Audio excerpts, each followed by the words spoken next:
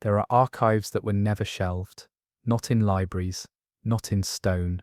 They were submerged, not lost, placed, locked beneath the sea, where no pilgrim would wander, where pressure replaces prayer, where silence speaks in tongues no surface has heard.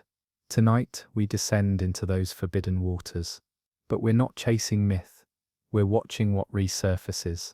Objects, fragments, chambers, each one a question the Vatican refuses to answer. Each one a story that salt could not erase. These are not visions, they are findings, exiled, encrypted, erased from record, and yet they remain. Before we begin, where are you watching from tonight? Drop your city and the time on your screen in the comments. Let's see how far these secrets have spread, and how many of us still believe in what was buried. A pale stone ridge ran like a scar across the seafloor, half buried beneath layers of sediment west of Sardinia. From above, it looked like any other rise in the seabed, rough, uneven, marked by time and current. But sonar told a different story. The line wasn't natural, the edges were too straight, the curve too perfect. Something had been built there long ago, and something had covered it. Divers dropped at dusk, not because of superstition, but because each morning launch had failed. Equipment that worked on deck would short out as soon as it crossed the thermocline. Motors stalled, readings scrambled. On one attempt, the tether on a submersible snapped clean through, not frayed, but sliced. A straight cut, as if the ocean had drawn a line it didn't want crossed. The dive team called the ridge the fold. The name wasn't official, but it stuck. From certain angles, it did resemble the edge of a page curled under water, a ripple of stone that promised more underneath. When the lead diver reached it, he expected broken coral or shipwreck debris. Instead, he found a wall, flat, smooth, buried beneath centuries of silt, yet still intact, not eroded, preserved. Two vertical columns rose from the seafloor on either side of the wall, shaped like pillars from an ancient temple, not Roman, not Greek, older or different. Each was carved with symbols that wrapped upward like vines, long loops and spirals worn down by water, but still visible under light. Between them stretched a sealed arch, 10 meters wide, twice as tall. The stone wasn't the same as the rest of the seabed. It was darker, denser, and warm. At the top of the arch sat an emblem, a symbol chiseled deep into the stone and filled long ago with metal now rusted black. It looked like 3 keys twisted together in a spiral, the teeth pointing downward, wrapped in the curve of a snake. Not a cross, not a crest. The divers didn't recognize it, but one of the support crew did. He had studied theology in Rome. Quietly, he muttered a name no one else had heard before: Custodes Ossium, the Keepers of Bone, a sect long erased from church history, excommunicated for blasphemy involving relics buried at sea. No one laughed. Light faded faster the deeper they went. By the time the diver reached the base of the gate, only one light remained functional. It flickered, then steadied. The silt moved strangely, rising in small columns like breath, as though the ocean itself had started to remember something. The diver reached out. His glove touched the seam at the center of the wall. Nothing happened at first. Then the water changed. Not colder, not darker, just quieter. The usual murmur of the deep fell away. No hum of gear, no sound of his own breath in the mask. Just stillness, like something listening from the other side of the stone. Footage shows his hand linger there for several seconds, unmoving. Then his body stiffens. A faint vibration moves through the surrounding water, not loud, not strong. A tremor, like sound trapped in bone. The other divers, watching from above through the feed, called to him. He didn't respond. Later, the team would say his eyes behind the mask looked wrong. Not blank, not afraid.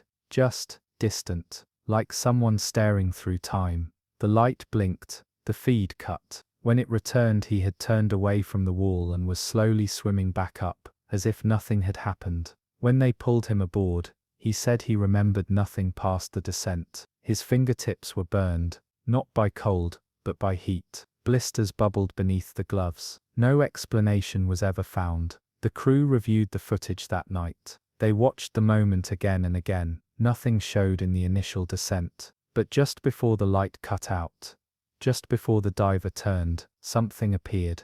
2 frames, that was all. A shadow behind the stone, not a reflection, not a trick of light. A form standing inside the gate, tall, motionless, draped in something dark that didn't move with the water.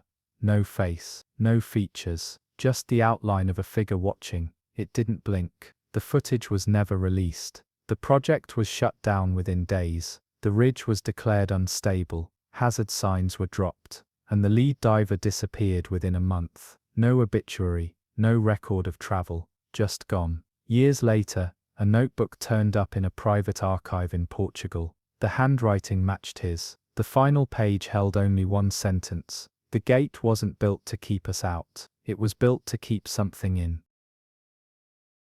A month passed before the second team arrived. Not the original divers, not even marine specialists. This crew came from somewhere quieter. Older men in dark wetsuits with no markings, no names. Their vessel had no flag. Their equipment was outdated, almost antique, but everything functioned with precision. Nothing flickered, nothing failed. They didn't test the water or scan the ridge again. They already knew what lay beneath.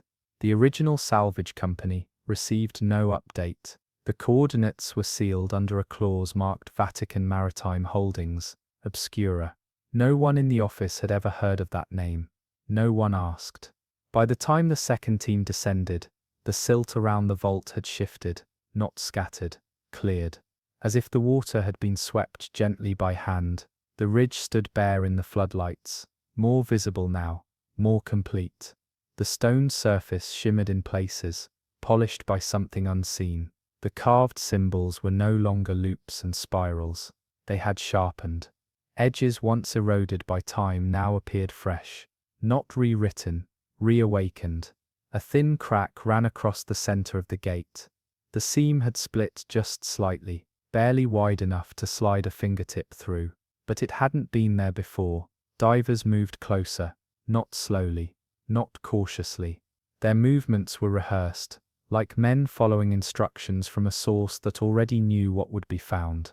One knelt before the gate and placed an object against the seam. It looked like a bone fragment wrapped in gold thread, bound at each end with red wax. A reliquary. Old, possibly Roman. For a moment the surrounding water trembled, not violently, not with pressure, but with vibration. A low hum that passed through the gear, through the lights, through the flesh of the divers themselves. Cameras recorded the moment, but the audio came back empty. No sound, no mechanical interference, just silence, as if something had consumed the frequency. The vault did not open. Instead it responded. Thin lines appeared across the stone, not cracks, not damage. Inscriptions, dozens of them.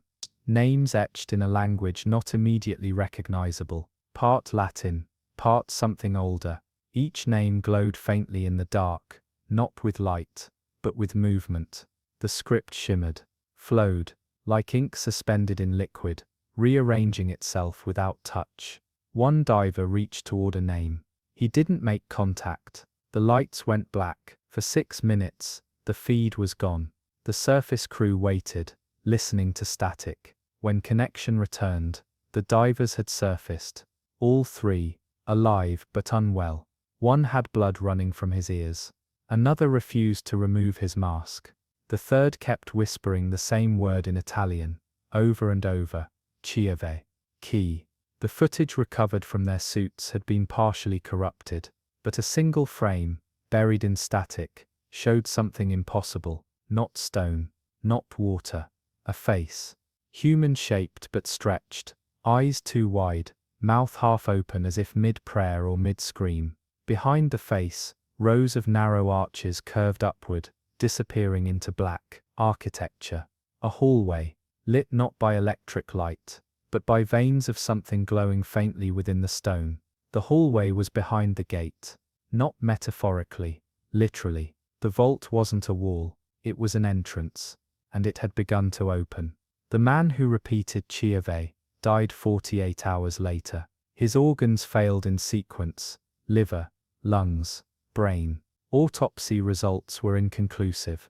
No bacteria, no toxins, just cellular collapse, as if his body had aged centuries in a day. His teeth had turned black, his bones had thinned, and beneath one fingernail, written in a fragment of skin, the word Acheron had been carved, a name from old texts, a river, the path between life and the forgotten. News of the death was buried, no records were made public. The ship was re-registered, under a different name. The footage, sealed, only one image leaked, an underwater photograph, taken by accident, never published, never acknowledged. It showed the gate from a distance, the seam now wide enough to walk through. On the left side of the arch, a new carving had appeared, a handprint, human-sized, pressed deep into the stone, as if someone had pushed from inside, not pulled, not invited, pressed. The ridge was removed from naval charts within days. The Vatican issued a denial. No involvement, no knowledge, no comment. But internal correspondences, later leaked through a briefcase, recovered from a flooded monastery in Marseille, told another story. A line of handwritten Latin translated as follows: "The deep was never meant for burial. The deep remembers, and below that, if the vault opens, the silence ends." A corridor now stood behind the gate, not a tunnel eroded by water, not a natural cave or break in the rock, a constructed hallway, symmetrical, arched, lined with evenly spaced recesses along the walls. Each recess housed a shape wrapped in coral and cloth, shaped like urns but too tall, too narrow. The hallway did not slope downward as expected. It rose, ascended at a slight incline into the stone shelf behind the ridge, disappearing into blackness. No silt drifted in the air, no fish swam through. The water inside the passage was motionless, almost gelled, thickened somehow, resistant to the natural flow of the surrounding sea. Lights behaved differently inside. They didn't scatter, they bent, coiling softly as if pulled toward something ahead. Divers noted the effect, but didn't speak about it openly. One of them later described it in a private journal. The light did not want to leave. Only one team entered the corridor, not professionals, not soldiers, scholars. 3 men brought in quietly under diplomatic clearance, escorted by a Vatican agent, whose name did not appear on any passenger manifest. The men were not given suits. They were given robes, garments stitched with weighted hems to keep them grounded in the water. Around each neck was placed a brass medallion, etched with the same 3-key sigil found above the gate. Cameras were allowed only for the first 10 meters. After that, no devices passed through. The feed cut exactly at the 10th recess. A pulse moved through the water, not violent, but final. A boundary crossed. No one outside the corridor could hear what happened next. They remained inside for 29 minutes. When they returned, one man swam ahead of the others, barefoot, his robe half unspooled behind him. His eyes were open wide, too wide. The pupils dilated so far that no iris remained visible. He wept without blinking as he was brought aboard. But when asked what he saw, he said nothing. He did not speak again. He lived 2 more days sitting upright in the same chair, unmoving. On the 3rd morning, he vomited seawater in his sleep, and died.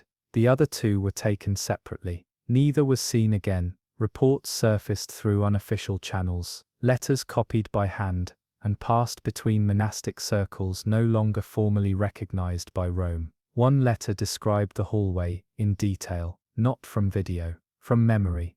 The man who wrote it claimed he had seen the same corridor before, in a dream. Night after night, since childhood, always the same arches, always the same passage upward, lit by flickering veins of pale blue that pulsed like breath. He had never been to sea. When asked how this was possible, he answered with one sentence: "It is not a place, it is a memory the sea holds open." The passage behind the gate was no longer sealed, but nothing came out. Instead, something began to echo, not sound, not vibration, A presence reported first by fishing vessels in the region, then by deep-sea drone pilots running cable routes nearby. All described the same sensation, a feeling of being watched, not hunted, observed, like something standing just behind their field of vision, something old, not asleep, just waiting. A Mediterranean hydrophone array registered a tonal anomaly 3 days later, a pattern beneath the usual marine frequencies. The tone resembled low human chant, 7 syllables, rising in sequence, repeated every 39 minutes, always the same pitch, always from the same coordinates. Engineers attempted to filter the signal, but could not isolate the source. When played aloud, the tone caused discomfort in most listeners. One technician described the feeling as being asked to kneel. Nothing on the ocean floor moved, but the vault remained open. Photos captured in secret from a French military drone showed the change most clearly. The gate had widened, not all at once, slowly. The seam now stretched more than 2 meters across. The corridor glowed softly from within, the light flickering at a rhythm nearly matching the recorded chant. A dark shape had appeared near the threshold, tall, narrow, fixed in place, not human, not metal. A form made of shadows pressed tightly into one of the side alcoves, standing perfectly upright. It did not drift. It did not change. The divers who saw it described the impression as priestly, as if whatever had been placed there had once worn robes, or knew what robes were.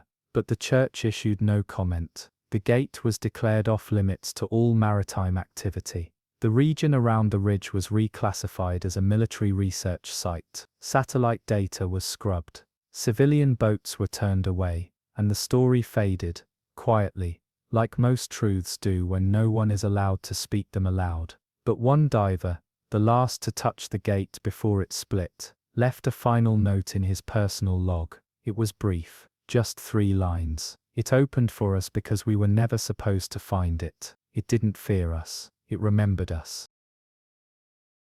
A storm passed over the ridge 2 weeks after the last recorded dive. Nothing unusual, just wind and rain, a pressure front dragging clouds across the Mediterranean like slow wings. But something shifted below. The ocean around the gate darkened, not from sediment or depth, but from stillness. Equipment tethered nearby lost signal. Lights went out. Buoys floated off course. Hydrophones picked up nothing at all. Complete silence. Not a drop of movement. Not a trace of current. As if the water itself had turned inward to listen. On the morning after the storm, a maintenance drone drifted close enough to catch a single image before its signal failed. The corridor behind the vault was no longer lit. The glow had faded. The hallway, once lined with flickering veins of blue, now stood empty. The alcoves were bare. The shadow that had rested in the wall, gone. No debris, no damage, just the lingering outline where the figure had stood, etched faintly into the stone like a memory scorched into flesh. The image leaked weeks later, passed hand to hand through a chain of divers who'd worked on unrelated projects in the Tyrrhenian Sea. One copy reached a retired researcher in Palermo who had once handled artifact analysis for the Vatican's Special Artifacts Chamber. He recognized the shape, not the gate, not the corridor, but the carving at the top, the 3 interwoven keys. He'd seen it once before, etched into the base of a chalice pulled from the wreckage of a sunken monastery near Cyprus. The vessel had been sealed inside a lead-lined box, wrapped in chains, and submerged in 40 meters of concrete. No explanation was ever given for why the Vatican had demanded its burial at sea. The image confirmed what he already feared. The vault wasn't unique. It was part of a pattern. All across the Mediterranean, there had been rumors, whispers, sites scrubbed from maps, dive crews paid in cash and vanished from records, structures below the seafloor, chambers inside drowned caves, objects recovered and destroyed before they could be named. And now, the door had opened, but nothing emerged.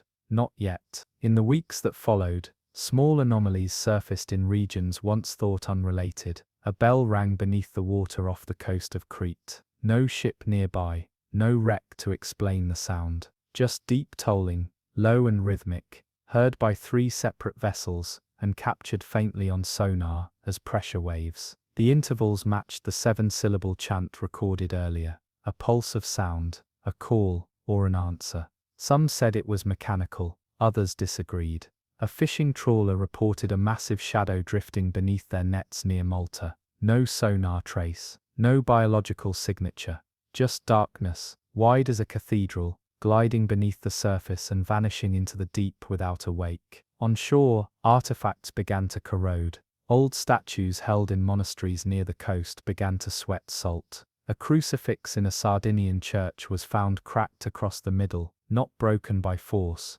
but split as if aged suddenly, weathered in a night. The priest who discovered it spoke only once before requesting immediate reassignment. He described a dream, a hallway underwater, lit with soft blue light. Figures lined the walls, covered in fabric, voices humming behind stone, and a pressure, not on his chest, but in his thoughts, like someone waiting to speak through him.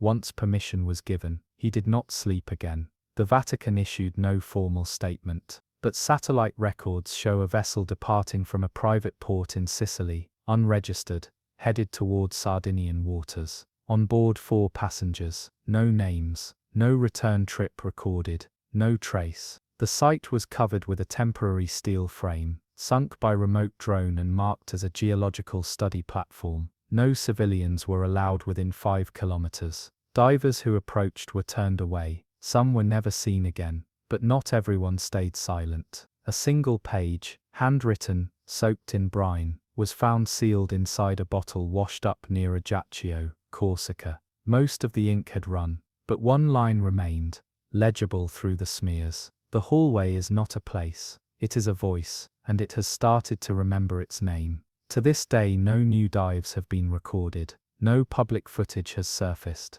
The gate remains untouched, or so the record claims. But on rare nights, during certain tides, local fishermen swear they see a shimmer beneath the surface, like a reflection with no source, like a door outlined in moving light, not glowing, breathing, waiting. A lump of coral, wide as a loaf of bread, and sealed with the grey sheen of time, surfaced from a collapsed tomb near the base of the Ligurian coast. The chamber had been uncovered by accident, not by archaeologists, but by a landslide. Heavy rains had swept an old hillside into the sea, peeling away centuries of soil and stone until a cluster of pillars slid into the surf. Among the wreckage, a diver noticed the object lodged between 2 marble slabs, rough, oblong, unremarkable at first glance. But something shimmered beneath the coral, not light, not reflection, shape. Beneath the crust, the faint outline of a clasp could be seen, a hinge of ancient bronze, almost completely devoured by rust. The diver didn't try to remove it. He simply marked the coordinates, photographed the find, and passed it along to a regional antiquities office, already overwhelmed with post-storm debris. The coral block arrived in a plastic tub. It sat for 3 days before anyone opened it. Only after seawater from the container began humming, faint, rhythmic, impossible to record, did someone take notice. Not a hum heard by ears, but felt in teeth, in bones, a tremble of tone that couldn't be traced to any machine in the room. The coral was cut open carefully. Inside, a book, a codex, sealed tight with bands of copper now green with age, wrapped in fish leather, hardened into a brittle shell. The pages inside had fused together long ago, but the shape remained unmistakable. A manuscript, not rolled, not scrolled, bound, meant to be read. In the center of the first page, a single character, sharp, vertical, with 2 mirrored curves on either side. No known alphabet claimed it. No scholar present could read what followed. The script seemed to slide away from comprehension, lines twisting out of focus when stared at too long. Several described a sense of nausea after looking at the text for more than a few seconds, a vertigo not of motion, but of meaning. The codex was dated through carbon sampling, 10th century, older than it should have been, older than the bindings, older than the silt around the tomb. A name was found on a slip of parchment tucked inside the back cover. The ink had bled, but the signature remained clear. Sylvester Secundus. Pope Sylvester II. But something was wrong. Sylvester died in the year 1003, long before the supposed date of the tomb's collapse. His writings, though rare, were well documented. None matched this script. None were bound in skin, wrapped in copper, or encased in coral. The Vatican denied ownership. Official archivists refused to examine the text, but whispers among monastic circles remembered something else. A legend that Sylvester had studied more than scripture, that during his years abroad, he sought knowledge in forbidden libraries, underground vaults in Moorish lands, Eastern monasteries no longer recognized, and one ruin near the Black Sea coast whispered to contain scrolls written before language itself. When he returned to Rome, something about him had changed. He spoke less, slept less, wrote constantly, and once during a convocation, he reportedly stopped mid-sentence, turned to the eastern wall of the chapel, and began reciting something no one understood, a string of syllables that caused the altar candles to extinguish themselves one by one. When asked what he had said, he answered, "Only what was remembered." The drowned manuscript may have been part of those remembered things. An independent linguist attempted to photograph the pages under infrared and UV light. The characters shifted in each spectrum, not simply revealed, but altered. What appeared as runes under one lens became musical notation under another. In ultraviolet, the ink vanished. In darkness, the manuscript began to hum again, faintly, steadily, like breath through a reed. The humming only stopped when salt water was removed from the container. Without it, the pages curled. With it, the text pulsed. Not figuratively, physically. The characters lifted and settled like plankton caught in tide. One Vatican-affiliated scholar, who examined a single page under heavy gloves and full containment, was later quoted, off record, saying, "This isn't scripture. This is instruction. But not for us." That scholar resigned within a month. The manuscript was relocated to an undisclosed archive, rumored to be beneath a former monastery near Ancona. Access was denied to all external researchers. The diver who first recovered the object refused all interviews, and 3 weeks after the artifact was moved, a tremor shook the Ligurian coast, mild on the surface, but strong enough to fracture several limestone walls in the area surrounding the tomb. One crack ran through the foundation of a flooded chapel, overlooking the sea. Beneath the broken stone, surveyors found another coral-encased object, smaller this time, smoother, oval-shaped. It, too, hummed. But when cut open, it revealed no book, only a single page. A prayer written in the same shifting cipher, no address, no amen. Just one phrase translated by the only man who dared to try. "Those who read in air forget. Those who read in salt remember." A single page began to spread, not through press, not through scholars, through hands, passed in secret. Copied with precision by those who claimed to hear its hum in dreams. The cipher resisted analysis, yet those who held the page long enough began to sketch versions of it from memory. Never perfectly, but with patterns that matched across continents. A monk in Lisbon, a librarian in Krakow, a deep-sea technician stationed off the coast of Albania, all drew the same 3 characters in the same sequence, shapes no one taught them, in an order no one could explain. When placed side by side, the symbols formed a triad that echoed the design on the original codex's first page. Not identical, more like an echo. Faded, distorted, yet still resonant. Each one had dreamed of the same sound, a low tone rising beneath water, pulsing with a rhythm not unlike breath or prayer. No origin, no explanation, but the page continued to appear, not the original. Copies, impressions, imitations made by those who should not have been able to remember it. In southern Italy, a small church near the coast was abandoned after locals reported a chant emerging from the floorboards during Mass. Not loud, not aggressive. A hum, low and smooth, rising through the stones beneath the pulpit. It ceased only when the altar was removed.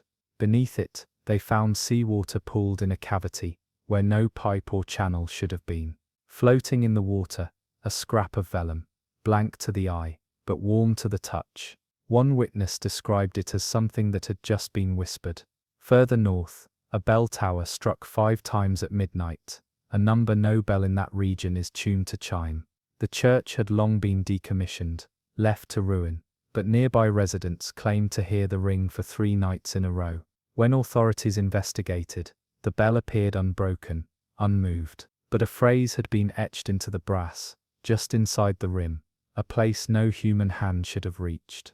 The phrase matched a line in the Sylvester Codex, translated from a recent attempt by a Vatican outsider. The full sentence was incomplete, but what survived read, "Where salt rests, memory opens." Inside the Vatican, pressure grew. Official channels denied the manuscript existed, but behind sealed doors, a commission was formed. 12 men and women, brought in under the title Custodia Temporis, not archivists, not scholars, specialists in ancient rhythms, apocryphal pulse patterns, liturgical numerology. No one spoke of their findings, but one translator who briefly consulted on the text left behind a note, tucked into a drawer inside the papal library's sealed wing. A single line, written in trembling Latin. "This is not written in human language, it is written in time." The codex, it seemed, was more than a manuscript. It functioned not just as record, but as signal, a device, almost for remembering. But remembering what? Fragments of translation began to emerge through channels, never meant for public release. Each passage came from a different part of the manuscript, but a theme started to take shape, an oath of waiting, a silence guarded, a location submerged. And again, a word salt, not as seasoning, not as symbol, as medium, as gate. The water used to test the codex, taken from a nearby well, had never been purified. Later examination revealed that the salt content in the well had increased by 17% in the days after the codex's immersion. No salt had been added. The change occurred organically, from the manuscript, as if something written in it had bled into the water. The researcher who discovered the anomaly fell ill 3 days later. Her notes became incoherent, letters reversed, words mirrored. A diary entry dated the night before her collapse described a dream, hands made of coral, pages breathing in rhythm, a face behind the parchment, not visible, but implied, something watching through the words. She died with the codex open beside her. The room smelled of brine. Her lips were crusted with salt. The Vatican removed her name from all internal documents. Her research was boxed and sealed, but a photocopy of her final page leaked into a small Jesuit network operating off the coast of Croatia.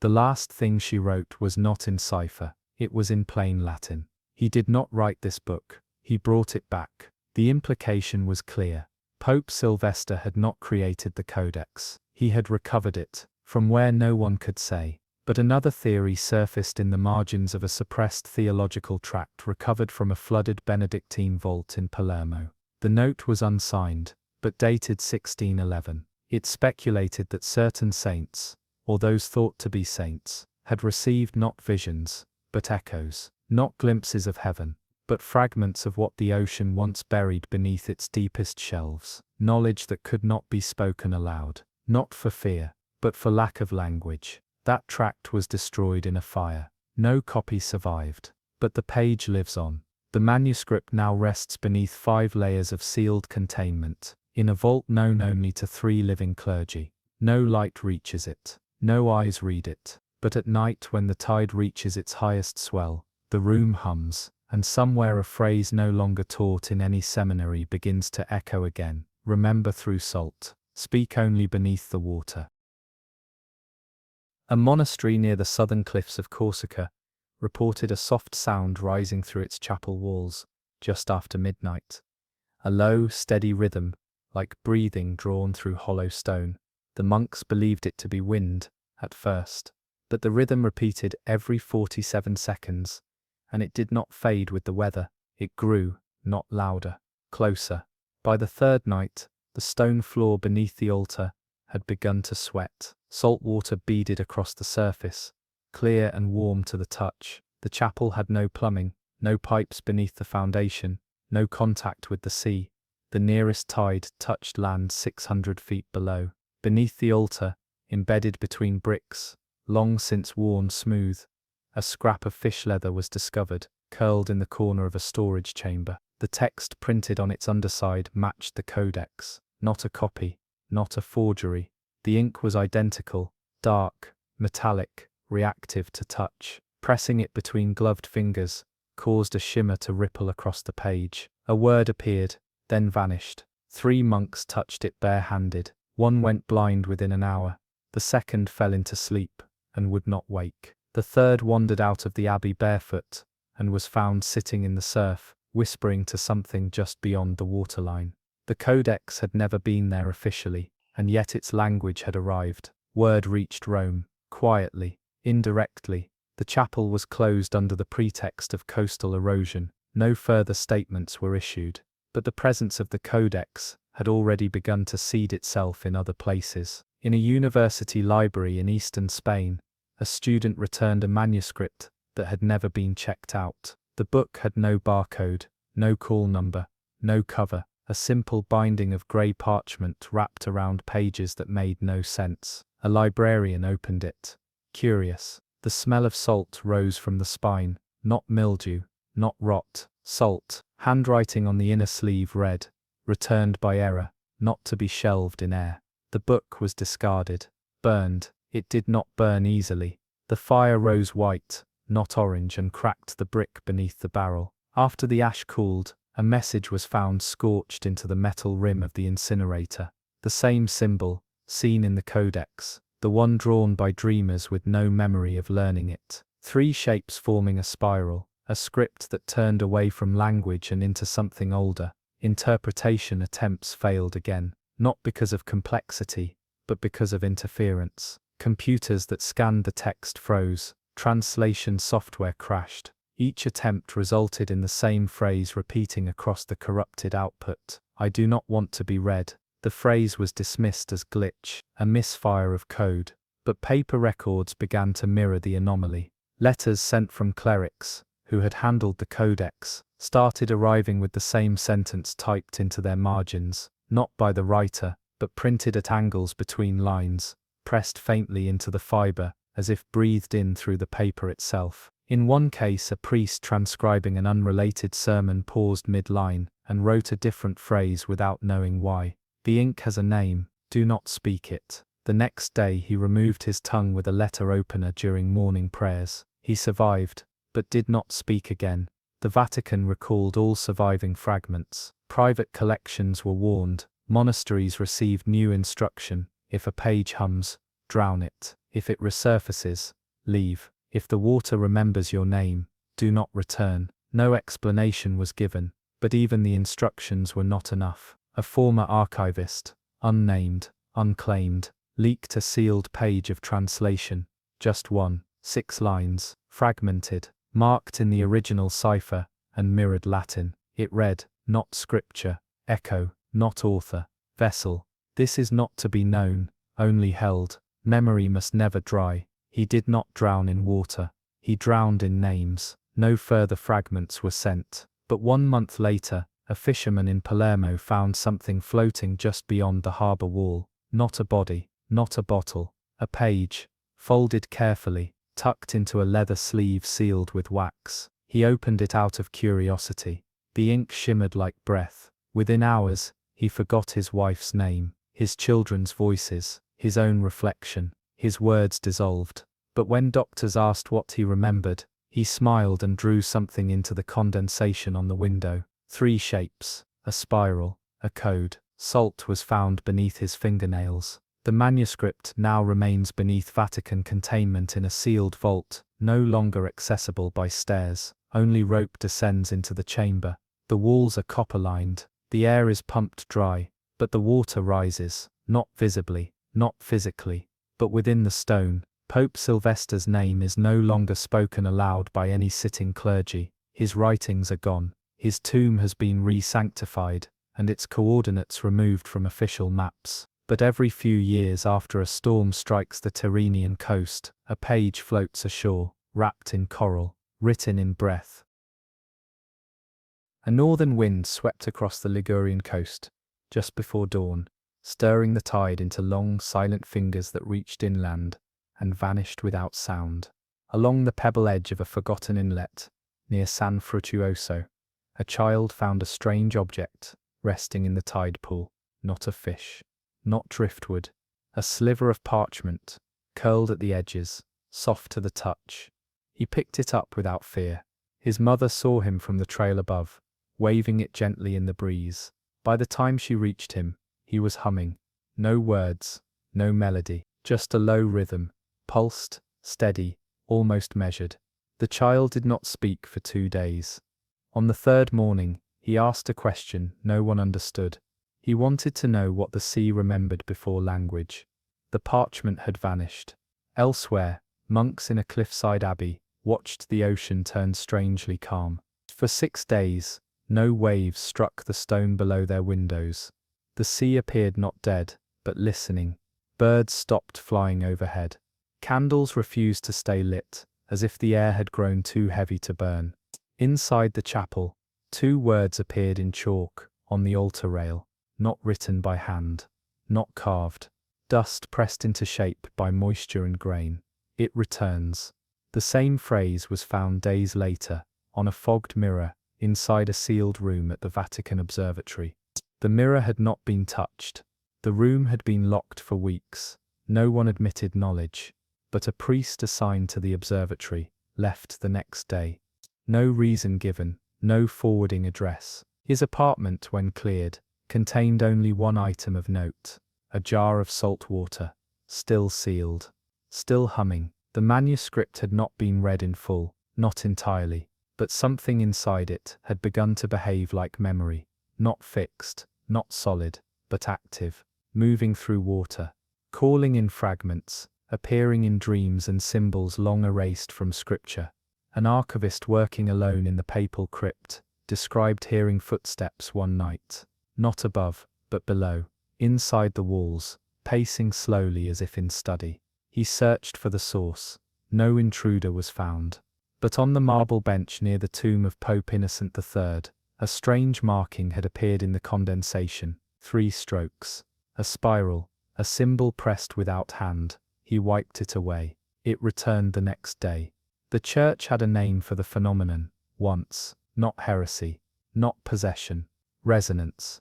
The belief that certain truths are not spoken, but remembered by the world itself, kept quiet only by distance, pressure, and time. The codex carried that weight, not as message, as presence, not as content, as rhythm.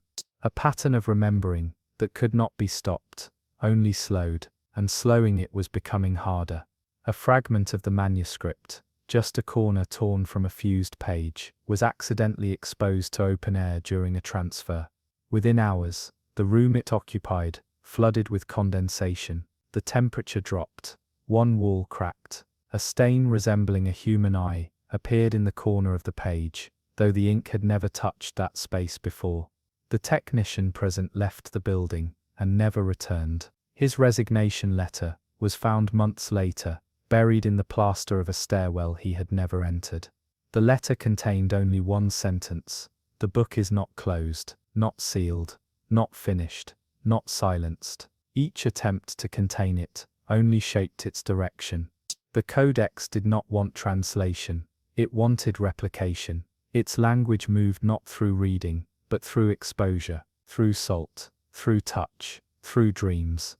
A single syllable, repeated beneath breath, could cause the ink to ripple across the page. A low hum, matched in rhythm, made entire lines reappear. The words behaved like living things, not grown from ink, but from memory itself, living inside the paper, surviving between margins, waiting for the sound of water.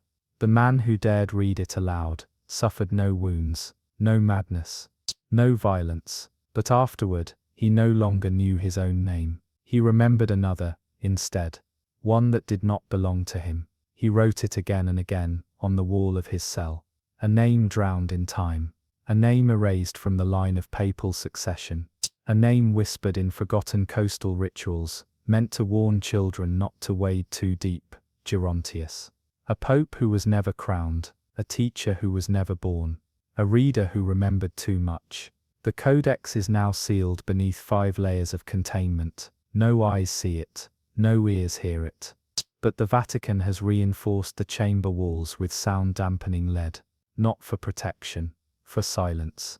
Because something inside is still humming, not steadily, not peacefully, like something trying to breathe through pages that never should have been opened. In the quiet hours before dawn, when the tides rise and the wind drops, the chamber walls sometimes shake, and no one speaks of the name pressed into the stone beside the manuscript. Not out loud, not anymore. Black stone rose from the trench, like a shard of sky dropped upside down, darker than obsidian, smooth as glass, wedged between jagged cliffs, where no coral dared attach. The submersible's lights revealed nothing on approach, only a void surrounded by glowing plankton that refused to drift closer. Each pulse of the current bent around the object, like it didn't belong to the water at all. The dive team had no name for it. Their charts listed the trench as inert. No anomalies, no history, just depth. At 7,600 meters, shape becomes difficult to trust. But this shape didn't blur. It sharpened. Flat, vertical, clean-edged. A panel, roughly 2 meters high, tilted slightly forward, embedded into the rock face.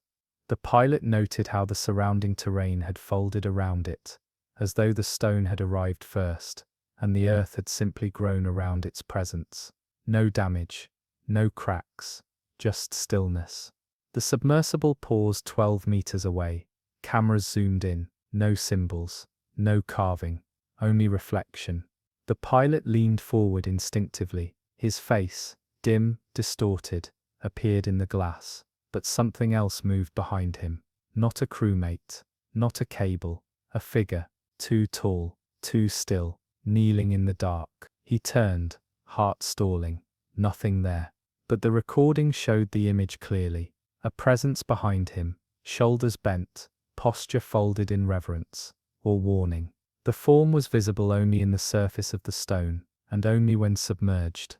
The feed was brought topside immediately. No audio anomaly, no thermal spike, no interference, just an object that reflected more than its surroundings. When the pilot returned to the surface, his eyes did not adjust to daylight. He remained in the dim corridor of the ship's cabin for hours, refusing to speak above a whisper. When asked what he saw, he answered quietly, "It showed what listens." The object was recovered days later by a robotic arm, lifted slowly, carefully, as if waking something. The stone resisted at first, not in weight, but in silence, as if sound itself hesitated to cross its surface. Only after applying saline gel to the clamps did the panel lift free. Underwater, it weighed 82 kilograms, on board 14. Scales disagreed, readings fluctuated. The surface never dried, polishing made no difference. The stone remained wet,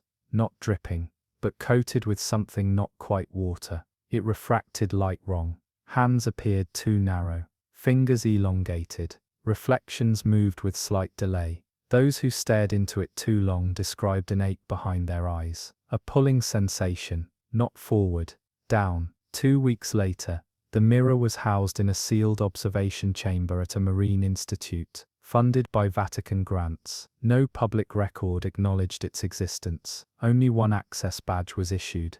The researcher assigned to observe it worked in solitude and submitted only handwritten notes. His final entry described something no one had expected, not just reflections, responses. The mirror had begun to react. Breath fogged across its surface even in cold rooms. The glass pulsed faintly in the presence of prayer. Most disturbingly, movement behind the reflection did not always match the subject standing in front of it. A raised hand would lag slightly. A tilt of the head might not tilt at all, but the kneeling shape remained consistent, still, patient, unmoving, behind every figure who stood near. Different postures, different faces, but always in the same position. One figure behind each reflection, always kneeling, always waiting. A camera left on overnight captured a sequence no one could explain. Between 3:12 and 3:14 a.m., the mirror turned black entirely. No light, no detail, just void. Then a faint image returned. Not of the room, not of the researcher. The mirror showed what looked like a chamber of stone. Curved walls, no seams, lit from below with dim blue veins like cracks in volcanic glass. In the center, a wide basin, filled to the rim with water so still it might have been carved. Surrounding it stood 13 figures, all kneeling, all faceless. The room held for 11 seconds, then the image vanished. The mirror returned to its original state. The camera glitched once and returned to normal. No attempt to replicate the event succeeded. When the footage was reviewed, a timestamp had been altered in the digital log, overwritten with characters not part of any known encoding system. Experts could not translate the mark. But one Vatican archivist, upon seeing the shape, reportedly refused to touch the screen. He claimed the symbol marked a location, not a time. A place recorded, not in hours, but in memory. The researcher who recorded the event left the facility 2 days later. Before resigning, he wrote one final line on the observation log. The mirror does not reflect, it remembers who was watching. Slanted corridors wrapped around the chamber like ribs, each hallway curving inward until the observation lab took on the shape of a buried cathedral. The mirror stood at its center, tilted slightly toward the northern wall, positioned exactly as it had been retrieved, facing nothing, yet seeing everything. Even in darkness, it reflected the room perfectly. No lights were needed, no observer required a flashlight. The mirror glowed with its own faint memory of the space, rendering every chair, cable, and breath with soft distortion, as if the object were remembering what had been, rather than showing what was. Soon, the room began to change, not physically, but within the mirror itself. Chairs appeared out of place. A book resting closed on the desk in reality was shown open in the reflection. In one instance, a clock on the far wall reflected an hour that had not yet arrived, subtle at first, but unmistakable. The mirror was no longer a simple surface. It was behaving as if time bent differently through its lens. Then came the first delay. An observer, stationed for 20-second intervals only, stood before the mirror in complete silence. He watched his reflection breathe, blink, shift his stance. Then something slipped. His reflection paused, just for a heartbeat, as if watching him instead. It blinked twice in succession while he stood perfectly still. No one else was in the room. He turned instinctively, but nothing stood behind him. And yet, when he reviewed the recording, he saw the same figure others had glimpsed, kneeling, faceless, behind his shoulder.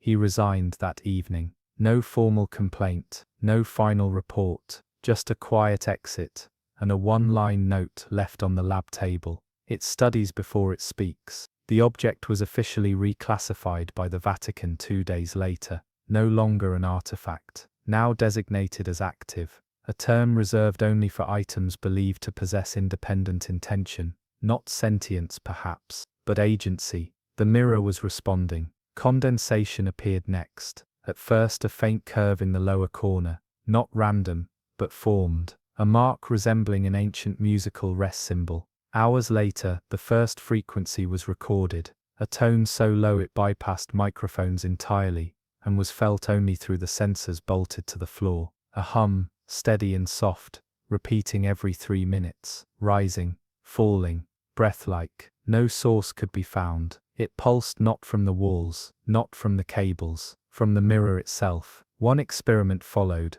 primitive, cautious, almost superstitious. A white candle was placed before the mirror, unlit. The test was designed not to yield results, only to observe. But after 31 hours, the candle began to melt. No flame appeared, no warmth surrounded it. The air was cold, but in the mirror, the candle burned. For exactly 1 second, a flicker, then nothing. An hour later, the melted wax formed a pool at the base, where 3 words had imprinted themselves in shallow ridges.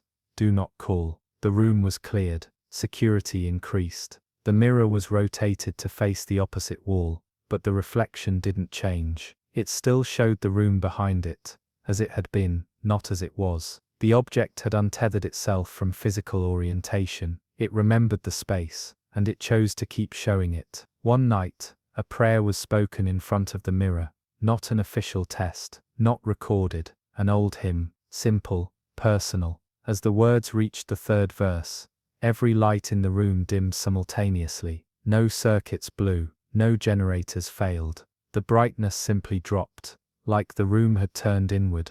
In the mirror, the reflection did not sing, but the kneeling figure behind the man had lifted its head. The lights returned 30 seconds later. That observer never returned. What came next was stranger. At exactly 3:12 a.m., on a stormless night, with no personnel in the room, and no direct line of sight between the mirror and any outside source, the reflection shifted.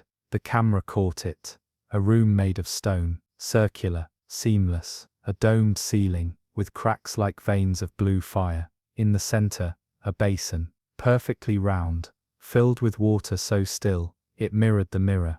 Around it stood 13 figures, kneeling, motionless, faceless. The image lasted 8 seconds, then returned to black. Attempts to isolate the footage failed. One corrupted frame remained, not visual, encoded. A digital character, not part of any known system, had overwritten the timestamp. A symbol, circular, and intersected, almost organic. When shown to a Vatican linguist, the response was immediate. This does not mark time, it marks place. The final entry from the lead researcher came 3 days later. He left a note outside the chamber, pressed flat beneath a blank transparency slide. No ink, just pencil, shaky handwriting, smudged from moisture. It no longer shows what is, it shows what is near. A woman stood before the mirror longer than any previous observer, not by recklessness, but by permission. She had been granted extended access due to her prior work on acoustically reactive relics, specifically a sealed chalice that responded to Gregorian chant. She was calm, methodical, unafraid, but she did not approach the mirror as a scientist. She stood before it like someone returning to a place they'd once dreamed of as a child. Her breathing slowed, her hands folded. She remained still for 49 seconds before speaking. The phrase she uttered was not Latin, not any known tongue, but the sound was familiar, low, rounded, shaped like a lullaby, half swallowed by water. The mirror did not move, but the room behind her, in the reflection, began to ripple. Not like a pond disturbed, more like the idea of the room was being reconsidered. She stopped speaking, the room steadied. But in the mirror, her own reflection did not resume. It remained paused, mid-breath, watching her with an expression her face never wore. When she turned to leave, she reached for the door handle. The camera captured it clearly. Her mirrored self remained frozen for 1 second longer, then tilted its head, not curious, not confused, a tilt of recognition. She collapsed, halfway down the hallway. No medical cause was found, no seizure, no cardiac arrest. But when she regained consciousness, she no longer knew what year it was, not in the abstract, but viscerally. She insisted the year was 1346. She insisted her family had not yet returned from a pilgrimage to Alexandria. She knew her name, but it was not her name. Her records were sealed. She was removed from service. But before leaving the facility, she wrote a short passage from memory and handed it to the chaplain on duty. The passage appeared in no recognized text, though its structure mirrored early fragments of pre-ecclesiastical liturgy. I saw the kneeling thing, not as figure, but as echo. I knelt with it. It did not look up. It did not move. But it welcomed the memory I had forgotten I was keeping. The chaplain left the site soon after. In the following weeks, the mirror's behavior changed. Reflections no longer aligned with the time of day. Observers noted that the light shown in the mirror sometimes indicated sunrise when the actual sky outside was pitch black. In 2 documented instances, a clock in the reflection showed the exact time of an earthquake that had not yet occurred, one in Greece, one off the coast of Algeria. Each tremor followed the timestamp by 32 hours. A third clock anomaly showed no result. Instead, the hands of the reflected clock spun in reverse for 6 full minutes. The room behind the glass dimmed, as if the shadows were being played backwards. Those watching said the mirror had entered memory. That same night, a technician cleaning the chamber paused to glance into the object for only a second. He later reported seeing a hallway he could not describe, not because he lacked the words, because every time he tried to recall it, the shape of the space collapsed, folding into itself like a muscle contracting. He went silent for 72 hours, then began sketching. None of the images matched the facility. All resembled submerged churches, broken altars, stairs leading downward into rooms lined with identical mirrors. He claimed to have never seen them before. But when shown a photo of an early Vatican submersible, used in artifact recovery in the 1940s, he recognized it immediately. Not the vessel, the symbol painted on its side. A trinity of concentric circles, interrupted by a spiral slash. The same symbol the mirror had revealed once, pressed faintly into its surface condensation weeks earlier. At this point, the Vatican moved the mirror again. It was taken from the coastal lab and relocated to a sealed chamber beneath a disused chapel on Mount Subasio. The public believed the chapel had closed due to erosion damage. In truth, the foundation beneath the altar had already experienced structural failure after a prior incident involving a relic shaped like a tear. No further observation was permitted. But despite the relocation, witnesses reported strange effects along the route the mirror traveled.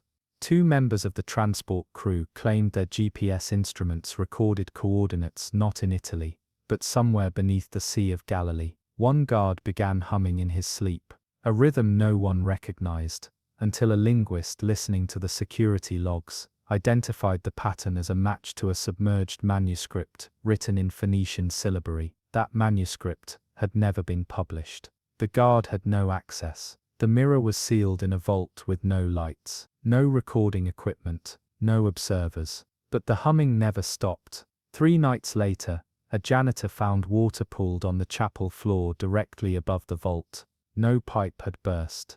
No rain had fallen.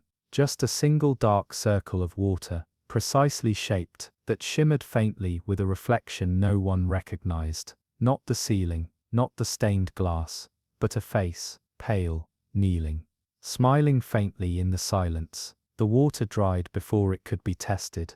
The janitor left the job without resignation. But the next day, a page was found tucked between the missals on the altar. It contained no title, no markings, just one sentence, in clean handwritten Latin. The mirror is not glass, it is a door waiting to forget which side it was built on. By the time the mirror was relocated to the subterranean vault beneath the abandoned chapel, it no longer reflected the world in real time. It showed fragments instead, moments that hadn't yet happened or no longer belonged to the present, bending across the polished surface, like memory straining against the weight of form. Staff reported seeing the room behind them freeze, while their own bodies moved freely. Others saw empty chairs in the reflection slowly shift positions across several days, despite remaining untouched. Nothing around the object could be trusted to behave as it should. A delay existed now, a resistance, as though the mirror were no longer capturing light, but negotiating with it. The Vatican's response was to reduce the mirror's exposure to the outside world. No observation, no study. It was to be sealed, stored and forgotten, until the Church could decide what category such a thing belonged to. But that was already the problem. The mirror did not fit into any category. It was not an artifact in the traditional sense. It had no sacred design, no carvings, no inscriptions. It had not been forged, shaped, or blessed. It simply existed, perfectly smooth, responding to the world with its own rhythm, a slow hum of remembrance, buried inside glass, that never fully dried. The final vault was prepared beneath an old Franciscan chapel, carved into the cliffs of Mount Subasio, a place already riddled with ancient silence. Officially closed due to structural instability, the site was ideal for what the Church required: isolation, remoteness, and plausible erasure. The mirror was lowered into its chamber without ceremony. No prayers were said, no seals were applied, only a layer of copper shielding and a single phrase, written in chalk on the inner threshold: Ot manitintis. Let it remain inside. For 2 weeks, nothing changed. The mirror was silent, dark, dormant. Then the air above the vault began to shift, not in temperature or pressure, but in texture. Visitors described the atmosphere as thick, not humid, not cold, just heavier, like walking into a room that already remembered too many things. Candles inside the chapel began to gutter without wind. Shadows stretched farther than they should have. Most unnerving, water began to pool in strange places, along the grout lines of the altar, beneath the arch of the old confessional, in a perfect circle, directly above where the mirror had been stored. The water was always shallow, always still, and always gone by morning. A priest assigned to monitor the chapel witnessed something that caused him to leave the church within days. He had been cataloguing prayer books, seated in the back of the nave, when he noticed a faint glimmer across the floor, as if a light source were flickering against the marble. He turned toward the sanctuary, and saw nothing, but the flicker remained in the periphery. It wasn't until he looked directly at the floor that he saw it, the reflection of the pews, upside down, and subtly warped, not as they were now, but as they had once been years ago, in different arrangement, with different cloth, with different stains and cracks along the wood. It wasn't a memory he had, but the chapel itself, something beneath the surface had begun to replay its own past. He did not return after that night. The church made no inquiry. The next event came without witnesses. A technician reviewing remote footage of the vault floor noticed a shift in the mirror's surface, not a change in light or object, but depth. The mirror had lost its flatness. Something beneath the glass now pulsed in slow intervals. When the footage was slowed frame by frame, a figure could be seen, not reflected but standing within the glass itself, not kneeling anymore, upright, facing forward, still shrouded in shadow, with no detail, no eyes, no skin, just posture, just presence. The shape did not move, but its location changed between frames. It stood closer each time, and then in the final still image, it was gone. The mirror went black for 11 hours, not off, not broken, black. When it cleared, the room behind the reflection had vanished entirely. In its place, the mirror showed a chamber of pure stone, curved, wet, faintly glowing from veins that ran along the walls like molten threads. A basin stood at its center, full of motionless water. 13 figures surrounded it, not moving, not praying, waiting. Whether this was the reflection of something real, or something possible, could not be determined. The vision lasted 12 seconds, no more. The Vatican's last intervention came swiftly. The vault was resealed. A salt barrier was poured around the inner threshold. Surveillance was discontinued. No further study permitted.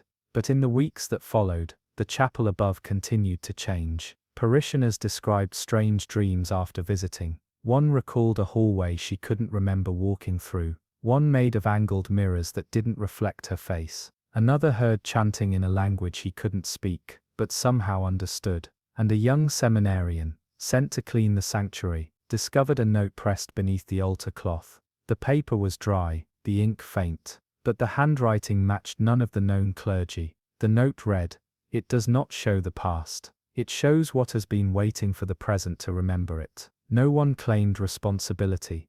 The note was filed, stored, and forgotten.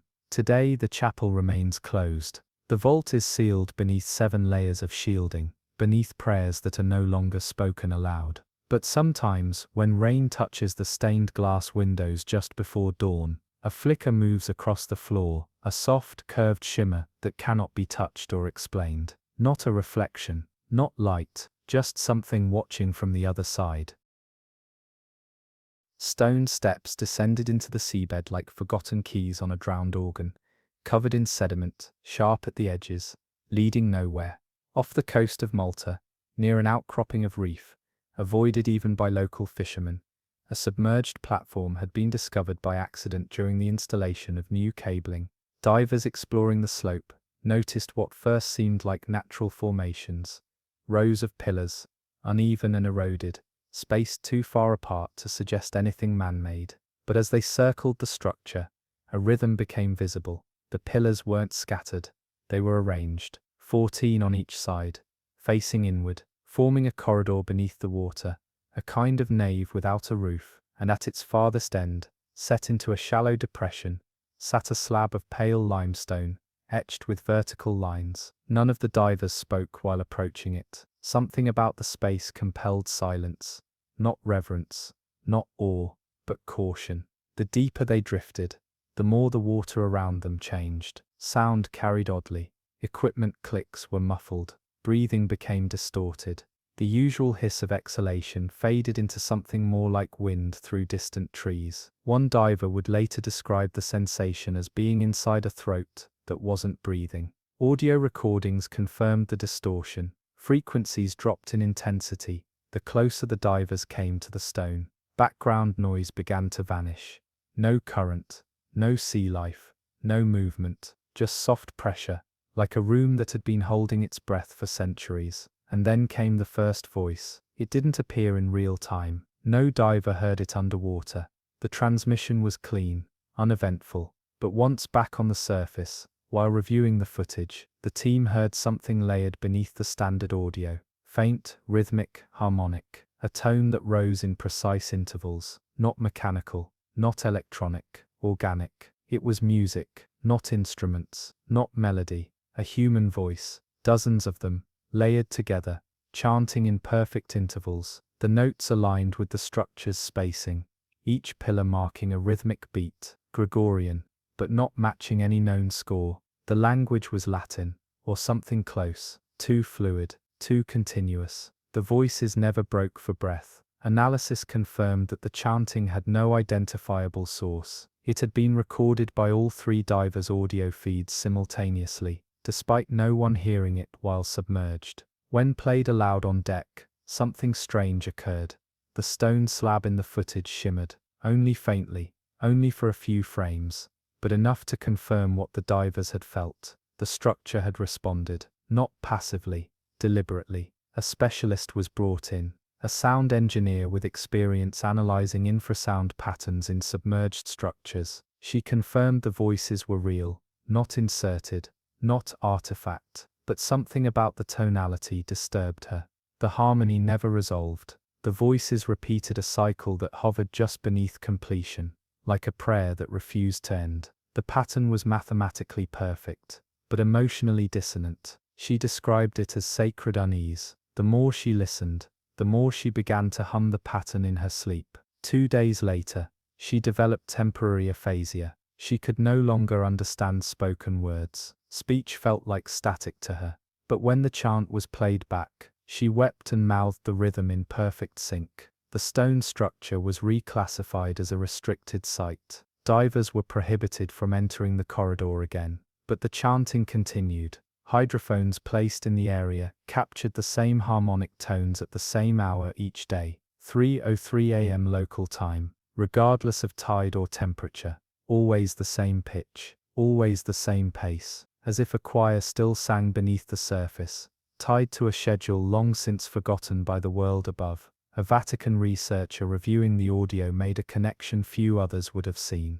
The chant contained specific harmonic intervals known as the vox mundi, the voice of the world, an idea referenced in a single suppressed 12th century treatise that claimed certain monasteries used underwater caves to store resonant prayers, not to be heard, but to be kept, preserved in the salt. The author of that treatise was excommunicated, his name erased, but fragments of his writing survived, copied in the margins of other texts. In one he wrote, "Voices cast into depth do not vanish, they sleep. And when the hour aligns, they rise again, untouched by time." The question was not where the chanting came from, it was why it had returned. When Vatican divers returned to the site, they brought no recording gear, no monitors, just ritual. A monk descended with them, tethered by prayer, wearing robes weighted with lead beads. He carried a single item, an ancient tuning fork, blessed and kept dry for centuries. As he approached the structure, he struck the fork once against his palm. The tone echoed gently. The chant stopped. Instantly, silence returned to the deep. Not peace, silence. The monk surfaced minutes later, face pale, robe trembling in the current. When asked what he saw, he said only, "They are not echoes, They are waiting. That evening, the hydrophones recorded a new pattern, not a chant this time. A breath, deep, inhale, exhale, slower than any human could sustain. The sound rose for 5 minutes, then faded. The voices have not returned since, but the structure remains, each pillar intact, each beat still marked by time the sea refuses to erase. Silence beneath the waves should have brought relief. After weeks of unexplained chanting, of harmonics that spiraled around the bones and pressed against the chest like a whisper wearing weight, the sudden absence of sound was expected to feel like peace. Instead, it felt like the air had thickened. The ocean didn't quiet, it recoiled.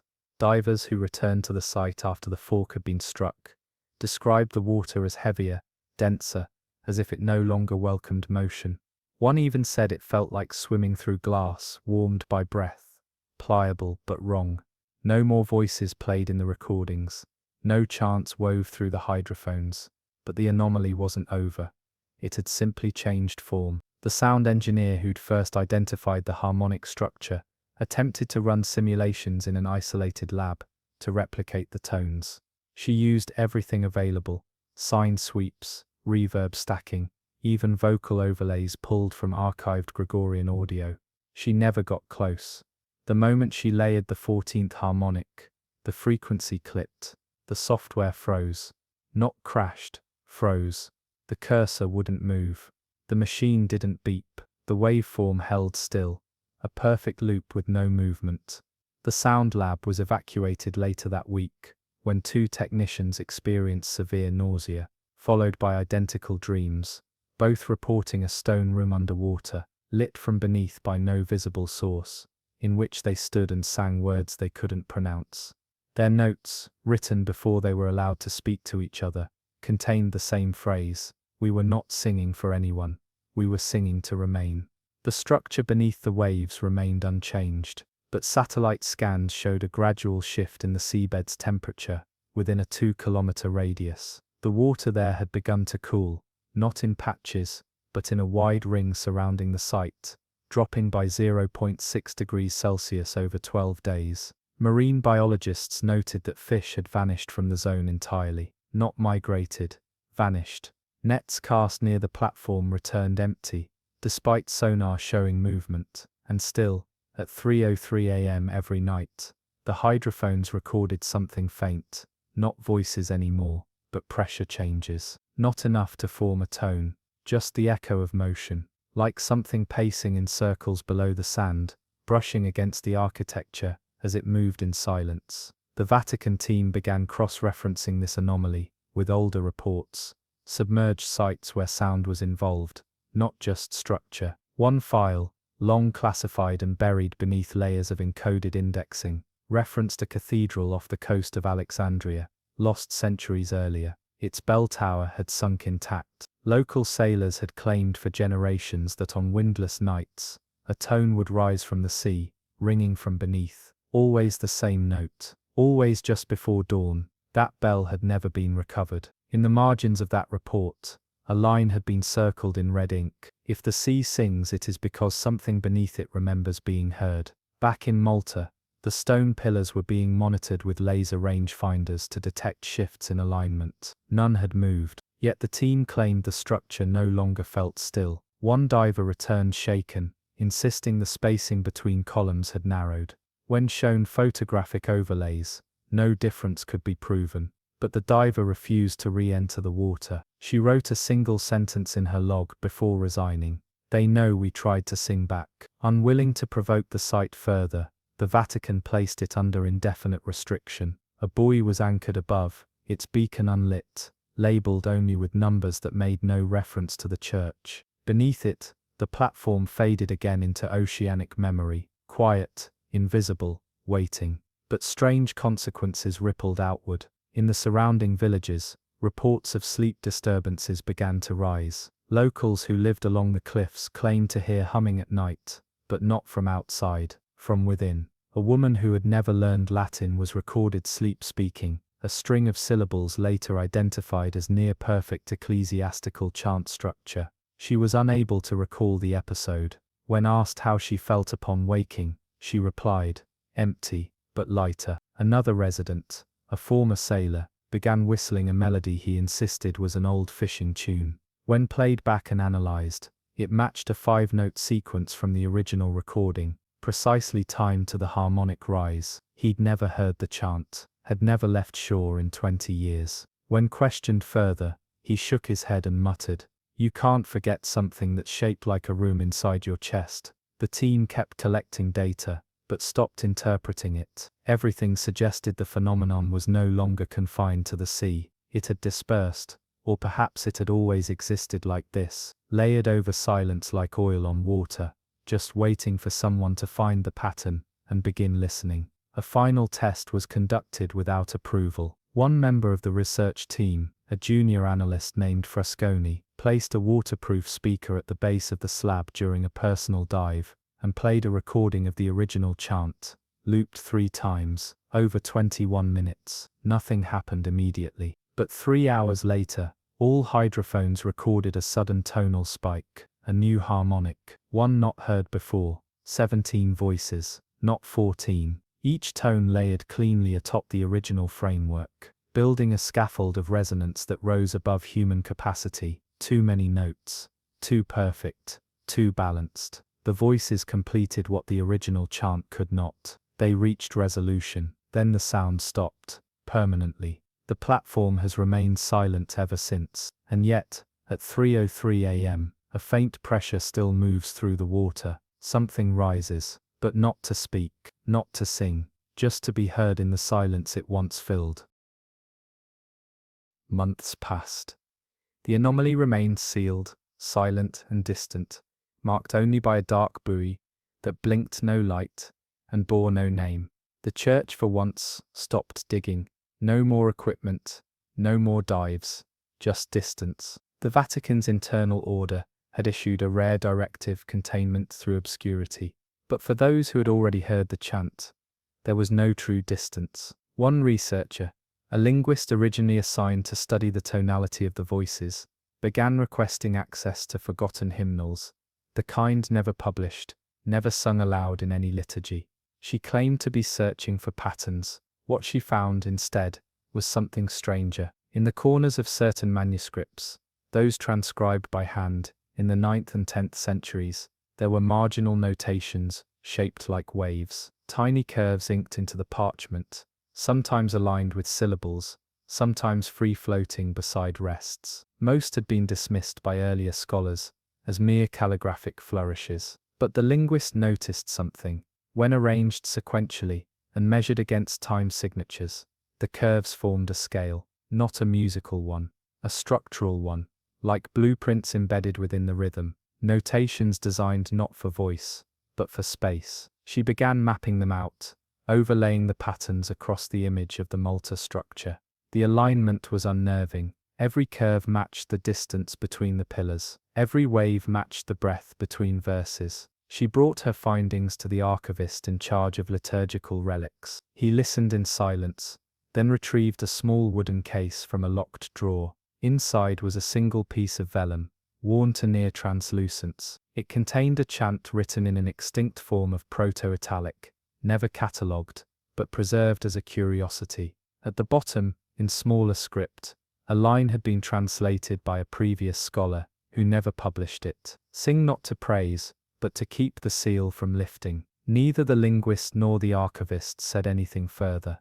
The document was returned, and both left the archives without submitting any notes. 2 weeks later, the linguist went missing during a personal retreat near Lake Bolsena.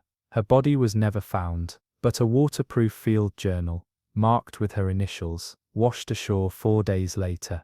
It contained only one entry, written over and over across several pages. They sang to hold it down. The Vatican began to revisit the Malta recordings, this time from a theological standpoint. A theory emerged, not endorsed officially, but whispered quietly in the subtext of internal correspondence, that the voices were not worshippers. They were not celebrants. They were custodians. The chant was not meant for God. It was meant for something deeper, something buried.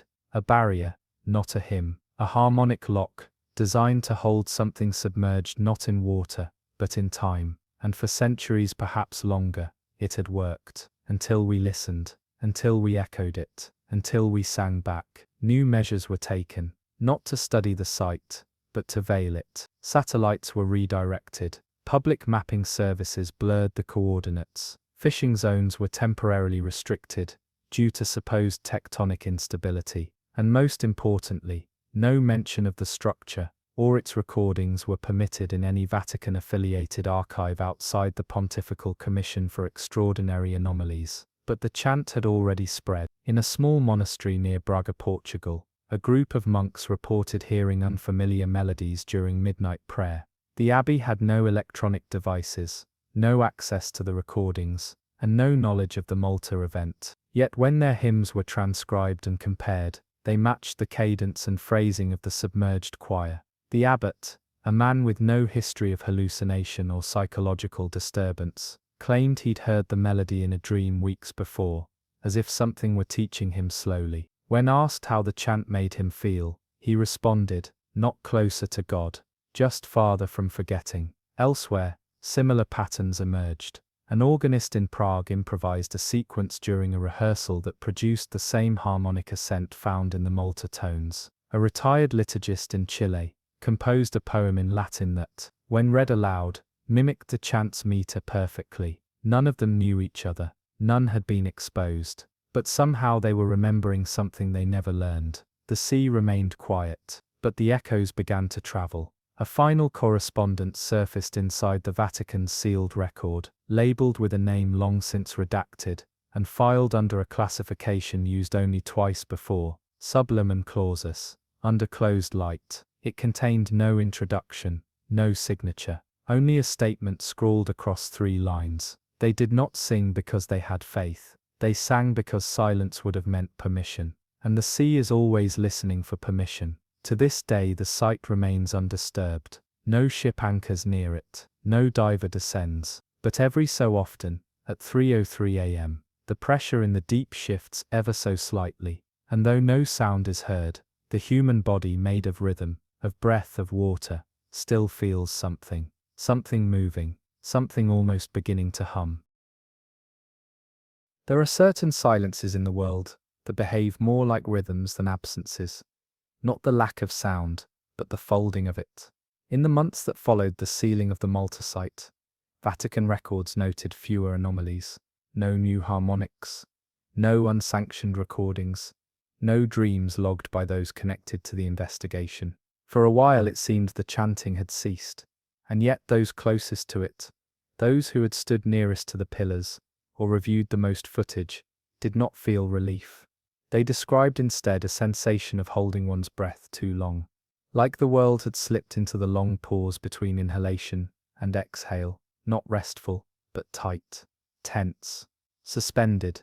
Among those most affected was the sound engineer, now relocated to a private monastic care center under church supervision.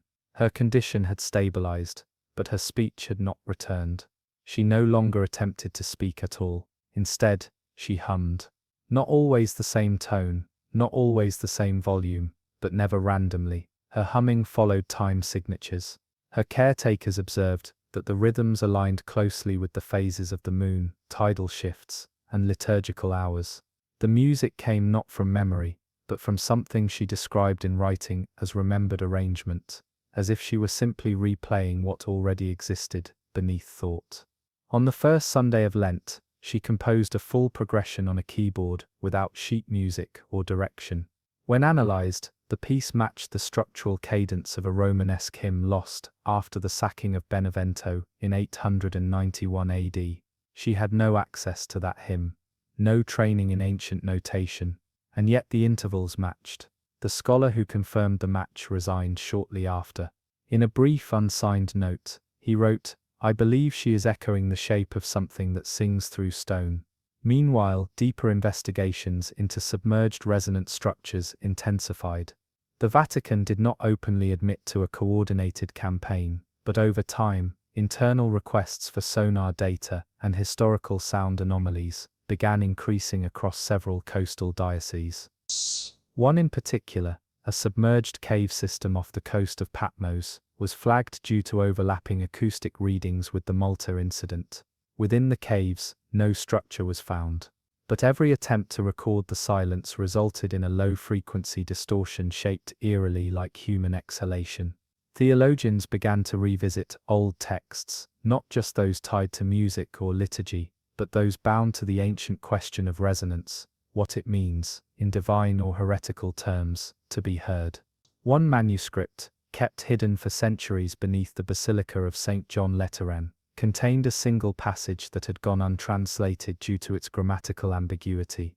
When finally re-examined under a new dialectic lens, it revealed something chilling. That which waits below does not require voice, only arrangement. Breath is the gate, and chant is the seal. If this was true, then the chant at Malta had not been a hymn of praise, it had been a function, not sacred in the way scripture is sacred, but mechanical in the way a dam or a lock is, a tool, a design. And we, in listening, in repeating it, had interfered, not by unlocking perhaps, but by disrupting the cycle it had long maintained. Still, the sea did not erupt, the world did not shift, the silence held, but witnesses began to change. A member of the initial dive team reported a recurring dream of standing between pillars that stretched upward, not into water, but into stars. The floor beneath him pulsed in rhythm. He was always barefoot. The air, if it was air, smelled of iron and salt, and in the center of the structure, instead of a stone slab, was a well. He never looked inside, but the dream always ended the same way, with a soft breath against his neck, not cold, not hot, but precisely measured, as if something were counting him. He left the team 6 days later. Others quietly followed. There were no symptoms, no breakdowns, just a growing aversion. One described it as too much memory in one place. Another simply wrote the word palimpsest in his exit report. A manuscript, overwritten, layered, scarred, but not erased. Back at the site itself, nothing moved. The water was still, the pillars stood. But under certain moonlit conditions, when viewed from the right angle above the waves, a shimmer would appear, not on the water, but beneath it. A flickering that did not rise to the surface but stayed just beneath, like light caught in a second skin. It formed not a circle, not a ring, but a spiral, always turning, always in motion, clockwise, 13 rotations, never more. No attempts were made to photograph it. But Gracht, the last diver to see it, described the spiral in a hushed voice, his eyes wet not from fear, but from some quiet awe. It wasn't telling us anything, he said. It was remembering that we had listened. To this day no new chant has risen from the site, but on rare occasions, when the tide is low and the wind moves in a particular direction, the waves crossing the buoy break in odd intervals, rhythmic, ordered, nearly metered, as if the water has not forgotten how to carry song. As if silence is just the ocean's way of rehearsing the next breath. The Tyrrhenian Sea never stayed still. Its surface shimmered with moods. A flicker of wind here, a sudden swell there, as if some great submerged beast, just below the horizon, had turned in its sleep. Off the western coast of Italy, south of the Pontine Islands, and far from any shipping lane, there lay a stretch of water considered too shallow for depth, and too deep for interest. The fishing charts called it a dead shelf. No coral, no wrecks, no catch. But it wasn't empty. Not really. The coordinates had first been flagged by seismic buoys, not because of tremors, but because of their absence. An entire quadrant, roughly 27 nautical miles across, returned blank readings during an undersea mapping operation. No echo, no feedback, no bounce, just stillness. It was as if the waves had struck something that refused to acknowledge them, something massive, dense, and oddly shaped. Initial speculation blamed silting or hardware failure. But when a small drone was sent to explore the anomaly, it sent back something unexpected, not static, not void, but form. At first the feed showed only silt and stone, but then the structure emerged, not gradually, but all at once, like it had been waiting for a viewer. Arched entrances, walls the height of houses, slits in the ceiling that let filtered sunlight fall in long divine rays. The shape was unmistakable, cruciform. The building stretched like a cathedral carved directly into the seafloor, not collapsed or broken, but intact. Whole. Impossible. Marine archaeologists were skeptical. Natural formations could mimic man-made shapes, especially after millennia of pressure and erosion. But then came the images of the interior. Long stone benches, pews, arranged symmetrically, aligned to a raised central altar. The drone circled through the nave slowly, its lights catching on calcified objects fused to the walls, melted crucifixes, warped incense holders, relics scorched into the very structure. But this wasn't a site of fire, it was underwater, had always been underwater. There were no records of a church ever being built there, above or below, no landmass lost in this region, no volcanic activity that could explain the warping. And yet the stone bore signs of intense heat, not destruction, transformation. As if the material had softened and re-hardened mid-prayer, the Vatican was informed. They didn't send scientists, they sent custodians, divers trained not in geology or marine biology, but in spiritual containment. They descended in silence, no press, no external contractors, just a 6-man team equipped with mapping gear, sacred objects, and one sealed case whose contents remain classified. The initial dive lasted under 2 hours, but the impact was immediate. Each member surfaced pale and wide-eyed, as if they had spent those hours inside something still alive. They spoke very little. Their reports were redacted almost entirely. But one line made it through the censors. The building does not feel submerged, it feels patient. Further expeditions revealed more. The layout of the temple wasn't just cruciform, it was liturgically correct. Each chamber aligned with sacred architectural principles, dating back to the earliest Roman basilicas. But there were deviations, angles that curved subtly, where no curvature should exist, steps that led down into doorways narrower than a man's shoulders, and above the altar, etched into the dome, was a symbol no scholar could place, a twisted ring of thorns encircling an open mouth. No eyes, no face, just mouth. The church did not comment on the symbol, but those who reviewed the footage reported a strange reaction, not recognition, but recollection, as though they'd seen it before, somewhere they couldn't name. One cleric, in a private memo never meant for release, confessed that the image made him physically ill, not from fear, from grief. "It is not a warning," he wrote, "it is an apology." The geological team that was later brought in to study the structure's composition came back with a verdict no one expected. The entire building was fused from native limestone, but altered on a molecular level. The crystalline structure had been changed, not melted, not eroded, rewritten. Heat had been involved, heat capable of bending stone without breaking it, a process unknown in both natural and human technology. Even the pews, still symmetrical and aligned in perfect rows, bore this transformation. They weren't carved separately and placed. They had grown from the same rock. It was a single structure, and that shouldn't be possible. But the true mystery wasn't the architecture, it was the absence of decay. No biological growth clung to the walls, no coral, no algae, no barnacles, nothing lived there, not even bacteria. Samples taken from the surface showed signs of chemical sterilization, as if the stone rejected life, or perhaps mourned it. In one of the lower chambers, a series of relief carvings were discovered,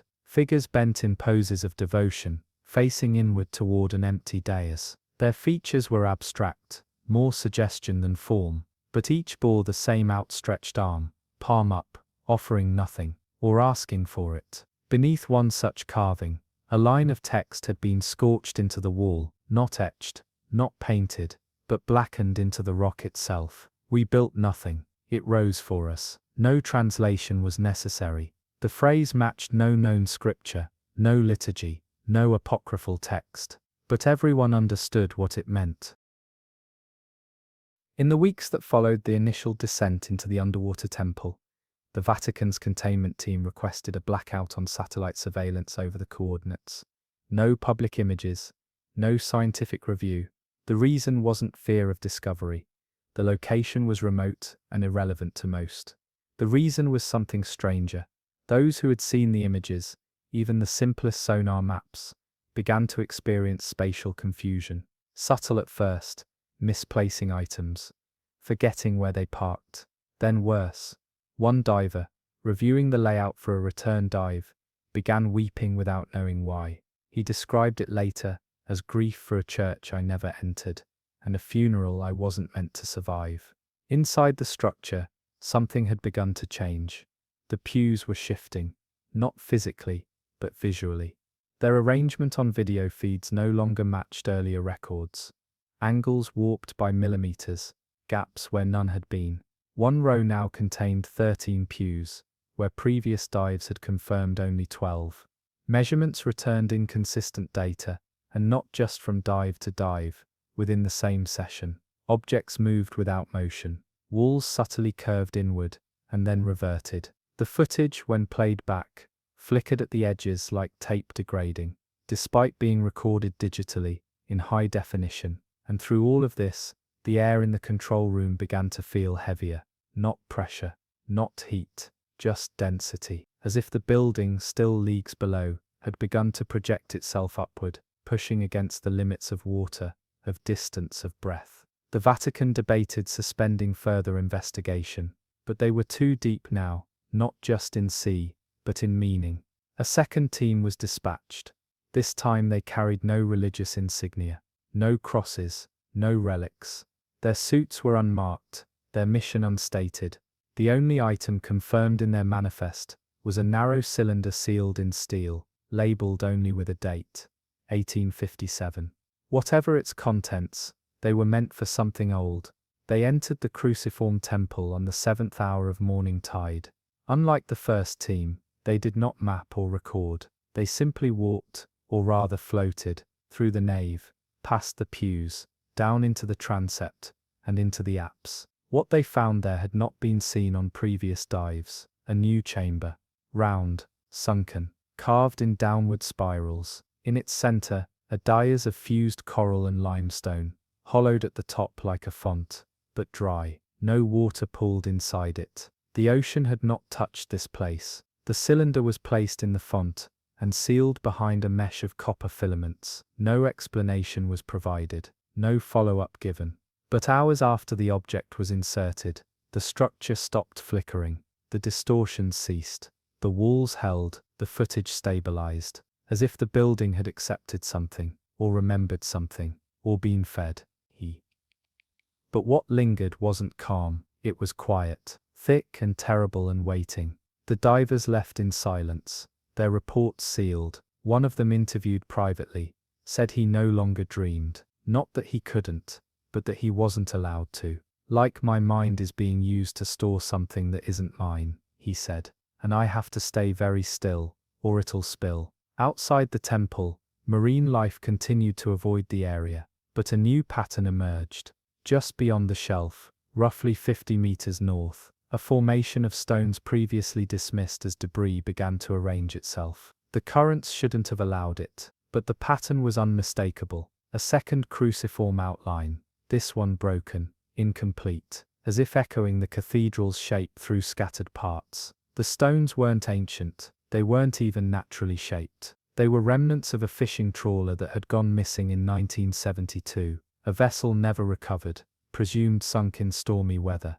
Its metal frame had no business being here. It had drifted impossibly, fragment by fragment, until it arranged itself in mimicry of something sacred, and beneath one of the metal shards, a diver found something lodged in the silt, a page, waterproof, ink faded, stamped with a seal used by Vatican preservation teams nearly 2 centuries ago. The page contained a fragment of a prayer, but not one known to any living clergy. When stone softens to hold the prayer, let not the prayer forget the mouth. The diver who found it did not surface. His body was recovered days later, caught in the curve of the pews inside the temple. No breach, no panic. His face was calm, his suit intact. He had removed his breathing apparatus voluntarily. In one hand he held the page, the other pointed to the altar. The church ceased expeditions after that. But the structure remains, still whole, still silent, still waiting at the bottom of the Tyrrhenian Sea, a cathedral with no congregation, a cross-shaped echo of something that may never have been built, only remembered. In Rome, the whispers began as soon as the reports stopped. The lack of new footage, the sudden disappearance of dive requests, the official silence that replaced curiosity, these were not signs of resolution. They were signs of something that could no longer be named. Within the Apostolic Palace, where the corridors hold secrets older than countries, members of the inner theological circle began to request access to materials long kept in deep storage. These weren't scriptures, they were blueprints, hand-drawn schematics of pre-Christian temples discovered beneath early Roman ruins, buildings shaped like churches, but built centuries before the faith they seemed to mirror. One in particular matched the underwater structure with unsettling precision. A temple carved from volcanic stone, found beneath the collapsed remains of a Mithraic crypt near Naples. It too was cruciform. It too had no entry point from the surface, and it too contained fused materials, heat-scarred relics that had no known source. The similarities were dismissed at the time, labeled coincidence, but now they read like recurrence, as if something beneath the earth kept attempting to return, not upward, but inward, folding itself into the present through whatever shape we left behind. In the archives, a monk named Pietro began cross-referencing the architectural plans of known cathedrals built atop older foundations. His notes were obsessive, covering hundreds of pages. He charted distances, altar positions, symbolic geometry, and in the margins of his final entries, he drew a spiral, always the same spiral, one direction, clockwise, 13 turns. He wrote no explanation, just a single phrase, over and over. We thought we were praying, we were tracing. When questioned, he refused to speak. When pressed, he began humming, a soft, toneless sound that resembled nothing until slowed and inverted. When the recording was processed, it revealed a melodic pattern nearly identical to the pressure fluctuations recorded in the cruciform temple weeks prior. Pietro had never seen those readings, but he had memorized them, somehow, as if exposure to the pattern, even by rumor, allowed it to take root, not just in the mind, but in the breath. The church responded by shutting down the inquiry. Pietro was placed under observation in a monastic cell beneath San Clemente, but his drawings remained, and those who viewed them in secret began to notice something more disturbing. Each spiral, when overlaid onto the floor plan of the underwater structure, aligned perfectly with the position of the pews, but not the ones that were originally recorded. The pews as they appeared after the artifact was placed inside the font, the new configuration. The temple hadn't changed to resemble the drawings. The drawings had changed to match the temple. Word spread slowly, in code.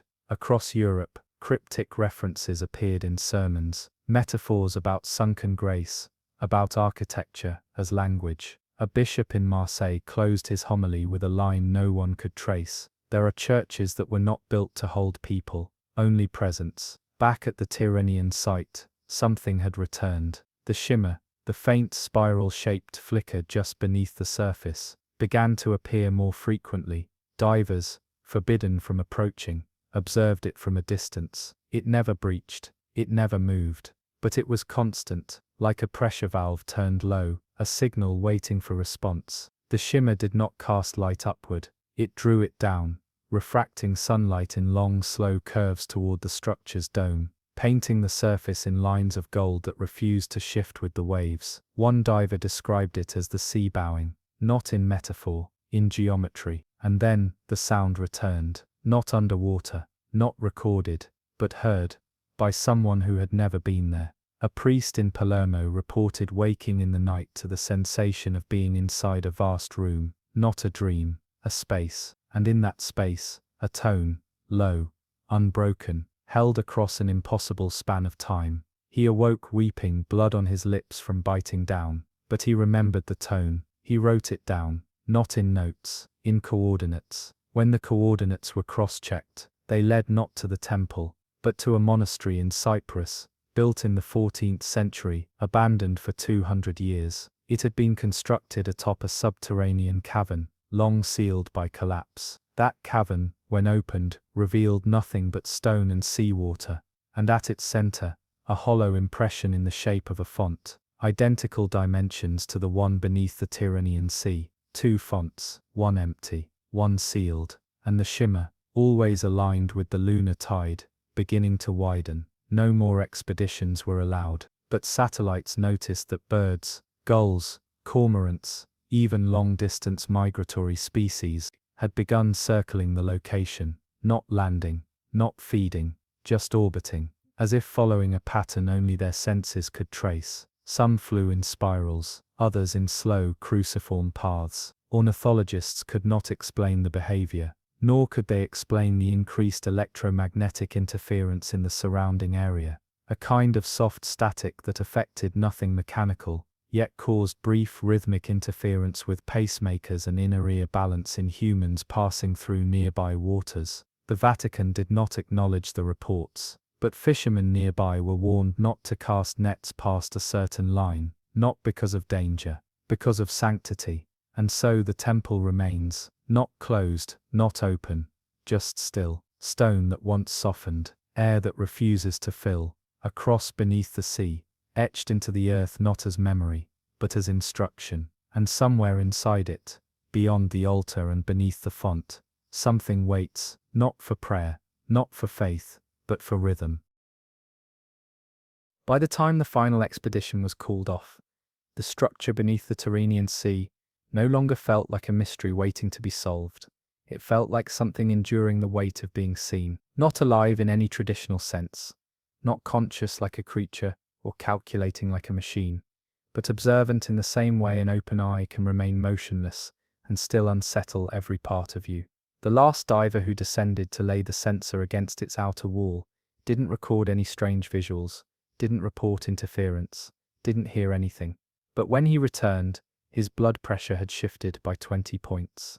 His hands shook, and in his personal log, a journal never submitted through official channels, he wrote a single sentence again and again, until the page blurred.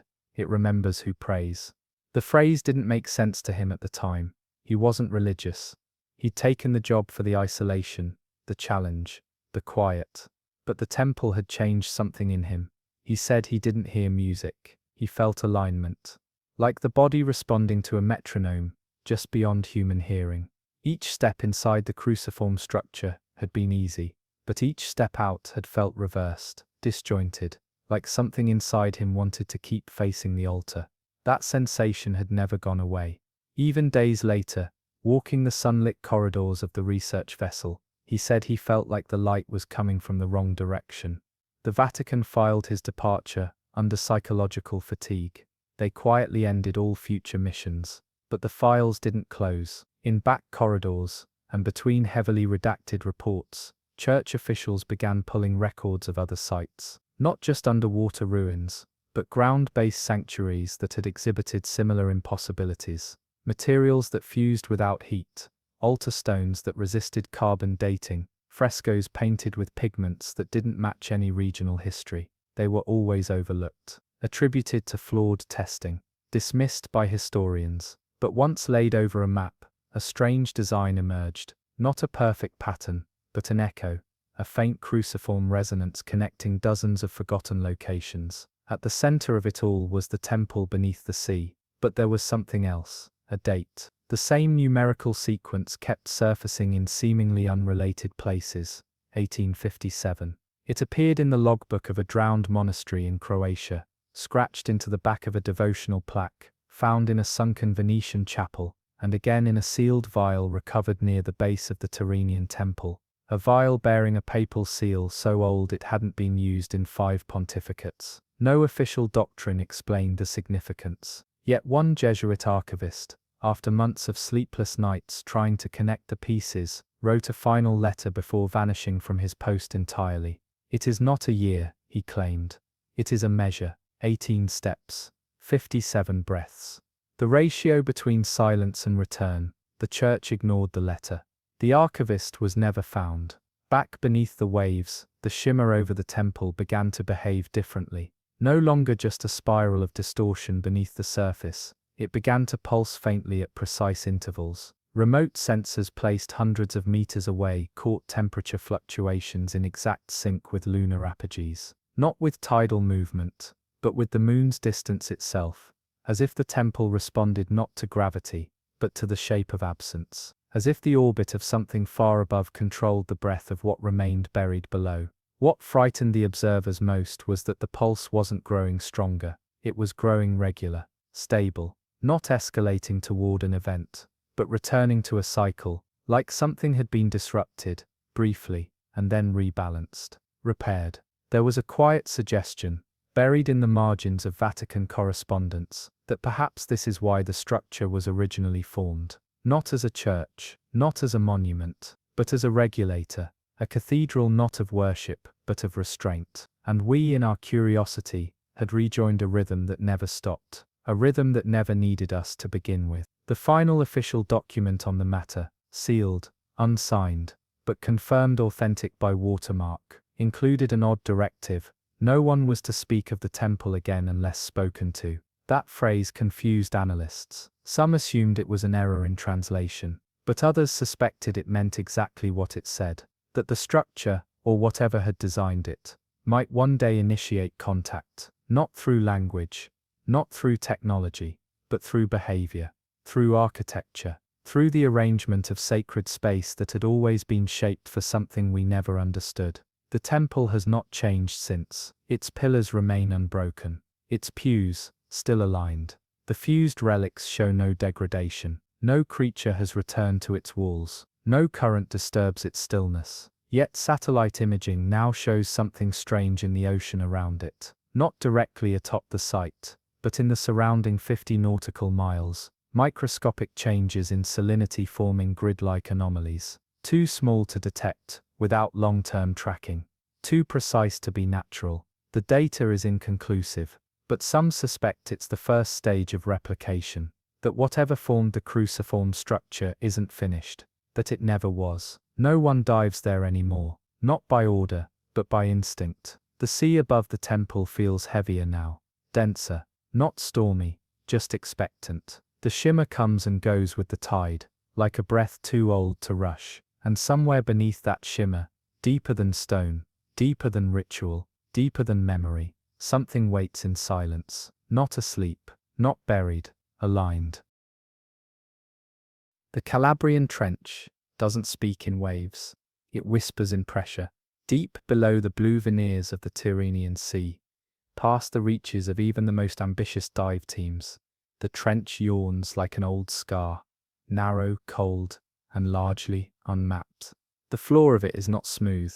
It's a folding of geological time, ridged and creased, like the hands of someone who's carried too much silence for too long. It was here, while on a routine mapping expedition, that an unmanned deep-sea rover caught something on its feed that halted the research vessel's laughter mid-meal. It wasn't the shape of a rock or the flash of a fish.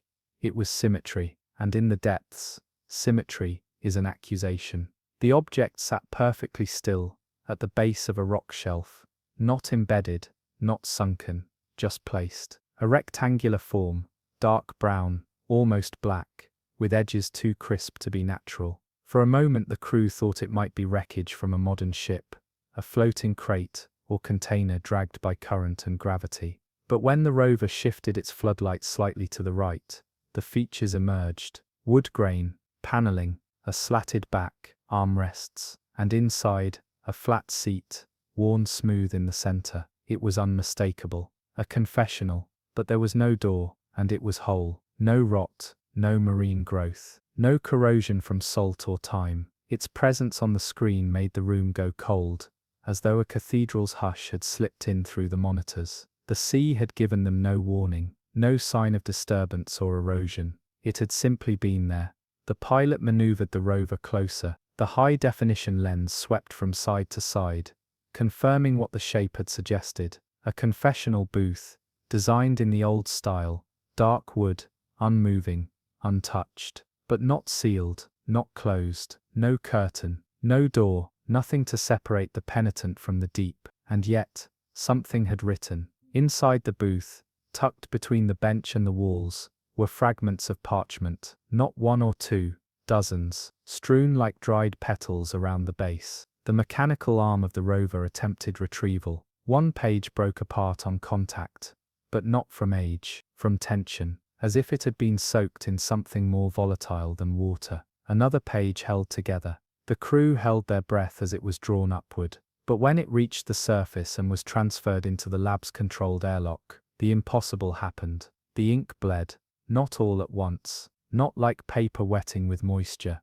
It ran upward, like veins unraveling from the page, and yet the paper stayed dry. Under ultraviolet light, the letters returned, faint, fragmented, but there, a language none of the onboard translators could identify. Some sections looked Greek, others seemed Slavic. There were Roman numerals embedded where vowels should have been, and one line, written larger, darker, seemed to repeat across several of the recovered notes. Non est auditum, not heard. It wasn't until the sixth note that something changed. This one arrived intact, ink dry and fresh, lines tight and purposeful. There were no smudges, no wear, but the handwriting changed across the page. 5 distinct styles, all of them sharply angled and hurried, yet never overlapping. Each line seemed to wait for the next, and though the script was in 5 different tongues, the spacing between them was exact, measured, like the paper was waiting for more, like a conversation was being held over centuries. By the end of the day, 17 legible pages had been brought up. No 2 were written in the same hand. Europachin towards Seog were written in the same hand. Some had dates scrawled into their corners, others bore nothing but one repeated sentence, layered over itself like a mantra. One read, "It doesn't forget who sat." Another, "There is no priest in the water." And a third, more chilling than the rest, bore a perfectly circular stain in the center. Not ink, not blood, but a discoloration that seemed to shimmer under light. Around its edges, written in immaculate Latin, were the words, "He listened too long." The Vatican arrived 3 days later. Officially, the object was labeled a recovered relic from an undocumented wreck, part of a religious transport,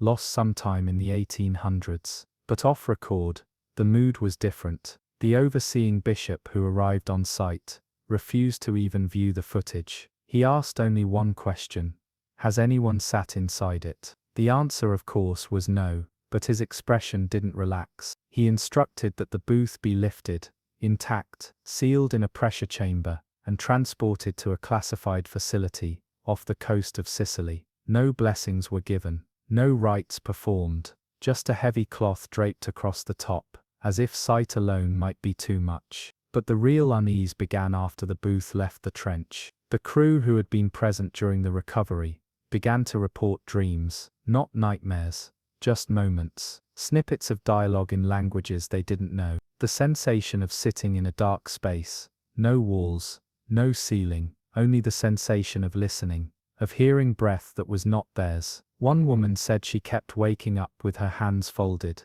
even though she hadn't gone to sleep that way. Another described the exact interior of the confessional, in perfect detail, despite never having seen it in person. "There's no door," she whispered during a medical exam, "but someone knocks anyway." Back on the vessel, the recovered papers, even the illegible ones, had begun to emit trace levels of static electricity, not measurable, not dangerous, but enough to be felt. Every time a researcher touched the edges, they described a sensation of heat, and then guilt. One technician burst into tears mid-sentence during analysis. When asked what had happened, she simply said, "I heard my name, not out loud, but like it was being folded inside me."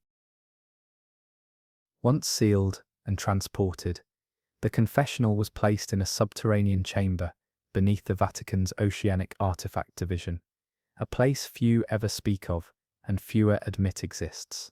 The structure was left untouched for 72 hours. Observation teams were instructed not to enter the room, only to monitor it through an insulated glass partition. The lights remained dim, there were no rituals performed.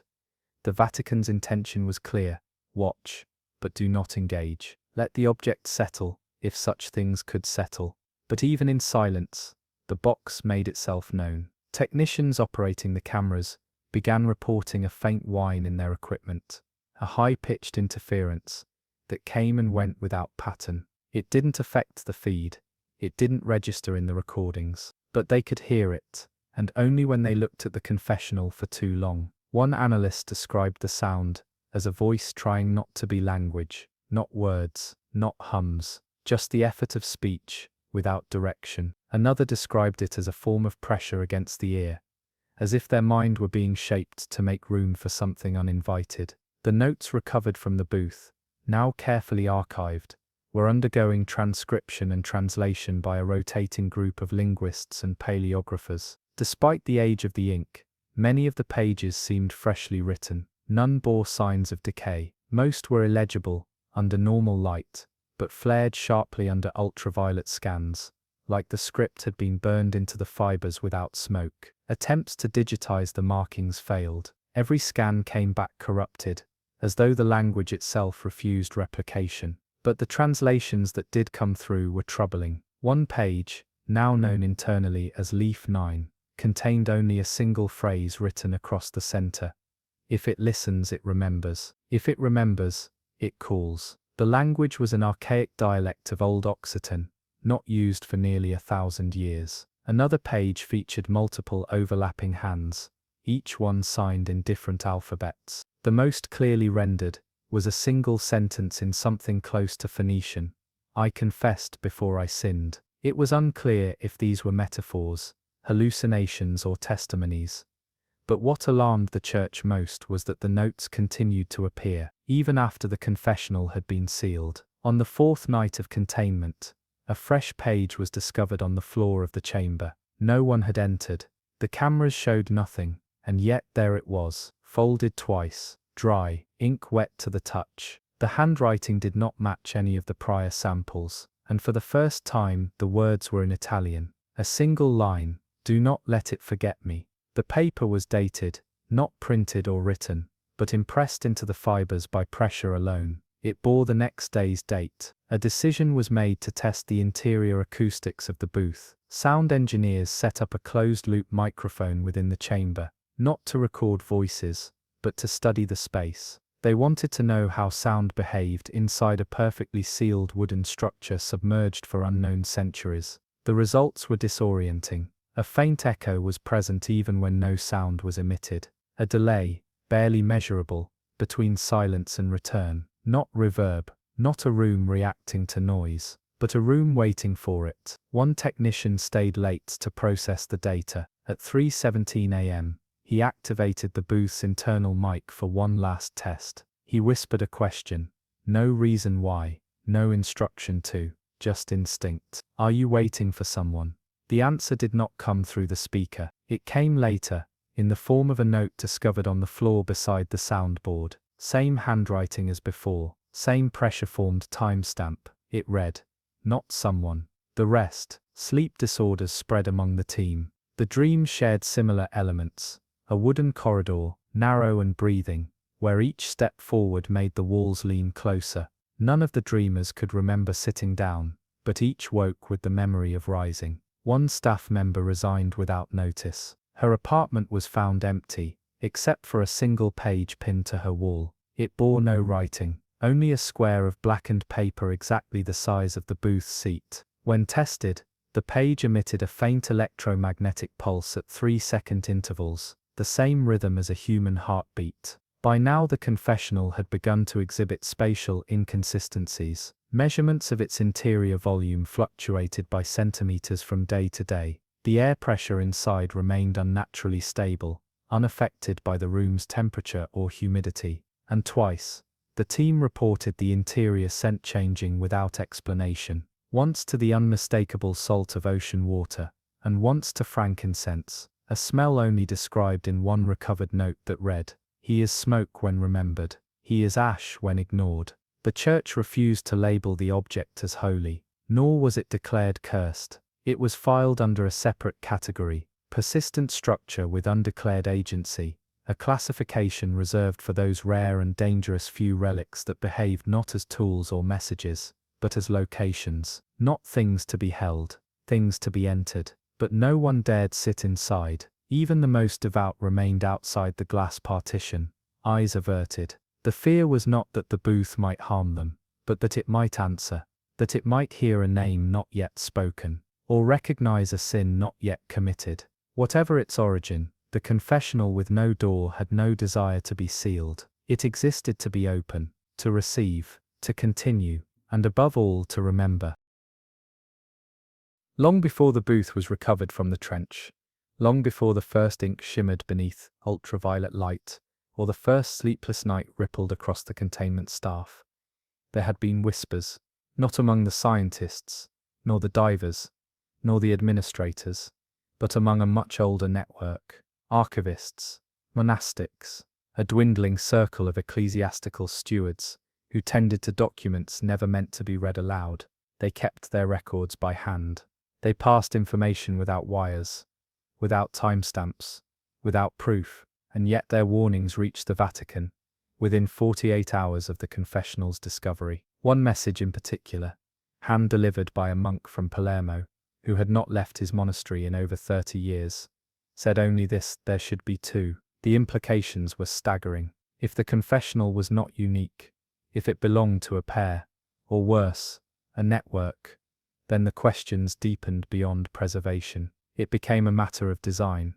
But designed by whom, for what, and what exactly had been interrupted by the box's recovery? Theories emerged quietly, sketched into margins, and whispered between locked doors. Some believed the confessional was not constructed by human hands. The grain of the wood didn't match any known species. The polish resisted all forms of analysis, and the joinery, where the panels connected, bore no seams, as if the entire structure had been grown, not built. There were no nails, no glue, no carvings on the exterior, only one imperfection, a faint finger-sized depression in the back panel, slightly warmer to the touch than the surrounding surface. When thermal scans were taken, the results were inconsistent. Sometimes the depression appeared as a cold spot, other times it flared, briefly, like breath against a mirror. One researcher pressed her fingertip into the mark for less than 2 seconds, and reported hearing her father's voice, long dead, whisper her name from the inside. She was removed from the project the next day, and later institutionalized for what was deemed episodic spiritual dissociation. In her final interview before resigning, she made a simple statement: "I didn't feel watched, I felt expected." Meanwhile, the documents kept multiplying. Sealed behind layers of air and protocol, the confessional continued producing new notes. Always handwritten, always folded, always dry. They appeared with no visible source, no noise, no disturbance. One would be lying inside the booth in the morning. Another would be discovered, tucked against the partition glass at night. Each carried different handwriting, but the voices, the tone, remained unified in one distinct way. All of them sounded unfinished. Fragments of stories, half-confessions, phrases that felt like memory and threat at once. One note was found written entirely in Greek, but mirrored left to right, as though meant to be read in reflection. It described a boy who spoke to no one for 11 years, but wept uncontrollably whenever near church bells. Another described a woman who claimed to have married a priest in her dreams and woken pregnant with grief. The most disturbing, however, was unsigned and written in Latin, as if recited from memory. "He hears you before you sin. You are the echo, not the speaker." The Vatican classified this one under proto-predestinative liturgy, a term never made public, not even within seminaries. It suggested a theological heresy too dangerous to entertain openly, that some structures could bend time not by miracle, but by design. And if the confessional had heard voices from centuries before it was retrieved, then perhaps it was not recording confessions, but collecting them. A new protocol was initiated, a spiritual containment directive. Every staff member assigned to the chamber would undergo psychological screening, regular sacramental confession, and a weekly reassignment to avoid prolonged exposure. Yet the dreams continued. Staff began to share the same symbols, drawing spirals unconsciously into their notebooks, into condensation on windows, into the fabric of their clothing. The spirals were always turning inward, never out. But it wasn't just Vatican staff. Thousands of miles away, a fisherman off the coast of Algeria dredged up an unfamiliar page caught in his net. coated in a salt-resistant wax, and bearing the same pale signature circle of inkless impression seen on the booth's other documents. He couldn't read the language, but when he brought it to a local priest, the man fainted after reading the first line. Upon waking, he said it wasn't Latin, it was something older, pretending to be Latin, something that wore the skin of scripture but bore no soul. This changed everything.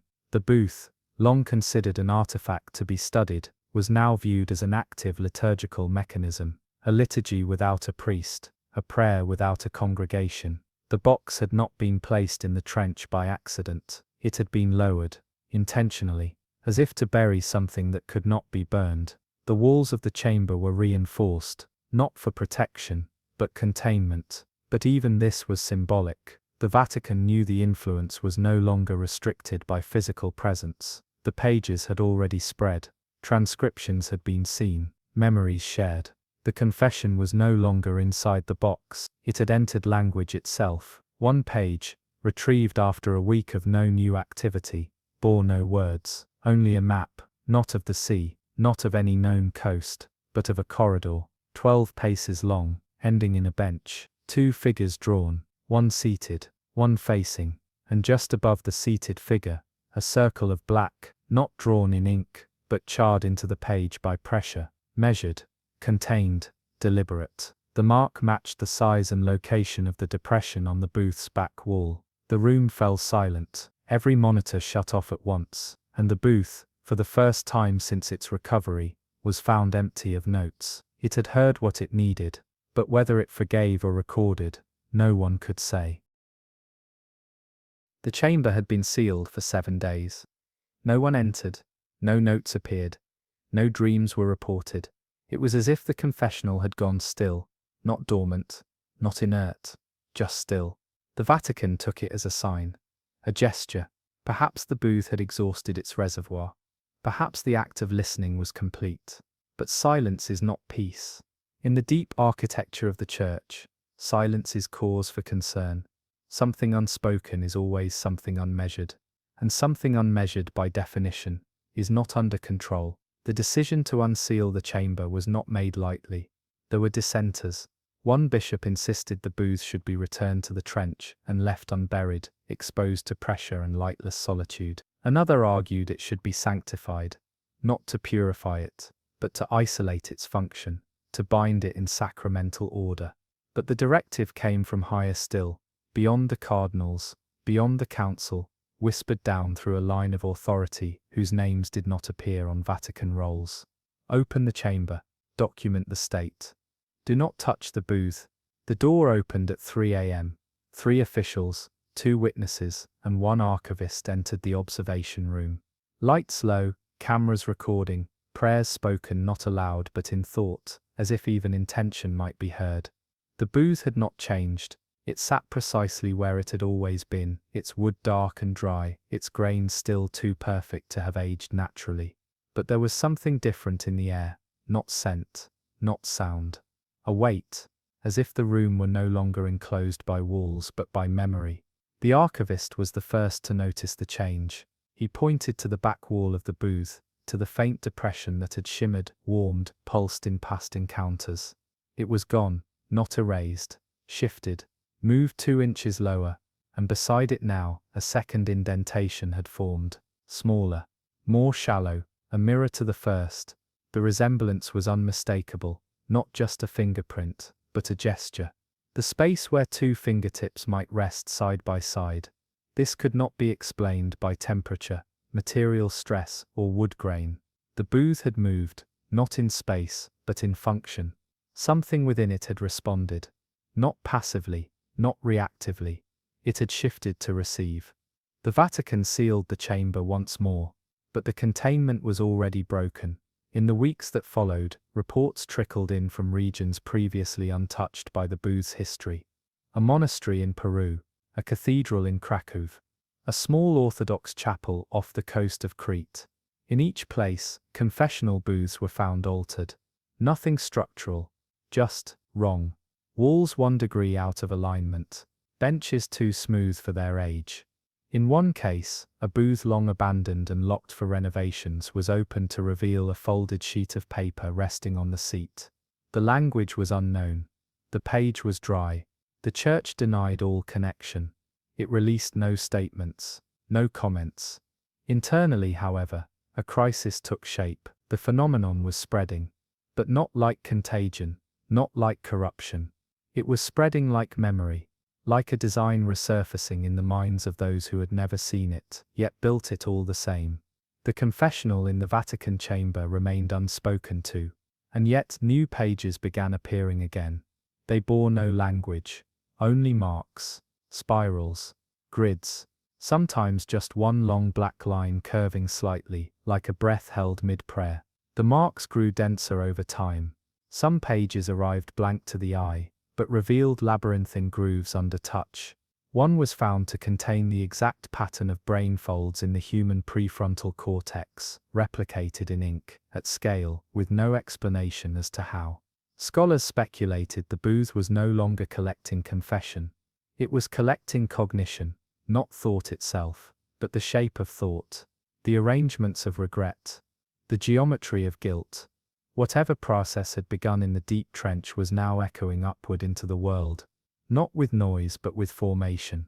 One priest, before vanishing entirely, left behind a note of his own. It is not the voice that matters. It is the posture. The soul aligns to be heard. Then the dreams returned. Not for the staff, for the faithful. People across the globe, unconnected, unaware, began describing the same sensation. Kneeling inside a darkened booth, not speaking, only listening and hearing, faintly, not words, but pages turning. Over and over. Slow, gentle. Pages being read by something behind the wall. Something that understood, not language, but burden. In one case, a man in Jakarta woke weeping after reciting a prayer he didn't know. His wife recorded it. It was ancient Aramaic. In another, a young woman in Boston sketched a detailed image she saw in her sleep, a map of the Calabrian Trench. She had never studied oceanography. She had never heard of the place. The Vatican reclassified the confessional, not as an object, as a presence, no longer in a single location, no longer bound to wood and weight.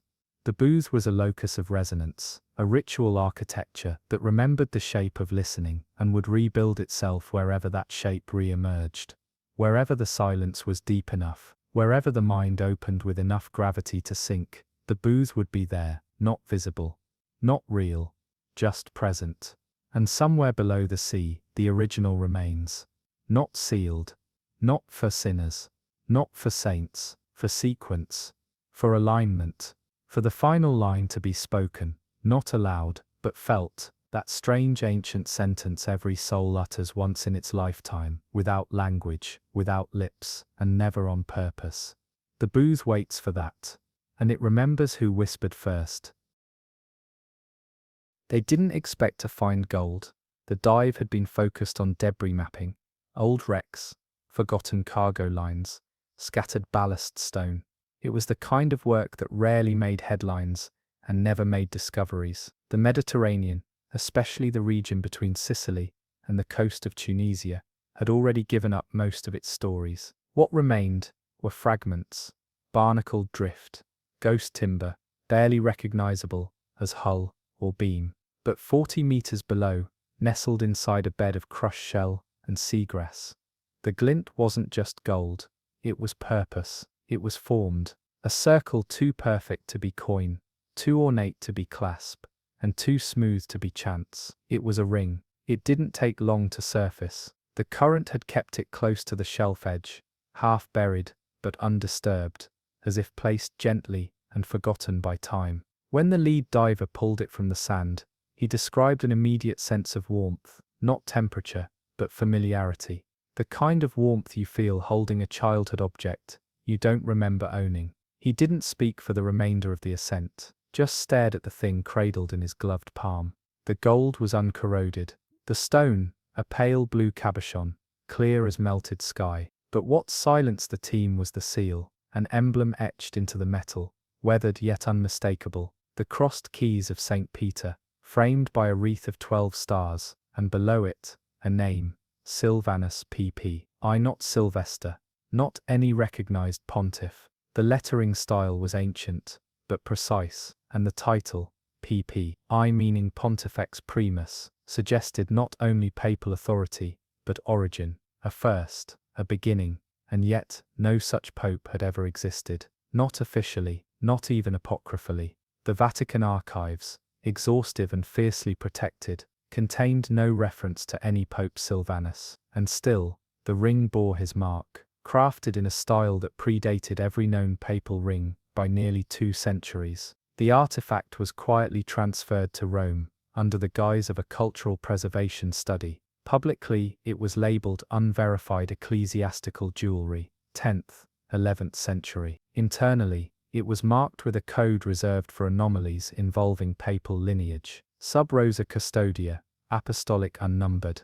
Only 3 items had ever carried that designation before. None had been jewelry. The ring was examined, catalogued, tested for isotopic composition. The gold matched Iberian sources common to the 8th century, but the gemstone was harder to trace. It carried no impurities, no known carving marks. Its base was seamless, fused directly into the band without solder or clasp. But the real mystery emerged under magnification. Etched along the interior curve of the ring, invisible to the naked eye, was a sequence of numerals, Roman, but disordered. Not a date, not a verse, a string. When decoded, the sequence aligned with the Fibonacci spiral, perfectly, not just in progression, but in spatial design. The ratio from one digit to the next matched the physical increase of the ring's own thickness along its curve, as though the band itself had been shaped not just by artistry, but by mathematical harmony. This wasn't a flourish, it was intentional, a signature not of identity, but of understanding. Someone had made this ring to speak in patterns, to encode truth through proportion, and that's when the symbols began to emerge. 3 nights after the ring was placed in its containment case, the temperature in the archive dropped by 6 degrees. No windows were open, no systems failed. Security footage showed nothing. But when the morning staff arrived, condensation had formed on the glass casing, not outside, but within, and drawn in it, clear and unmistakable, was the same pattern as the ring's internal code, a spiral, not chaotic, not childish, deliberate, smooth, balanced. It faded before photographs could be taken, but those who saw it agreed, it was drawn from within, and the glass was unbroken. The Vatican doubled its secrecy. Access was reduced to 2 key holders. All data related to the find was stored offline. Yet the reports continued. A monk assigned to night duty awoke with bruising around the base of his ring finger. Not pain, not injury, just a faint imprint, as though something had rested there for hours. He had no memory of sleepwalking, no history of stigmata. But when examined, the bruise was found to be circular, with faint pressure points corresponding to the positioning of the ring's gemstones. His skin had worn its shape. The theological implications were staggering. If the ring was genuine, if it had been crafted in the 6th or 7th century, then it predated the known use of the fisherman's ring by generations. And if the seal was valid, if Sylvanus had truly held the papal title even in secret, then the Church's line of succession was no longer unbroken. It was fractured, altered, and someone had tried to erase him. But the ring did not stay silent. Over the next month, 3 independent theologians researching unrelated projects reported dreams of a marble chamber beneath the sea. The same dream, miles apart, unconnected. A cathedral, with no roof. A stone throne encrusted with salt. And in the center of the chamber, suspended in a pool of water so still it reflected like mirror glass, a gold ring resting on a single stone pedestal. None of them knew of the ring's existence. All described the same Latin phrase carved above the altar, vox quae non nominatur, the voice that is not named. The ring is currently stored beneath 3 layers of protection, glass, lead, and gold-lined cedar. It emits no energy, it radiates no temperature. And yet every 7 days, to the hour, the faint sound of metal clicking can be heard from the case, as if it turns itself once, just once. And those who listen closely say they hear breath before the sound, not echo, not memory. Breath. An illuminated manuscript tucked behind an altar wall in the hills of southern Umbria held the first true key, bound in deerskin, sealed with twine soaked in beeswax and myrrh. The codex bore no author and no title, only a faded emblem pressed into the cover, a ring-shaped indentation with 12 stars burned faintly around the edge. The archivist who found it wasn't searching for papal lineage or maritime relics. He was tracing the roots of forbidden monastic sigils, glyphs etched into prayer benches and carved under the folding lids of kneelers. What he found, instead, was a confession, not a personal one, a clerical one, a record not of sin, but of deliberate omission. Within those brittle pages, preserved in candle soot and stitched with lines of erratic Latin, lay a description too detailed to dismiss. A ceremony performed at sea, not aboard a ship, but upon a platform constructed atop stone pillars, rising just beneath the waterline, an altar without land. There, in what the text called mere vacuum, the empty sea, a man was crowned with the papal seal, in direct defiance of the Roman conclave. He was given no title, no vestment, no seat in St. Peter, only a name, Sylvanus. His purpose, according to the Codex, was not to lead, it was to remember. The platform, now long submerged or destroyed, served as his cathedral, the waves, his dome, the sky, his witness. He wore the ring without ceremony, no lips kissed it, no hands lifted it. But when storms came, when sailors cried out for deliverance, and Rome offered silence, Sylvanus answered. His was a papacy beneath record, a shepherd of the drowned. And when the sea grew quiet again, when his presence risked discovery by the church above, he removed the ring and cast it to the depths, not to discard it, but to protect it. The manuscript's final lines had been struck through with dark ink, violently and repeatedly. But under infrared, the text re-emerged. It read, "His line was never broken, because it was never allowed to surface." No official church record corroborates this claim. Yet the manuscript was real, and its ink matched formulas from the 9th century. The parchment had aged correctly, the dialect was consistent with Umbrian scribes, and when compared to the ring recovered near the Sicilian shelf, the resemblance between the etched symbol on the codex and the actual artifact was nearly perfect, down to the subtle tilt of the outer star at the 1 o'clock position. In a quiet chamber beneath the Vatican library, theologians met with senior archivists to debate the implications. If the ring belonged to a pope who was never elected, never recognized, then it posed an existential threat to the doctrine of apostolic succession. Every pope, according to tradition, inherits the spiritual authority of Peter through an unbroken chain. But what if a second chain had always existed, not broken, but buried? What if a branch of the church had grown downward, into the silence? This theory gained weight when another artifact surfaced. On a remote island near Crete, a fisherman dragging up tangled netting found a bronze plaque sealed in a crust of hardened coral. Chipping it clean revealed an icon identical to the one on the ring, except this one bore an extra marking. A small line of dots arranged in a vertical spiral beneath the stars. The fisherman didn't understand what he'd found, but the diver who helped recover it took one look and knew to call Rome. Within hours, a team arrived. The plaque was dated to the same approximate era. The lettering style was a match, and the material, a mix of tin, lead and sea-aged bronze, bore microscopic salt layering that indicated over 800 years submerged. But the most important detail was not chemical, it was physical. Embedded into the back of the plaque, almost too smooth to notice, was a cavity. A circle precisely the size of the ring, not just a match in diameter, but in curvature. The ring hadn't been an accessory, it had been a key. Pressed into the cavity, it locked into place with no resistance. When seated, the plaque made a sound, soft, barely audible, but real. A single chime, like bone tapping crystal, and then silence. The Vatican never disclosed the plaque's existence. The fisherman was relocated. The diver disappeared from public records. The chime, however, had been recorded, a 6-second resonance, unlike any bell or tone known to the archivists. An audio analyst described it as a harmonic, designed to resonate with water rather than air. Not a call, a confirmation. The ring, now believed to be part of a larger system, was no longer viewed as a relic, but as a component, something functional, something ancient, not of divine manufacture, but of intentional design. Theology encoded into form, ritual built into metal. It wasn't just a sign of authority, it was a seal on something waiting beneath. Sunlight never reached the archive cellars, where the ring was last stored.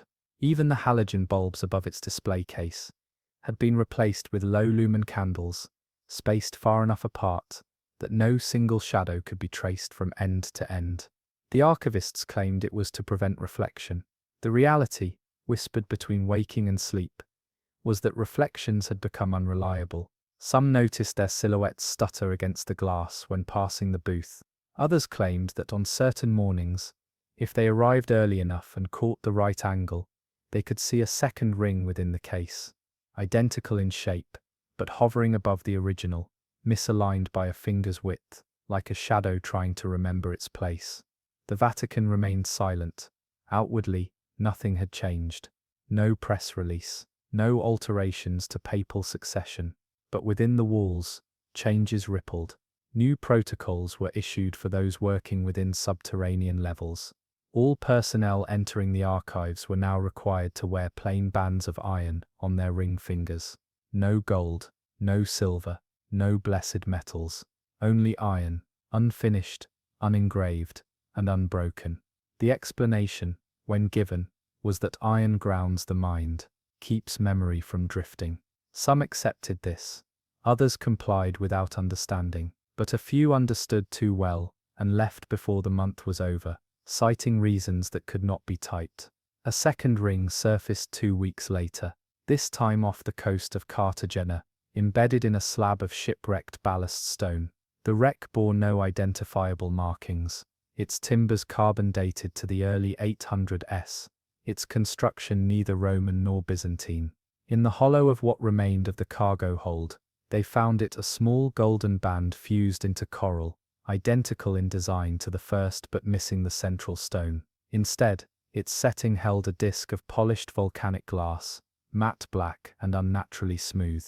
The seal was different too. No 12 stars, no crossed keys, just a single line of text wrapped around the inner circumference in a language the Vatican's linguistic team had never seen. The ring was brought inland under full blackout. This one they did not record publicly, and this one did not remain inert. Within hours of containment, 3 researchers assigned to its study began reporting identical symptoms: ringing in the ears, vertigo when near mirrors, and most unsettling, the sensation that they were forgetting something crucial, something specific, but could never name what. When one of them attempted to document the effect, he wrote 3 pages in silence, then tore each sheet slowly into strips, mumbling that the paper could hear him bleed. When he was escorted out, he paused before the containment chamber, looked through the glass at the second ring, and whispered the name Sylvester, without knowing it. The implications were dire. If the first ring was a seal, a signature of an unauthorized papacy, then the second seemed like a response, or perhaps a correction. One official, reviewing the symbols, offered a theory too dangerous to commit to paper, that the second ring was not meant for a pope, but for an anti-pope. Not in the traditional sense, not in political opposition, but in existential contrast. Not a rival bishop, a counterweight, 2 rings, 2 thrones, one above, one below, the first designed to bind something to silence, the second perhaps meant to release it. Within days, pressure systems in the containment room began to fluctuate. Instruments recorded subtle shifts in air density, without temperature change. Light within the chamber bent slightly near the second ring, not by heat, not by any known electromagnetic field, but as though space itself were distorting near the object's edge. The Vatican halted all testing. The chamber was sealed, and the word bulla was scratched into the interior wall by an unknown hand. Bulla, the Latin term for a seal, but also for a decree, a papal edict. No one had been inside, and yet, the word was written in ink identical to that used in Vatican bulls signed between 783 and 792 AD. That's when the Council of Shadows, A silent committee of theologians, linguists and monastics who oversaw artifacts deemed too dangerous for public record, convened an emergency session. The question on the table was no longer whether the ring was real, it was what to do about what it connected to, whether the line of popes had been a chain or a cage. One of the council members, an aging cardinal whose name is redacted from all formal transcripts, stood and addressed the chamber with a single line. The voice from beneath was never heresy, it was instruction. He was dead within the week. Heart failure, the report claimed, but the oddity was noted. His left ring finger had turned entirely black before his passing, not bruised, not decayed, but blackened as if burned from within. The ring itself remained in containment, still silent, still locked, still watching, but those who worked closest to it began exhibiting strange traits, speech cadence, shifting subtly into syllabic patterns, matching the rhythm of Latin liturgy, regardless of language spoken. One began unconsciously mimicking Gregorian chant in his sleep, even though he had never studied it. Another lost the ability to recognize her own reflection, not visually, she could see herself, but emotionally. As if what stared back was familiar, but not hers.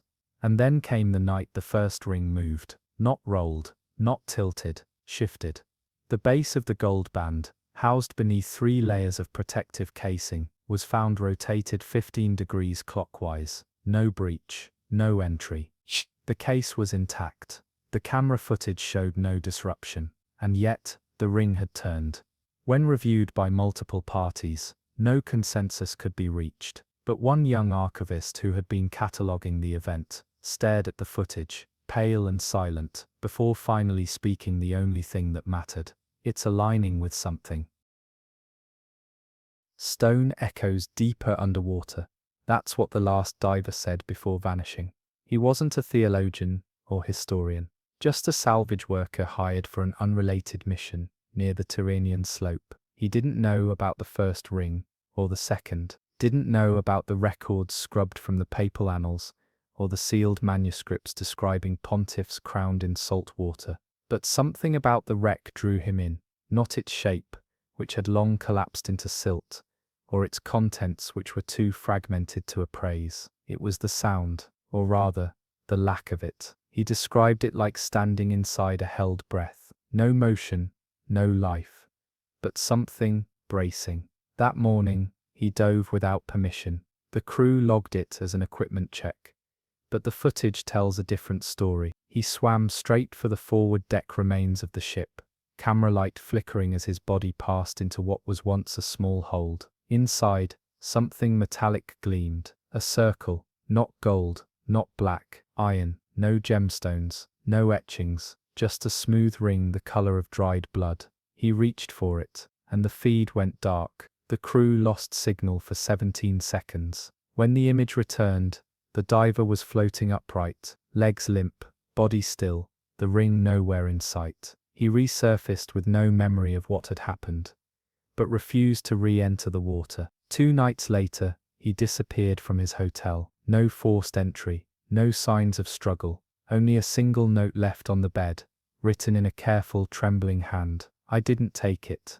I answered it. The Vatican acquired the footage through unofficial channels, and quietly reclassified the other 2 rings, not as relics, but as harmonics, anchors, keys, not singular objects, but components of a larger framework, not for power, not for status, for transmission, a form of communication that required no voice, no scripture, no ceremony, just shape, just alignment. Each ring, it now seemed, was designed not to command attention, but to draw it, not to declare dominion, but to invite reception. What message they were meant to receive remained unknown. But within the private chambers of the Pontifical Commission for Sacred Anomalies, an old term resurfaced, domus submare, the house beneath the sea. It appeared only twice in recorded church literature, once in a 5th century homily later redacted, and again in a dream journal, found among the effects of a cardinal who had suffered an unexplainable mental collapse in 1892. That journal included sketches, and in one of them, drawn in charcoal, and labelled only Sylvanus Waits, a ring sat embedded in what looked like a stone altar, half sunk in water, surrounded by a circle of kneeling figures. Their backs were turned, their robes were soaked, but each bore the same mark, 12 stars encircling their necks like collars. The implication was chilling.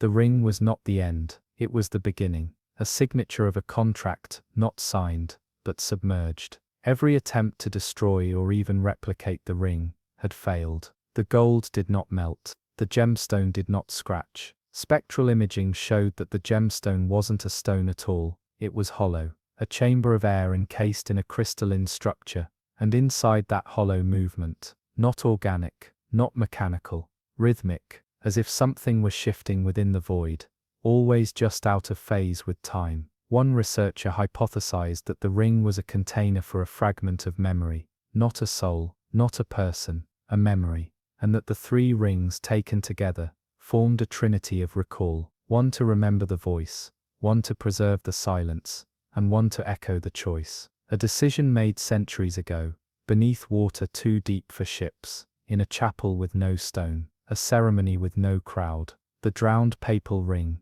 the first ring, had rotated a second time, this time 15 degrees counterclockwise. The movement reversed its prior shift, restoring it to its original position. But now, both the Vatican and those few observers outside the church noticed a change in the atmosphere, not just within the chamber, globally. Reports from deep-sea monitoring stations recorded faint harmonic distortions, low pulses, not seismic, not biological, not electrical, just sound, patterned sound, radiating from somewhere off the coast of Tunisia, right where the ring had been found, right where the forgotten papacy may have begun. And still the church remained quiet, because to acknowledge the ring's true origin would mean acknowledging a shadow lineage, a papal order that operated beneath apostolic law, one that was chosen not by conclave, but by covenant, forged not in prayer, but in depth, a priesthood that never needed Rome's blessing,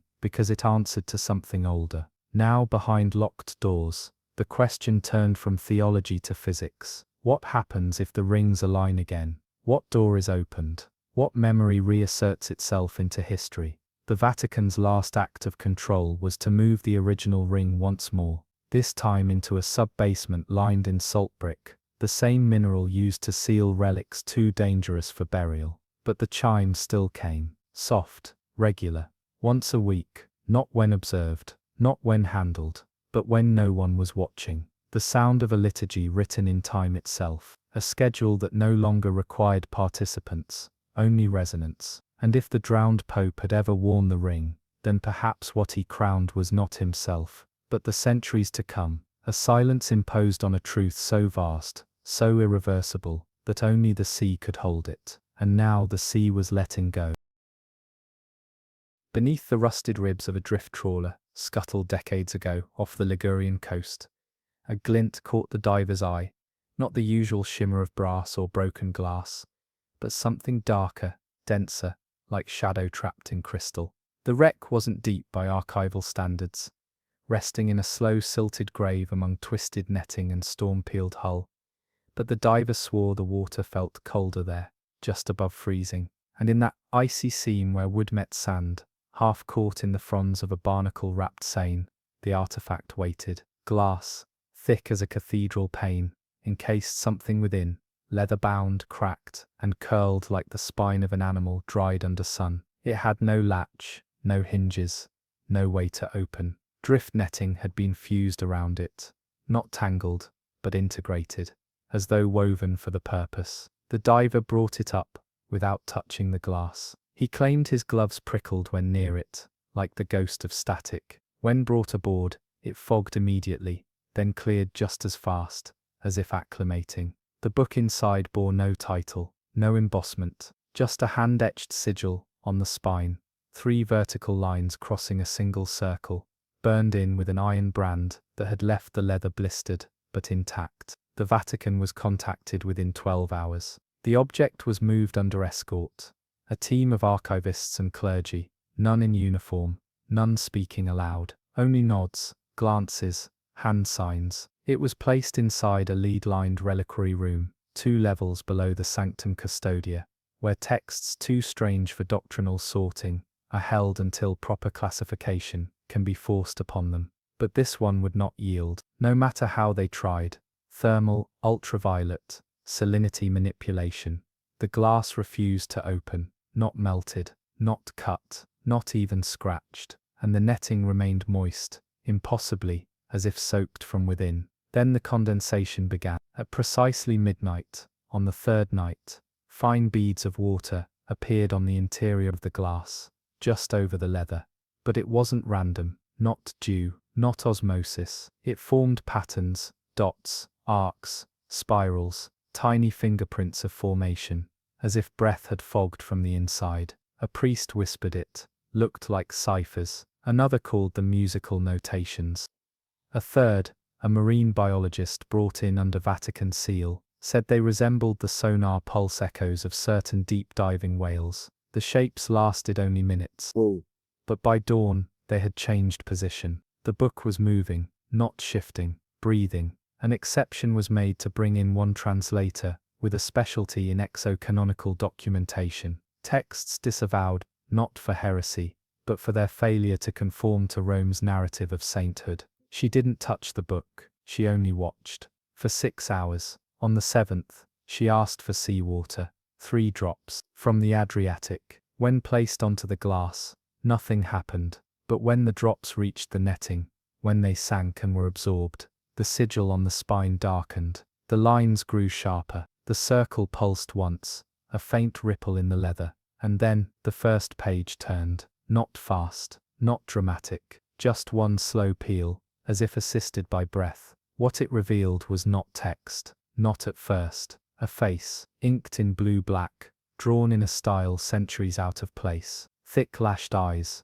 gaunt cheeks, hair that curled like kelp. A woman, young, maybe 30. Beneath her portrait, a name, not Latin, closer to Old Occitan, or a dialect lost to coastal Provençal hills. Translated roughly, it meant she who stopped the storm. No year, no birthplace, but a note beside the image, just barely legible, seen walking across the Bay of Naples, after the fleet sank, barefoot, singing in a tongue no sailor knew. Other faces followed. Each time a page turned, sometimes overnight, sometimes hours apart, a new figure appeared. A man with bleeding palms, who never died. A child glowing like phosphorus off the coast of Sardinia. A mute monk whose body washed ashore, wrapped in coral, eyes wide, smiling. All of them unknown to church history, all performing acts that bordered not on miracle, but on something else, something more maritime than holy, something wet, salame,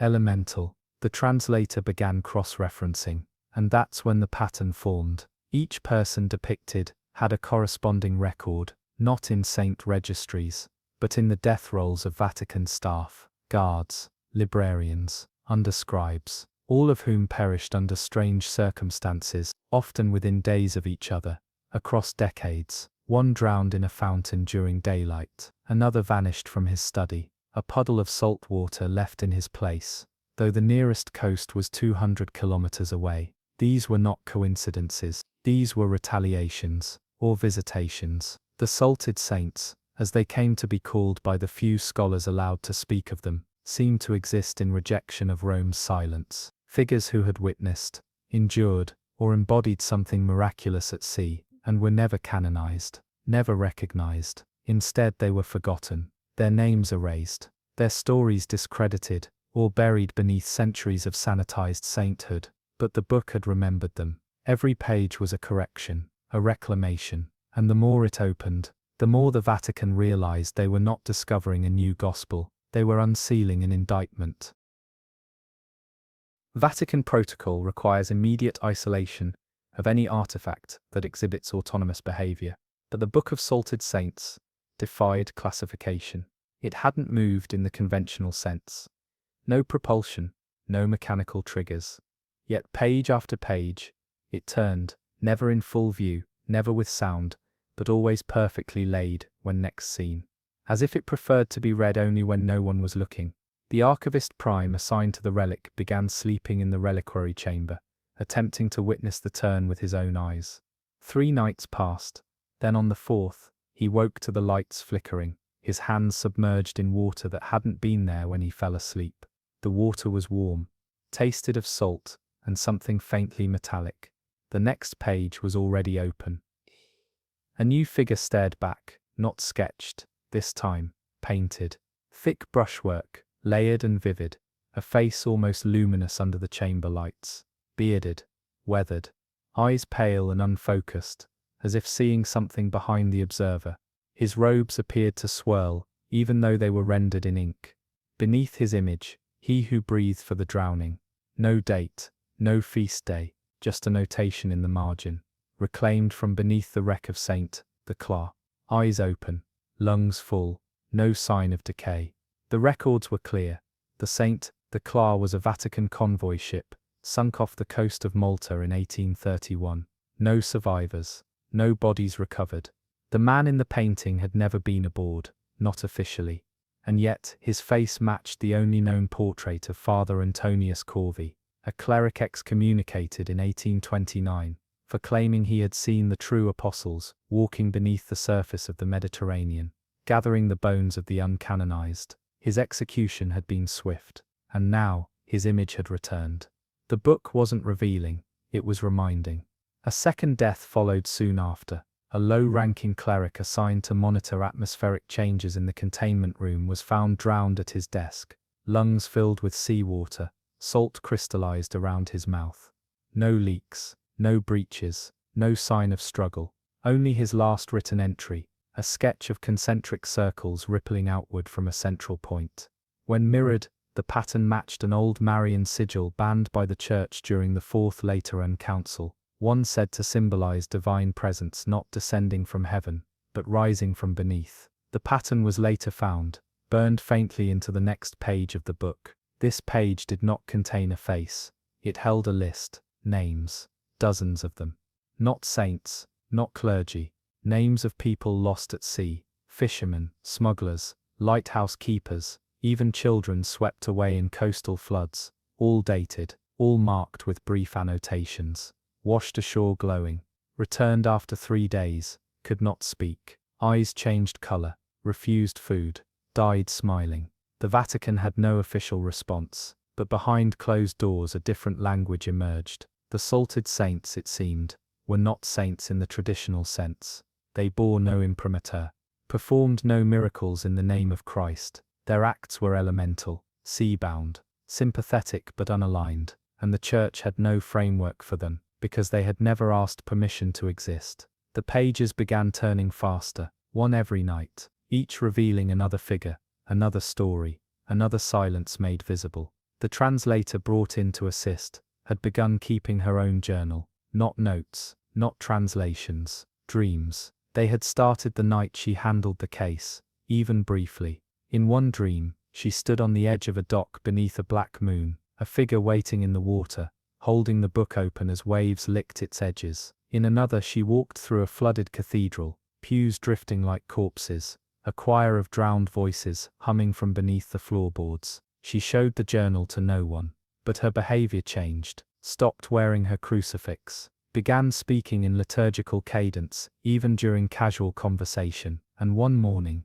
when asked if she had made progress on the newer pages, she responded only, "They are not waiting to be read.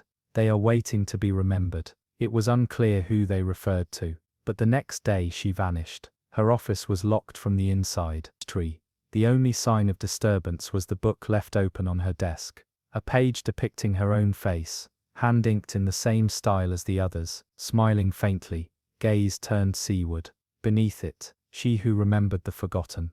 Rome issued an internal freeze order. The book was to be sealed again, but no one could lift the glass. Not even those who had once placed it. The casing had fused, not locked, fused like sand to molten glass, edges indistinguishable from its surroundings. When a technician tried to drill through, the bit shattered. The machine overheated, and the lights in the containment chamber went black for 4 full minutes, despite backup systems being fully operational. When power returned, the lights flickered 3 times, then steadied. The book had closed itself, and a symbol had appeared, faint but unmistakable, on the chamber wall in crystallized salt. 12 dots, forming a halo. encircling a downward-pointing triangle, a symbol last seen in a 14th century codex lost during the sacking of Constantinople, a symbol known only by one forgotten name, Congregatio Abyssi, the Congregation of the Deep. Some relics inspire reverence, others, dread, but the Book of Salted Saints drew something far more destabilizing, a quiet, nameless recognition. Those permitted near it began reporting sensations that had no theological context, not awe, not divine presence, but the eerie certainty that they had seen the book before, not in memory, but in dreams, not as scholars or clergy, but as children. One archivist confessed, with shame thick in his voice, that he used to see it on his grandmother's mantle, in Sardinia, a leather-bound shape behind murky glass that she never acknowledged. He had assumed it was a family heirloom or superstition, but now, decades later, he could describe its markings with impossible accuracy. The scarring on the spine, the stitching at the corners, even the slight clouding that appeared across the glass when it slept. That was his word, slept, as though the object were not inert, but resting, waiting to be noticed again. His account was dismissed by officials as suggestion or trauma. But when another researcher, this time from Croatia, reported the same thing, with different details, but the same emotional certainty, the Vatican could no longer ignore the pattern. These were not hallucinations, they were echoes, resonances, evidence that the book had surfaced before, perhaps many times, and simply vanished again, once it had fulfilled its purpose. If the Church had failed to preserve its memory, the book itself had not. New entries appeared without warning. The casing never opened, yet the pages changed, sometimes just one at a time, other times in clusters, as though the book were rushing to catch up. One particularly disturbing page featured no illustration, no figure, no name, just a narrow column of dates, hundreds of them, arranged with unsettling precision. Most were unfamiliar, but a few matched exactly with the recorded deaths of clergy tied to coastal parishes, drownings, disappearances, inexplicable cardiac arrests during Mass. What made the list horrifying was that some of the dates had not yet occurred. By this point, the working group assigned to the book had dissolved, not formally. No announcement was made. People simply stopped showing up. Those still assigned refused to be alone with it, and some who had never even entered the chamber began requesting transfers, citing insomnia, persistent dreams of being submerged, and a strange aversion to church bells. Bells, they said, now sounded wrong, too shallow, as though their echoes were being swallowed from below. The Vatican issued a blanket denial of all activity relating to the book. Publicly, it was listed as a non-authenticated curiosity. Privately, it was reclassified under a tier of secrecy, typically reserved for contact relics, objects believed not to hold divine power themselves, but to have touched entities that might. These were not miracles by the Church's reckoning. They were anomalies, exceptions, liminal events that strained the scaffolding of canon law. But the book did more than strain. It rewrote. Its final visible page showed a familiar image, a man in formal vestments standing before a body of water, one hand raised, the other submerged. He was faceless, sketched in profile, but left deliberately incomplete. Behind him, dozens knelt along the shore, not in prayer, but in waiting. Their garments were nondescript, but around each neck was the now repeating motif, a collar of 12 salt-crusted dots. What made the image unbearable to some was the detail in the waves. Looked at from a distance, the pattern of surf and foam seemed random, but up close, it resembled the outlines of architecture, windows, arches, steeples, faint shapes of an entire cathedral beneath the waterline, larger than any built on land. Beneath the image, in script so fine, it could only be read under magnification, one sentence unfurled. The church below remembers what the church above denied. That was the final straw. Orders were issued to encase the entire object, not just in glass, but in consecrated lead and sand-packed containment crates, used only for nuclear-age relics. The chamber was to be sealed, access revoked, all notes confiscated and destroyed. But during the sealing process, the crate handlers, 4 of them, stopped moving in sync. The live feed, monitored from an adjacent room, showed them pausing mid-task, heads tilted, hands resting on the glass. They stood like that for exactly 13 minutes. No one entered. When the door was finally unlocked, all 4 had collapsed, alive, but altered, pulse steady, brain activity within normal parameters. But none of them could speak. They reacted to light, to touch, but not to sound, as if something within them had gone utterly still, not asleep, not damaged, listening.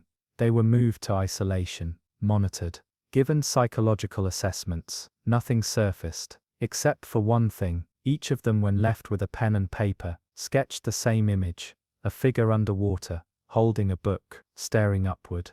And behind that figure, larger than anything else, a shape emerging from the depths, winged, but not angelic, crowned, but not in gold, salt-bleached, vast, watching. No page had turned in days. The chamber was sealed. No researchers permitted near. Surveillance halted after the 4th blackout. The book, now locked in its own vault of silence, seemed to wait. But the waiting was not passive. Those assigned to other projects nearby began experiencing dreams. Not of the book directly, but of submerged cities, salt-laden air, and rooms where paper dissolved mid-sentence. One priest awoke from a trance-like state, with ocean water leaking from his ears, though no water was present. Another was found scribbling a list of names across the chapel floor, names that did not appear in any baptismal registry, but did match obscure marginal notes from a 12th century collection of rejected miracle claims. Outside the archives, rain fell over Rome for 13 days without pause. The Tiber swelled. Fountains in 3 churches overflowed despite dry forecasts.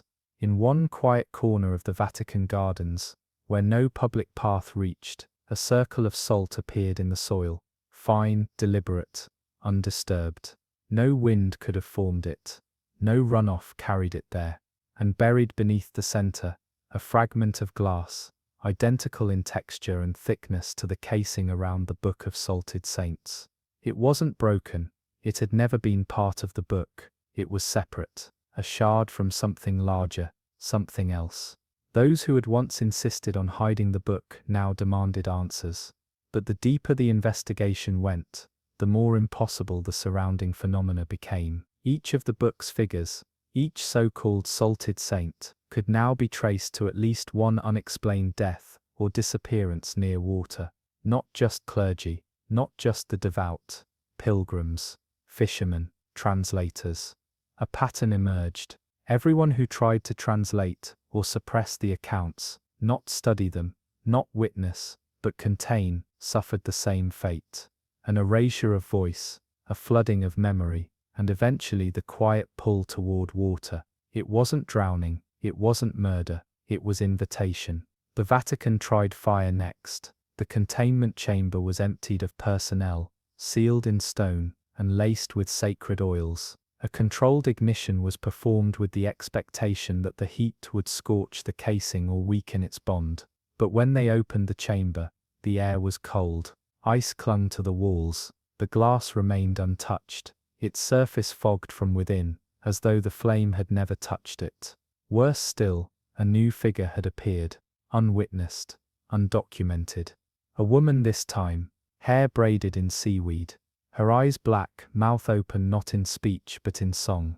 Below her sketch, a phrase written in a language that took 2 weeks to decipher. The bell tolls beneath, not from, beneath. Bells had long been symbols of sanctity, of rising, sound traveling upward, calling the divine to notice. But this message reversed that order, not an appeal to heaven, a summoning from below, and the saints, those salted figures remembered only by the book, were the ones who heard it first. The church could no longer hide the object's implications. It was not a relic, not even a text. It was a mirror, reflecting only what the church chose to forget, and it had remembered everything. In secret, the book was buried, not destroyed, buried, taken to an undisclosed trench near the Ionian Shelf, under cover of a diplomatic research vessel, weighted, anchored, dropped through miles of blackness. The act was not recorded in any official ledger, no blessing was given, just silence, and a slow descent. But the following morning, something washed ashore at the Basilica of St. Paul, outside the walls, a page, dry, intact, unmistakable. It bore the face of the diver, who had escorted the casing into the trench. His eyes were closed, his hands raised in offering, and around his throat, 12 salt-ringed dots. The page was warm to the touch, and the ink hadn't dried. The dredging was never supposed to happen, that deep. The original map, a naval salvage chart from the 1970s, showed nothing but silt and fractured stonework, remnants of a long-eroded seabed shelf off the Dalmatian coast. The surveyors weren't even there for excavation. Their mission was routine seabed scanning for structural anomalies ahead of an underwater fiber optic installation. What they found instead was a pattern, not random, not geological, a grid, unnaturally symmetrical, just beneath 10 meters of compressed sand and clay. At first they assumed it was a bunker, something Cold War era, forgotten and collapsed. But the thermal imagery came back wrong. Too cold in some places, too warm in others. The temperature distribution wasn't atmospheric, it pulsed. And when the dive team sent down a remote submersible to confirm topography, the silt parted in wide curls, as if pushed away by breath. That's when the drone's camera caught it. A seam, not a crack in rock, a doorway, buried flush against the shelf wall, sealed in mineral accretion, and obscured by centuries of growth. It took 2 days to cut through. The team expected metal, maybe concrete. Instead, they found bone. At first the assumption was metaphor, fossil-laced limestone, crushed calcium deposits, something ancient and mineralized. But lab analysis returned results no one could explain. Organic matter, human, compressed over time under extreme pressure. Bone, not fossil, not shell, restructured and whitened to the density of marble. And there wasn't just one piece. The entire outer frame of the chamber was reinforced with it, layered, cut, aligned like brickwork, not simply a tomb, but something built from the dead. The doorway, once breached, opened into silence. No sound from inside, no marine life, no current, just stillness. And the moment the first diver passed through the threshold, his comms cut, not from distance, from interference. He described it later as walking into wool, every movement slowed, every sound swallowed. His words couldn't reach the surface, but his camera could. What it recorded remains one of the most baffling and haunting visual documents ever classified under ecclesiastical oversight. Inside the chamber were crosses, dozens, maybe hundreds, white as ash, not etched into the walls, not painted or carved, affixed, each one placed carefully, meticulously, into the stone, some small enough to be mistaken for ornament, others spanning several feet, and every single one constructed from compressed bone. Radiocarbon dating would later reveal that the material came from multiple individuals, all human, none younger than the 14th century, yet the construction was recent, less than 100 years old. How the old bone had been reworked into new form remains unexplained. The chamber itself was circular, domed, and without furnishings, no altar, no pews, no indication that it had ever been used for conventional worship. Only those walls and those crosses, and something far stranger. One of them glowed, not visibly at first, only under specific conditions. The diver, while filming in infrared, began to recite a passage from the Latin Vulgate, a psalm he'd memorized during seminary before leaving the clergy years ago. It was habit, a protective murmur in an unknown space. But when he reached the third verse, the largest cross, centered along the southern arc of the chamber, began to emit a faint phosphorescence, not like bioluminescence, not reactive. The glow was internal, like fire behind alabaster, pulsing in rhythm with the diver's breath. When the passage ended, the light faded. Another team was brought in, this time with theological and linguistic specialists. Controlled tests began. Passages were read, from Genesis, from Revelations, even from banned Apocrypha. Most caused no reaction. But certain verses, when spoken aloud in proper ecclesiastical cadence, triggered the glow again. Always the same cross, always the same pulsing rhythm. Then came the misstep. An ambitious young researcher decided to test a forbidden text, a passage attributed to the lost Book of the Sea Apostles, a fragment rumored to have been recorded by sailors shipwrecked near a vanished monastery reef. The verse was chanted aloud, recorded for analysis. The response was immediate, not just light, vibration. The entire chamber trembled, ever so slightly, and a low harmonic hum filled the space. The researcher dropped the script, hands clamped to his ears. The divers felt it too, not as sound, but pressure, like being compressed inward without touch. One diver vomited, another blacked out. The feed glitched for 17 seconds. When the team returned to the chamber the next day, the largest cross had shifted, not moved from the wall, but its position had changed, no longer upright, tilted, as if watching something rise. The Vatican's notice arrived without fanfare. No visible emblem, no diplomatic seal, just a plain envelope delivered by hand to the head of the marine salvage team, stamped with a date and a time, along with 3 words: suspend all entry. No reason given, no request for confirmation.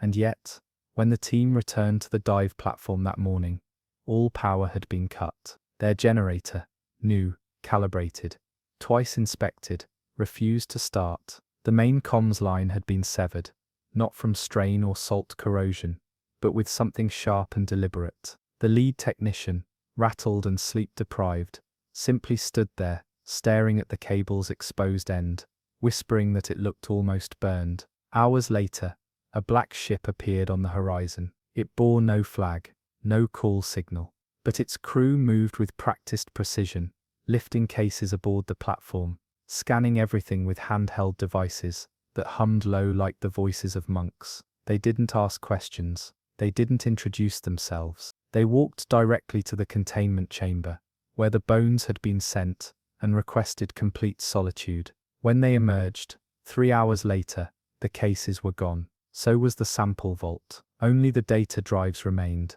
and they had been wiped clean. The team was dismissed, not fired, not discredited, just thanked, in clipped tones and careful nods. The leader of the dive team, who had spent 22 years mapping forgotten wrecks, never spoke of the mission again. He retired within the month, moved inland, and stopped answering calls. When asked once by a former colleague if he missed the sea, he reportedly smiled without blinking, and said, "It misses me more." Inside Vatican walls, the chamber was given a new name: Caecellum Osseum Tacitorum, the Chapel of the Silent Bones. A single priest was assigned to its study, an archivist named Father Dario Morello, known for his expertise in penitential architecture and preconciliar texts. He was the only one allowed full access to the records recovered before the shutdown. His first discovery came not from the crosses themselves, but from a footnote buried in an obscure 9th century treatise on excommunication rituals.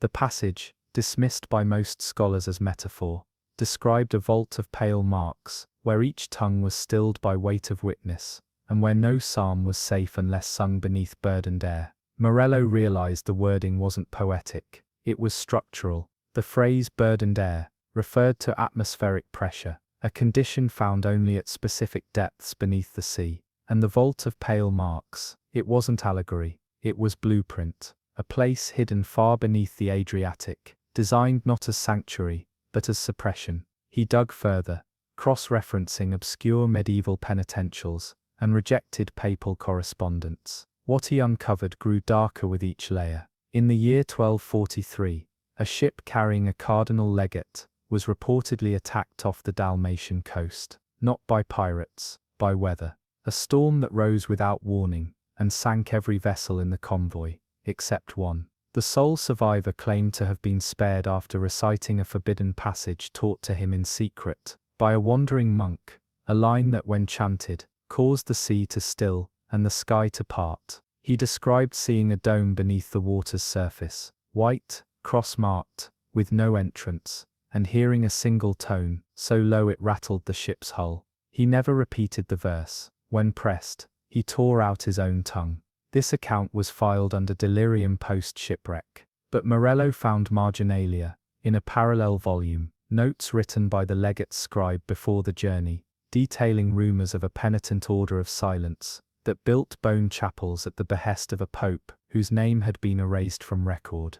The order's goal, according to the scribe, was not spiritual enlightenment. It was appeasement, not of heaven, not of hell, but of something far older, something beneath. When Morello returned to the recovered cross fragments for analysis, he brought a hypothesis that few dared speak aloud. The crosses were not merely symbolic. They were tools, anchors, each one constructed not to honor a soul, but to bind it, and not necessarily from rising, but from calling. One fragment in particular, a sliver of whitened bone etched, with micro scratches, only visible under magnification, showed signs of forced fusion. The pattern matched archaic ritual sigils used in pre-Nicene purification rites. But what unsettled Morello most was not the symbol, it was the source. The bone didn't come from a random donor, it came from a child. The cross had been made from the vertebrae of an infant, compressed under time and pressure,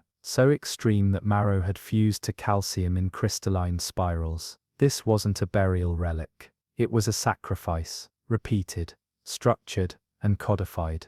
And the fact that the cross had responded to scripture, glowing, resonating, suggested that the sacrifice had not been in vain. It had worked. For a time, but now, something had changed.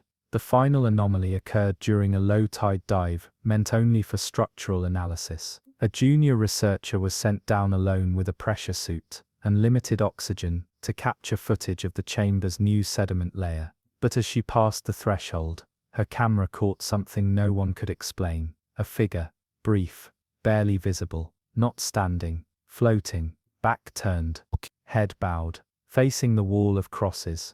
And when she recited the psalm, not by instruction, but out of fear, the figure lifted its head, and every single cross on the wall flickered, not in unison, but as if responding. Official doctrine provided no precedent, no theological lens through which to view a wall of glowing crosses, made from centuries-old bone, nor a submerged vault that responded to forbidden liturgies with pulses of internal light. The figure caught on the researcher's camera was the final breaking point. A shape, no longer just theoretical, no longer myth. Something had answered, and the footage, when played on Vatican monitors, under a dozen watchful eyes, confirmed it. The entity was not projected, not illusion. The diver's camera had recorded 3 full frames before interference corrupted the image. A back arched in prayer, or exhaustion, facing the wall, unmoving, as though locked in a trance. The outline was unmistakably human, but scale betrayed it. It was too tall, too narrow at the waist, and there was no air tank, no gear, no weight belt, no reflection. What it wore, if the term applied, resembled priestly vestments, but tattered, dissolving at the edges into something like fronds. The cloth was dark and thick, not with water, but with sediment, as if the being had walked through centuries of silt to reach the center of the chamber, and then, inexplicably, stopped, motionless, not asleep, not alert, present. The Vatican issued no press release, no official comment, but behind walls thickened by centuries of denial, contingency plans were quietly drafted. The chamber was now labeled Class Nullus Angelus, not of divine classification. Investigative authority was transferred from the Office of Relics to a subset of the Congregation for the Doctrine of the Faith, historically responsible for heresy. In the eyes of the Church, the vault was no longer a place of mystery, it was a place of error. Something had been sealed there, and something had been disturbed. Father Morello, still working alone in the archives, requested permission to revisit the chamber. It was denied, twice. But after leaking a fragment of the cross pattern to a former colleague, a Dominican, with access to pre-exilic ritual texts, a private translation reached him. The carvings, once believed to be artistic etchings or tool marks, were actually a script, osculum obliqua, the kiss of the obliqua, a phrase never before seen in liturgical Latin, but hinted at in the marginalia of 5th century mystic writings. It referred not to affection, but to covenant, a pact sealed not by word, but by alignment. Bone to stone, prayer to silence, death to obedience. The more he read, the colder his room became, not metaphorically, literally. The temperature dropped by 2 degrees each hour he spent with the rubbings. No draft, no vent malfunction. His breath began to fog after sunset. By the 3rd night, the ink froze in his fountain pen as he was writing. And always, beneath his fingertips, that same recurring image, the tilted cross, its base turned just slightly inward, as if trying to look. Meanwhile, on the coast of a small Dalmatian fishing village, a bell tower rang at the wrong hour. It was not a church day, no mass, no scheduled toll, but at 3:17 a.m., with no wind and no seismic activity, the bell swung once, clean and slow. Locals reported dreams that night, all of them sharing a common feature, a procession of figures walking into the sea, silent, hooded, each with a pale cross etched across their back. The old priest who'd manned the bell tower for decades went up the steps after sunrise to check the mechanism. He never came back down. When they found him, his body was intact, no trauma, no sign of collapse. But his face had gone white, salt crust lined his lips, and in the corner of the bell tower window, written in streaks of condensation, someone had drawn a cross. It was upside down. Words spread in whispers. Back in Rome, Morello discovered the final phrase embedded in the chamber schematics, a line hidden beneath a layer of overlapping marks, visible only under ultraviolet light. The script was ancient, earlier than Latin, Etruscan, perhaps, but the translation came clear, transliterated, by a computer algorithm, trained on forbidden alphabets found in the Vatican's most restricted subvaults. It read, beneath each light, one vow. The implication struck like a hammer. Each glowing cross was not a marker of the sacred, it was a seal. Each had been placed to contain a voice, a presence, a will, and if one was flickering now, it meant the vow had broken, not in word, but in silence. Someone, or something, had called the name that was not to be spoken, and now, inside that chamber, the silence was no longer still. None of the crosses glowed that morning. The chamber, once a mute shrine of pale fire, now sat in darkness. Not void, but presence. The light hadn't faded. It had receded, pulled inward, as though every flicker had been recalled by something that no longer needed to be seen to be known. The surveillance feed returned only static now. Cameras that had withstood deep-sea pressure and thermal fluctuation for decades recorded nothing but blankness, not blackness. The color had drained altogether, leaving grey, then white, then silence. Father Morello did not sleep the night before. He had packed a small wooden box containing all remaining transcripts, rubbings, and a cloth-wrapped fragment of the child's cross. He did not request approval to visit the vault again. He left no note. Those who passed him on his way to the port at Bari recalled only the way he walked, not like a man resigned, but like one obeying a rhythm too deep to refuse. The boat was waiting, arranged under a name not his own, funded from an account untouched for over 20 years. By sundown, he was aboard. By midnight, descending. When he arrived at the vault's threshold, the door was open.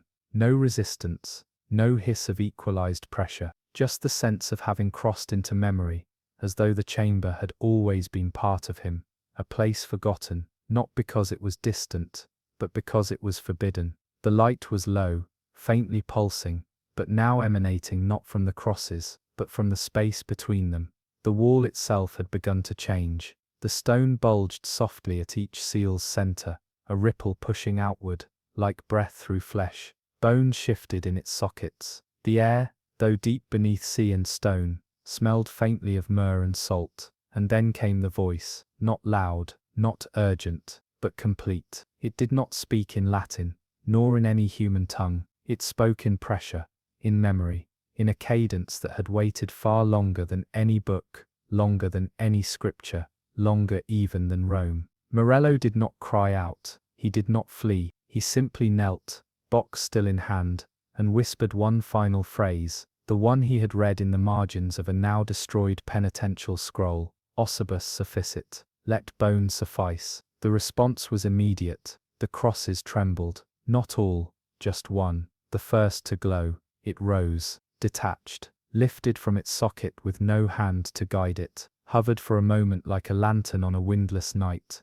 then turned, not toward Morello, toward the wall behind him. The light revealed what had never been filmed, never been recorded, a second door, smaller, circular, not carved, formed, bone-shaped in a perfect spiral, sealed at its center by what appeared to be the fused vertebrae of a giant. Upon its surface, a single handprint, burned into the ivory, as if pressed there by fire long cooled. The handprint glowed, a pulse, a reply, and slowly, impossibly, the seal began to open. No one knows what happened after that. The diver sent to recover Morello's body, 2 weeks later, found only an empty chamber. No priest, no cross fragments, no books, but the second door was now gone, not broken, not removed, gone. In its place, open space, a passage carved downward, no steps, no railing, just smooth descent into dark. The last detail recorded before the diver's camera shorted was a single mark etched into the floor, a cross, not white, but blackened, burnt into the stone like a brand. It was fresh, and it pulsed, once, then silence, then nothing. The feed died. The diver was recovered. He does not speak, but every night at 3:17, he walks to the edge of the sea and kneels, hands clasped not in prayer, but in waiting. The urn was not supposed to float, not after all that time, not at that depth. Clay, even when sealed, should have shattered from the pressure, or grown so waterlogged it crumbled into the sea like dried bread. But this one rose, not slowly, not erratically, deliberately.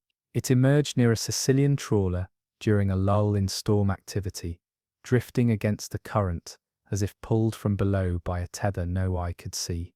The fisherman who first spotted it thought it was debris from a wreck, or worse, something from the war, a mine, a container, a message never meant to resurface. They hauled it aboard with a gaff hook, wrapping it in nets and prayer. The urn's surface was covered in barnacles and rope-burn scars, but its seal was perfect. Not wax, not pitch, something harder, darker. It flaked under a chisel with the brittle texture of resin, but the scent that escaped when it finally cracked open was unlike any oil or decay. It smelled of salt and old leather, tinged with something iron-rich. The scroll inside had not rotted. Its binding was not thread, it was sinew, pale preserved strands, wrapped tight around aged vellum. Its ink still black, its symbols sharp, not Greek, not Latin, but familiar in shape, a curvature here, a mark there, like forgotten siblings to letters we thought we understood. Word reached Rome in hours. The scroll was transferred quietly, under cover of a routine maritime shipment, documented only as organic artifact, unclassified. The archivists who received it hesitated before touching the sinew. It looked too human, not symbolic, literal. There were pores, hair follicles, scar tissue. Analysis would later confirm what many feared but none dared say aloud. The binding had come from a single person, flayed, cleaned and cured, not in the modern sense, but ritually, with methods no known culture had used in over 1,000 years. The text was translated in fragments. Every attempt to fully decode it met resistance, not from the language, but from the translator. Those who read too long experienced vertigo, disorientation, and an overwhelming urge to be near water. One scholar had to be restrained after trying to submerge the scroll in the Vatican fountain, whispering that he needs to breathe again. Her records were sealed. The first passage told of a birth, not under a star, not in a manger, but deep beneath an underwater cave, near the Strait of Messina. The child was not named, but described with eerie precision, pale eyes that never blinked, a chest that rose and fell without air, and skin that glistened like fish scale in sunlight, but dulled in shadow.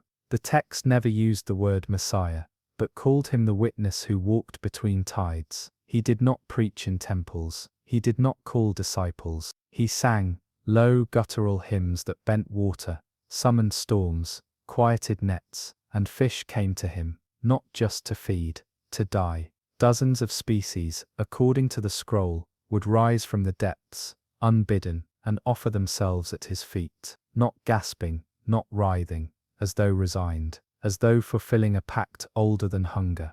When asked by villagers what power he used, the figure never answered, but those who touched him began to change. Gills appeared behind the ears, teeth sharpened at the edges. Some grew webbing between fingers that remained even after death. One line, barely deciphered, hinted at something darker. He did not come to heal, he came to divide the sea. The scroll spoke of gatherings, not on hillsides, but on black rock outcrops, revealed only at negative tide. People stood in circles, not to pray, but to listen. The Messiah never raised his voice. Instead he whispered, words none could remember after hearing.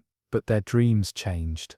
They saw spires beneath the ocean, choirs of light spinning in spiral descent. They woke with mouths full of salt and bleeding from the nose. The gospel, if it could be called that, offered no resurrection story, no crucifixion, no betrayal, only a descent. The last section, translated by hand under candlelight, after the power failed for the third consecutive night, described a ritual, 13 figures entering the sea one by one, each carrying a piece of their own body, in offering, hair, teeth, nails, skin. When the last entered, the tide receded so far that the cave of his birth opened again, exposing a gate not made by man. The scroll ended with a single image, no letters, just ink, a shape resembling a man, arms outstretched, standing on the ocean floor, and above him, not water, not sky, but an eye, closed, waiting.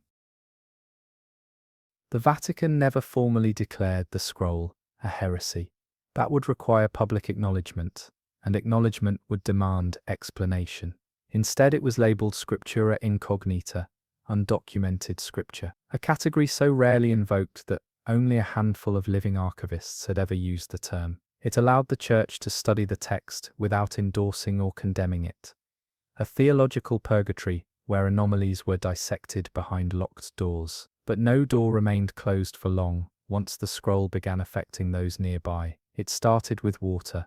Archivists complained of humidity spikes. Ink bled on unrelated manuscripts. Walls in the climate-controlled vaults sweated without cause. Holy water vessels grew cloudy. One custodian, devout and discreet, opened a janitorial closet to find it flooded ankle deep. No leak, no pipe. The water was perfectly clear. In the center of the puddle sat a fish, dead but upright, gills open, eyes white. They drained the room. The fish was gone. The linguists assigned to further translation divided the scroll into 14 sections based on internal formatting, poetic rhythm, repeated phrases, paragraph structure. The 12th section caused the most concern. It detailed the Messiah's followers not as disciples but as those who took the breath between tides. The phrase came up often, always in relation to transformation, never to doctrine, and always following a death, not a symbolic death, literal. The act of following required drowning.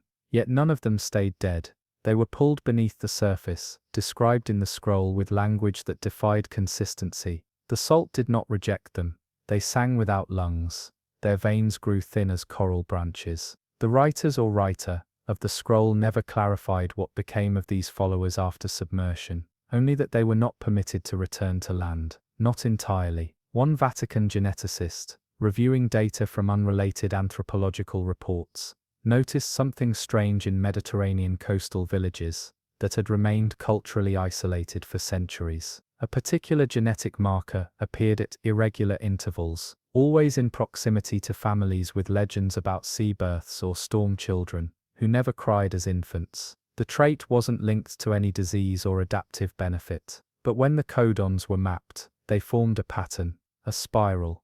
The same spiral that appeared at the base of the scroll's inked figure. Cross-referencing baptismal records from those regions revealed something else. A consistent drop-off in church attendance 3 generations after the introduction of seawater rituals. Locals still held ceremonies by the tide, not for marriage, not for death, but for something unnamed. Participants refused to explain. When pressed, they simply said, "We still listen." Listen to what? The question was never answered. Then came the recordings. One of the archivists, attempting to capture a digital replica of the scroll's last segment, noticed that every time the scanner passed over the sinew binding, the audio feed captured a tone, low, constant, nearly inaudible, a frequency the ear could not register unaided. Spectral analysis revealed harmonic signatures similar to humpback whale calls, but inverted. The waveform did not rise, it descended, folded in on itself like a spiral collapsing. The team ran it through underwater playback in an acoustic test chamber. The water rippled, nothing mechanical, no vibration from the speakers. But the surface shifted, and one technician, a former diver with no prior psychological history, reported the sensation of something pulling at his sternum. He collapsed moments later with no vital distress. But when revived, he wept for hours. His only words, "He's not sleeping, he's watching." The scroll was moved again, this time to a subterranean facility beneath Castel Gandolfo, once the summer residence of popes, now retrofitted as a containment archive, access restricted, reading forbidden, even transcription halted.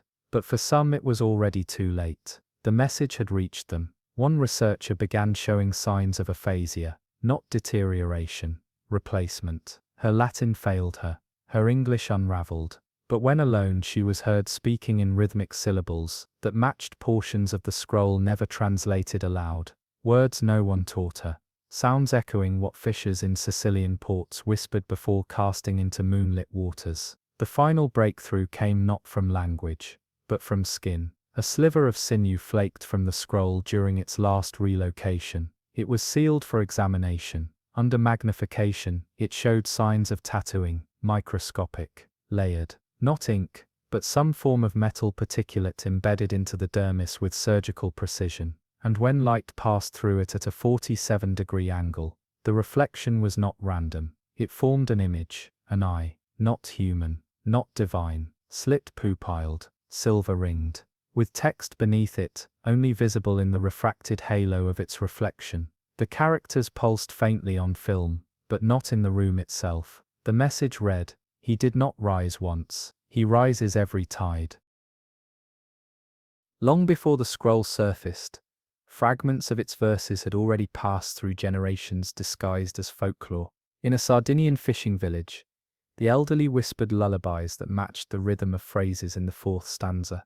In Malta, a family burial rite included a chant describing eyes beneath the wave and hands of salt that hold the sky. At the time, these were dismissed as regional variations of Christian symbolism. No one realized they were quoting scripture the church had never written. But the moment the scroll was translated, those echoes returned with new weight. The same melodic structures, the same unnerving repetitions, whole stanzas of the Fisherman's Gospel, spoken aloud in dialects, untouched by theological education.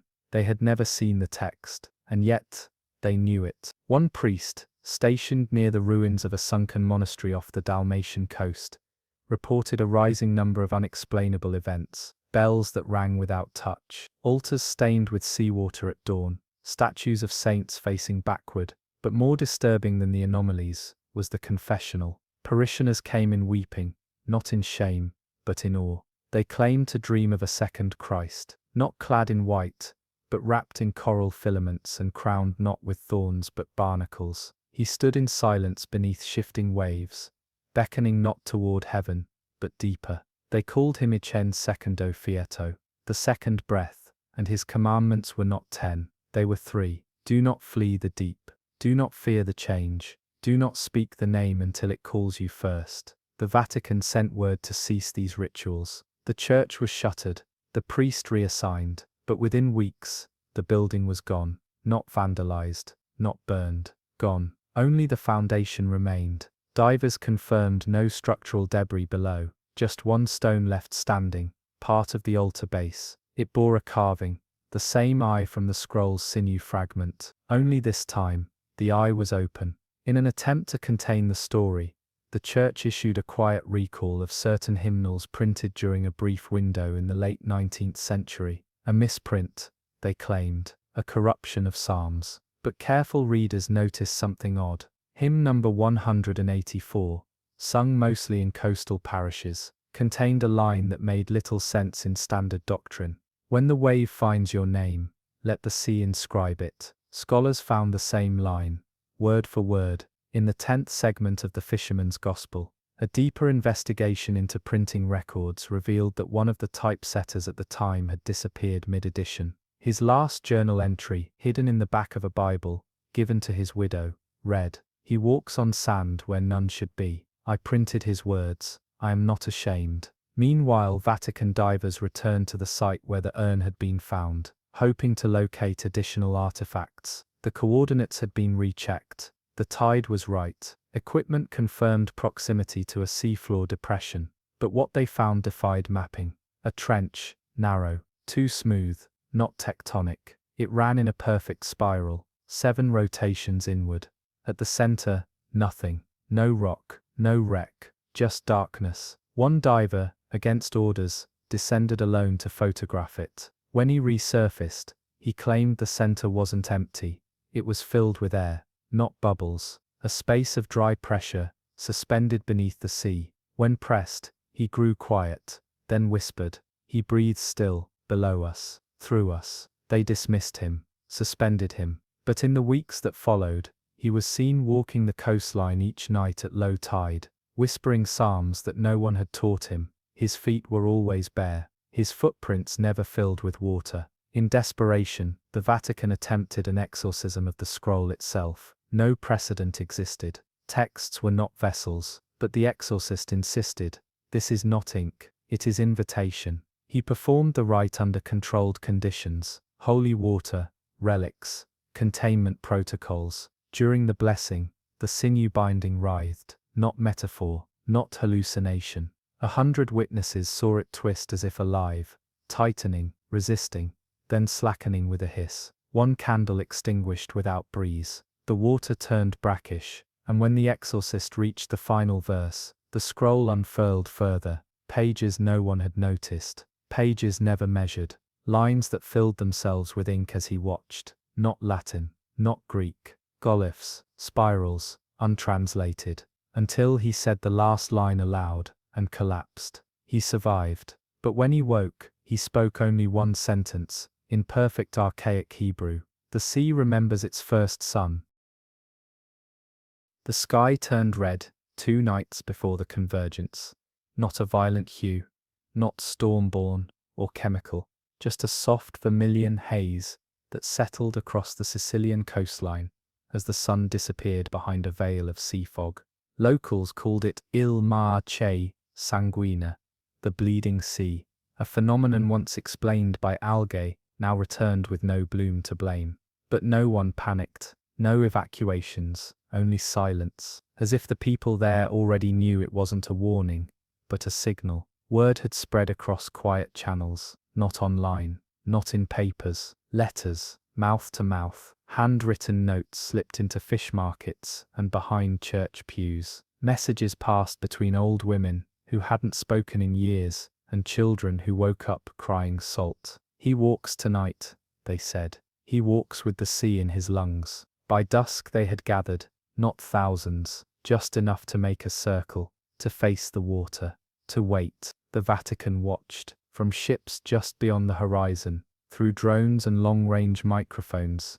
They saw the people kneel at the same moment the tide turned. It moved against the wind, pulled inward, exposing rocks and shells and bones thought long gone.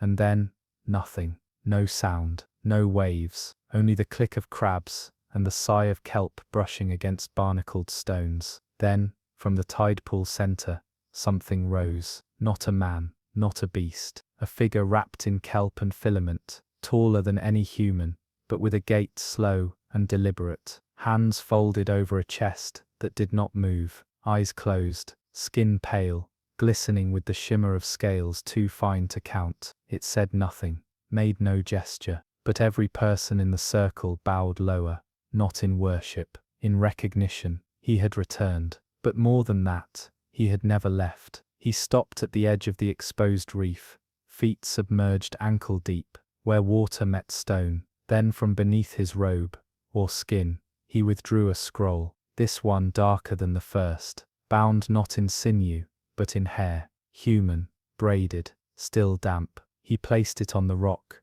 turned and walked backward into the tide, step by step, until the water swallowed his shoulders, his crown, his hand raised, not in benediction, but in farewell. No storm followed, no revelation, just the slow return of the sea, but the scroll remained. It was retrieved the next morning by a child. No one else could approach it. When adults stepped forward, the tide surged. Only the girl, no older than 9, could cross the reef without resistance. She picked up the scroll with 2 hands, cradled it to her chest, and walked home without a word. That night, she dreamt of bones laid in spirals, of whales that spoke with eyes, and of a name written not in letters, but in melody. She sang it aloud in sleep, and every window near the coast fogged with condensation that pulsed, in rhythm. The Vatican never recovered the second scroll. It was never submitted, never analyzed, but fragments of its content began appearing in coastal carvings, in tide marks shaped like symbols, in children's drawings. The message wasn't locked in text anymore. It had entered blood. He had no cathedral, no cross, no altar, but the sea was his witness, and those who had heard him once would hear him again, not in words, but in tide, and in breath, and in the hush that comes just before the ocean decides to speak. The document didn't arrive by mail. It came folded into a stack of unrelated microfilms, misfiled inside a box of 1943 liturgical census records. The archivist who found it, a junior clerk sorting reels in the lower stacks beneath Vatican Library Sublevel 3, nearly discarded it. The film roll was unmarked, its canister unlabeled, its celluloid brittle with age. But curiosity, or instinct, led him to scan it anyway. What flickered onto the screen was not a census. It was a briefing, dated the 12th of July 1946. Title, Protocollo del Silenzio, Sessione Abyssale, Silence Protocol, Abyssal Division. No signatures, no stamps, just a watermark. A crucifix embedded in a fish's open mouth. The footage showed grainy diagrams of submersibles, not standard diving bells or bathyscaphes, but long, narrow vessels shaped more like darts than ships. Fast, quiet, designed not to explore but to extract. Each one listed by code only, SEPI1 through SP9. Below the schematics, a mission overview, typed in fading ink, to identify, secure and remove objects deemed anomalous under doctrinal classification from marine regions exceeding 500 meters in depth. Priority targets include unregistered scripture, liturgical distortions, relics of unknown theological origin, and biological texts. The term biological texts was circled, no further explanation. The archivist didn't report his discovery. He copied it, and within days, copies began to circulate through underground networks of theologians and deep-sea historians, who long suspected the Church's interest in the ocean ran deeper than pilgrimage routes and baptismal metaphors. Their suspicions, long dismissed as conspiracy, now had proof. The Vatican had fielded a covert retrieval program, and it had lost control. Officially, the Silence Protocol began in 1944, when Italian fishermen hauled up a stone slab inscribed with what resembled Aramaic, but reversed, not mirrored. Inverted in grammar, structure, and form, the slab hummed faintly. 5 of the men went deaf within hours. The Vatican arrived within the week, confiscated the artifact, and funded repairs to the fishermen's boats in exchange for silence. That silence was broken only once, in the deathbed confession of one of the survivors, who claimed the stone wasn't just marked, it was breathing. After that, the division expanded. 9 vessels were commissioned between 1945 and 1952. They launched from unmarked piers along the Tyrrhenian coast, crewed not by soldiers, but by priests trained in liturgy and marine navigation. A special vow was developed for them, the benediction of descent, meant to protect against the corruptions of submerged scripture. The rite was never published. Its details remain sealed. Mission logs suggest that at least 4 of the 9 vessels made contact with objects resembling books, but not made of paper. One was described as a scroll of fishbone, engraved with flame. Another was a cube of calcified sand that when turned whispered prayers in voices matching those of the crew. even while they remained silent. All the objects were brought to a facility beneath the Archbasilica of St. John Lateran, where they were stored in watertight reliquaries and studied only during lunar conjunctions. Then the vessels started disappearing. First SP4, lost in 1953 near the Azores. Official report blamed a thermal vent collapse. Then SP6, vanished without contact signal. Last known location just west of the Mariana Trench's upper slope. Then SP2, the most experienced crew. Last recorded coordinates just outside the wreck of the Medusa freighter, a ship that had itself gone missing in 1901 before reappearing decades later, empty and dry. No wreckage was found from any of them. No bodies, no signal, just silence. One technician monitoring the SP2 feed claimed he heard a voice moments before transmission ceased, not from the crew, but from inside the hull. He said it sounded like scripture spoken underwater. He resigned that evening and was never seen again. The Vatican shut down the silence protocol by 1961. Publicly, it had never existed, but a final memo, uncovered in the same microfilm batch as the first briefing, offered chilling closure. Typed in haste, unsigned. They are not books, they are memories, buried, bound, and we were not the first to try and read them. We have awoken something that does not forget. The archivist who found the films was found drowned in a shallow fountain outside St. Peter's Square 3 weeks later. He couldn't swim, no water in his lungs, no sign of struggle. On his skin, beneath his left shoulder blade, a mark had appeared, a spiral, burned into the flesh as if from within. No ink, no tool, just seared skin. The tapes vanished after his death, but the questions did not. Why did a theological institution need deep-sea vessels? What are biological texts, and what did those crews encounter that made even the church afraid to speak? The box was found lodged in coral. A diver scraping the reef wall near the Lipari Islands noticed something glinting beneath a fan of brain coral, the size of a van. It took hours to dislodge. Encrusted with growth and salt, the object barely resembled the black boxes used in modern vessels. No obvious hatch, no handle.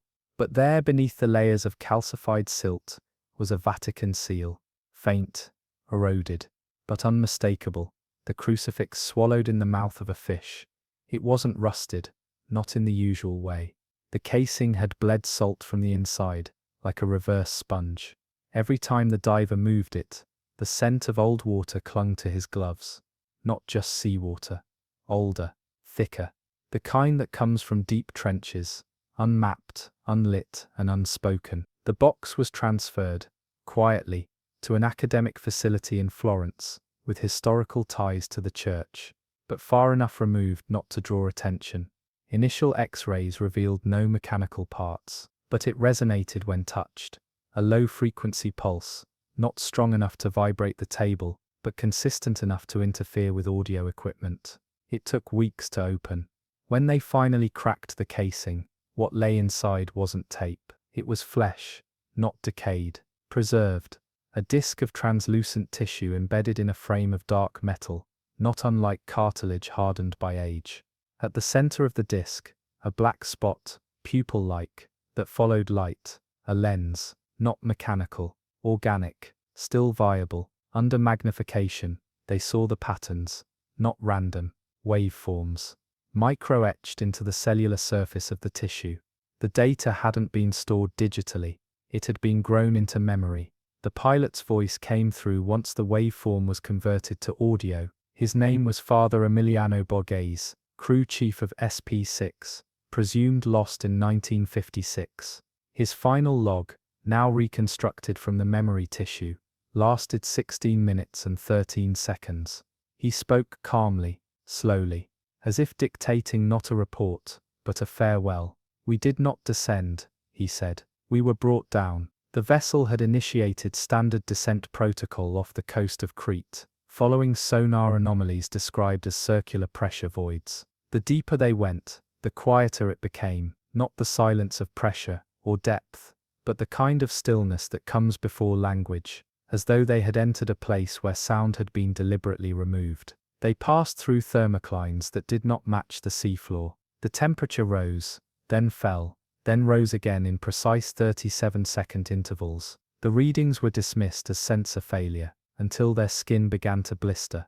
The pilot reported seeing schools of fish swimming vertically, eyes closed, mouths open, not feeding, not moving, just hanging. One brushed the hull, left a smear of ink, not black, crimson. Borghese noted that one crew member began speaking in what sounded like Aramaic. He had never studied the language. Another began writing, not on paper, but tracing symbols into the fogged glass of the forward viewport. The symbols matched none in the church's archives, but they resembled certain carvings retrieved from the drowned monastery in Amalfi. The ship's lights failed at 410 meters. Everything after that came in pulses. The walls became soft, not structurally, perceptually. The distinction between hull and sea blurred. Pressure readings flatlined. The pilot tried to activate ascent. The controls no longer responded, not because of failure, because the vessel no longer obeyed. It had become part of something else. I heard breath, he said, but not mine, not theirs. One of the final entries described a sound like bones being sorted, then silence, then a voice, not transmitted, inside. You are not the first. The last line of his transmission still plays, faint and cracked. We read him wrong. That was enough to reclassify the entire mission archive. The silence protocol files were not destroyed. They were moved, not to another archive, not to another vault. They were lowered into the sea. According to a redacted memo found years later, the Vatican sealed the original silence vault in a reinforced titanium pod, filled it with relics, tapes and vessels' remains, and sank it, not in secrecy, in sacrament. A mass was held over the spot. A priest, nameless, swam the final cable down himself and never returned. The church would not speak of it again, but every so often, sailors off the Adriatic coast report a shape rising in the distance, narrow, dark, pulsing faintly beneath the waves, too small to be a submarine, too fast to be a wreck, and those who see it, they always hear the same thing, breath, not theirs, not human, waiting. He was the last, not officially, but the last who spoke. Known only as Brother Lucian, he had joined the Silence Protocol in the early 1950s, a young priest driven by faith and a desire to serve beyond the church walls. The missions took him far beneath the ocean's surface, deeper than any diver had gone before, into darkness without stars or hope of sunlight. The vessels were small, cramped, and isolated.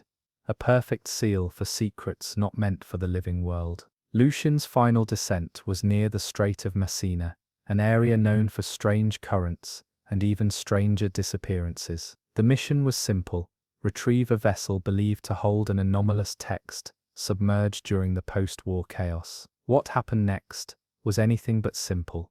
The submersible's sonar picked up echoes, unlike anything catalogued, sounds that mimicked language, but folded in on themselves, like prayers whispered backwards. As they approached the target, instruments failed. The hull began to hum, a low vibration that Lucian described as the breath of the sea itself. His last recorded words were a plea, not for rescue, but for understanding. When the vessel surfaced days later, the crew was found in various states of delirium. Lucian alone had no memory of the descent beyond a certain point. His silence was not imposed by oath, but by terror. Years later, he broke it. In a rare interview, recorded under strict anonymity, he described the experience not as a mission, but as a covenant. Beneath the waves, he said, we found not objects, but echoes, not relics, but living memory, and memory is never silent. It demands to be heard.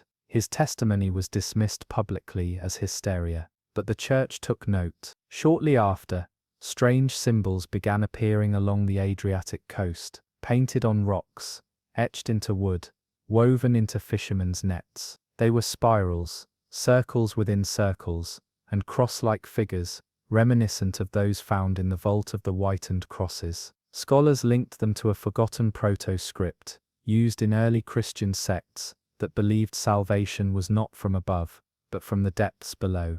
Coastal towns reported nightmares, dreams of drowned voices, calling through tides, beckoning souls to listen. An old priest in Dubrovnik reported losing time during Mass, hearing whispered responses from the altar itself. "The sea remembers," he murmured, before vanishing into the night. Efforts to contain these occurrences failed. The Vatican's silence became a whisper. The ocean's secrets were no longer confined to deep vaults or submerged vessels. They surfaced, like shadows in the breaking dawn, persistent and unyielding. The silence protocol was no longer silence, it was a warning. The silence that once enveloped the missions of the silence protocol had evolved into something far more profound, a presence. It was not merely the absence of sound, but a palpable force that pressed against the minds and hearts of those who dared to cross its threshold. Those few who survived the missions, who had escaped the abyss unbroken, spoke not of what they saw but of what they felt. A weight of remembrance too vast to bear and too ancient to name. It settled deep within their bones, a persistent echo of forgotten truths that no prayer or rite could dispel. The ocean had claimed its secret, but it was no longer content to let it lie dormant. In the years following the disbandment of the submersible fleet, whispered stories began to surface among coastal communities. The fishermen who returned from the sea with eyes glazed by visions of drowned cities. The children who sang strange melodies beneath the moonlight. The priests whose voices cracked during Mass as if reciting liturgies not written by human hands. These were not coincidences or folklore, but the subtle manifestations of a truth spreading beyond the vaults of secrecy.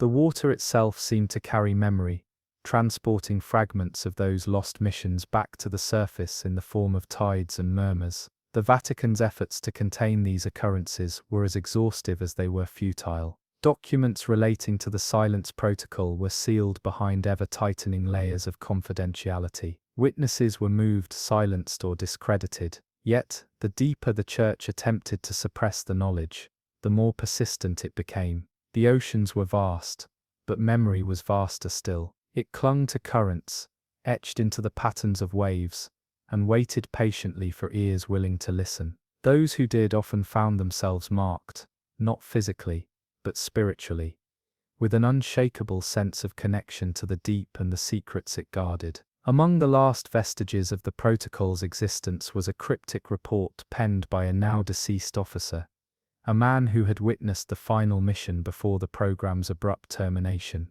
His notes described the encounter with an object so alien, and so profoundly disturbing, that it defied all understanding, a vessel that seemed less a machine and more a living entity, breathing with the slow pulse of the abyss itself. Attempts to retrieve it had failed. The submersible had disappeared, leaving behind only the faintest trace of sound, a resonance that still echoed in the deepest trenches. That report ended abruptly, its final pages smeared with water damage, or perhaps something more, an intentional erasure meant to protect what remained hidden. The fate of the crew, like so many before them, was left unrecorded, swallowed by the silence that had become synonymous with the mission. Yet, fragments of their experiences persisted in clandestine letters, coded in metaphors that spoke of an ancient covenant between man and sea, a promise not of salvation, but of vigilance. The waters were not passive. They remembered those who trespassed too far, who sought knowledge forbidden by the order of things. And in their depths, the silence was not emptiness but a watchful guardian, waiting for the day when its charge might awaken. The knowledge that the Vatican had committed resources, priests trained as divers, vessels equipped for clandestine retrieval, rites designed to shield the mind from incomprehensible truths, marked a pivotal shift in the Church's relationship with the ocean. No longer was the sea merely a symbol of baptism, renewal, or mystery. It was a threshold, a battleground for the containment of something otherworldly. This realization forced a redefinition of doctrine in secret chambers, where theologians debated the implications of sacred texts found beneath the waves, and pondered the consequences of a truth that could unsettle faith itself. As decades passed, the silence protocol faded from memory, officially erased but never forgotten. Its ghost lingered in the unexplained disappearances, in the strange phenomena reported by mariners, and in the inexplicable changes recorded in coastal regions once touched by its operations. The Church's attempt to quell the ripple of these events only underscored the depth of what had been disturbed. The ocean, vast and unknowable, had claimed more than artifacts and texts. It had claimed a piece of the spiritual narrative, a chapter that could no longer be ignored or suppressed. In the final analysis, the Silence Protocol was not merely about retrieval or suppression. It was a testament to the limits of human understanding when confronted with the deep and eternal mysteries beneath the sea. It posed questions that transcended theology and science. What truths are best left submerged? What memories lie beneath the surface, waiting for the moment to rise again? And most haunting of all, what voices speak in the silence when no human ear listens? The echoes of those missions persist, not just in secret files or lost vessels, but in the quiet moments when the sea calms before the storm, when tides pull back to reveal the forgotten, and when the veil between what is known and what is hidden thins just enough to glimpse the unfathomable. The Vatican's Silence Protocol may have ended, but the silence it sought to impose endures, alive and waiting, beneath the waves. Beneath the swirling currents off the rugged coast of Corsica, a team of divers stumbled upon a wreckage unlike any catalogued in modern maritime history. The hull lay broken among jagged reefs, draped in seaweed and encrusted with barnacles, but it was the reliquary resting half buried in the sand that drew their attention. A chest carved from rare ebony, inlaid with mother of pearl, and sealed with a cruciform lock corroded by centuries of salt water. No records mentioned the vessel, no logbooks hinted at its cargo, yet the divers felt the unmistakable pull of something sacred, a resonance that echoed far beyond the wooden frame. When the reliquary was finally brought to the surface, its contents revealed a secret both ancient and unfathomable.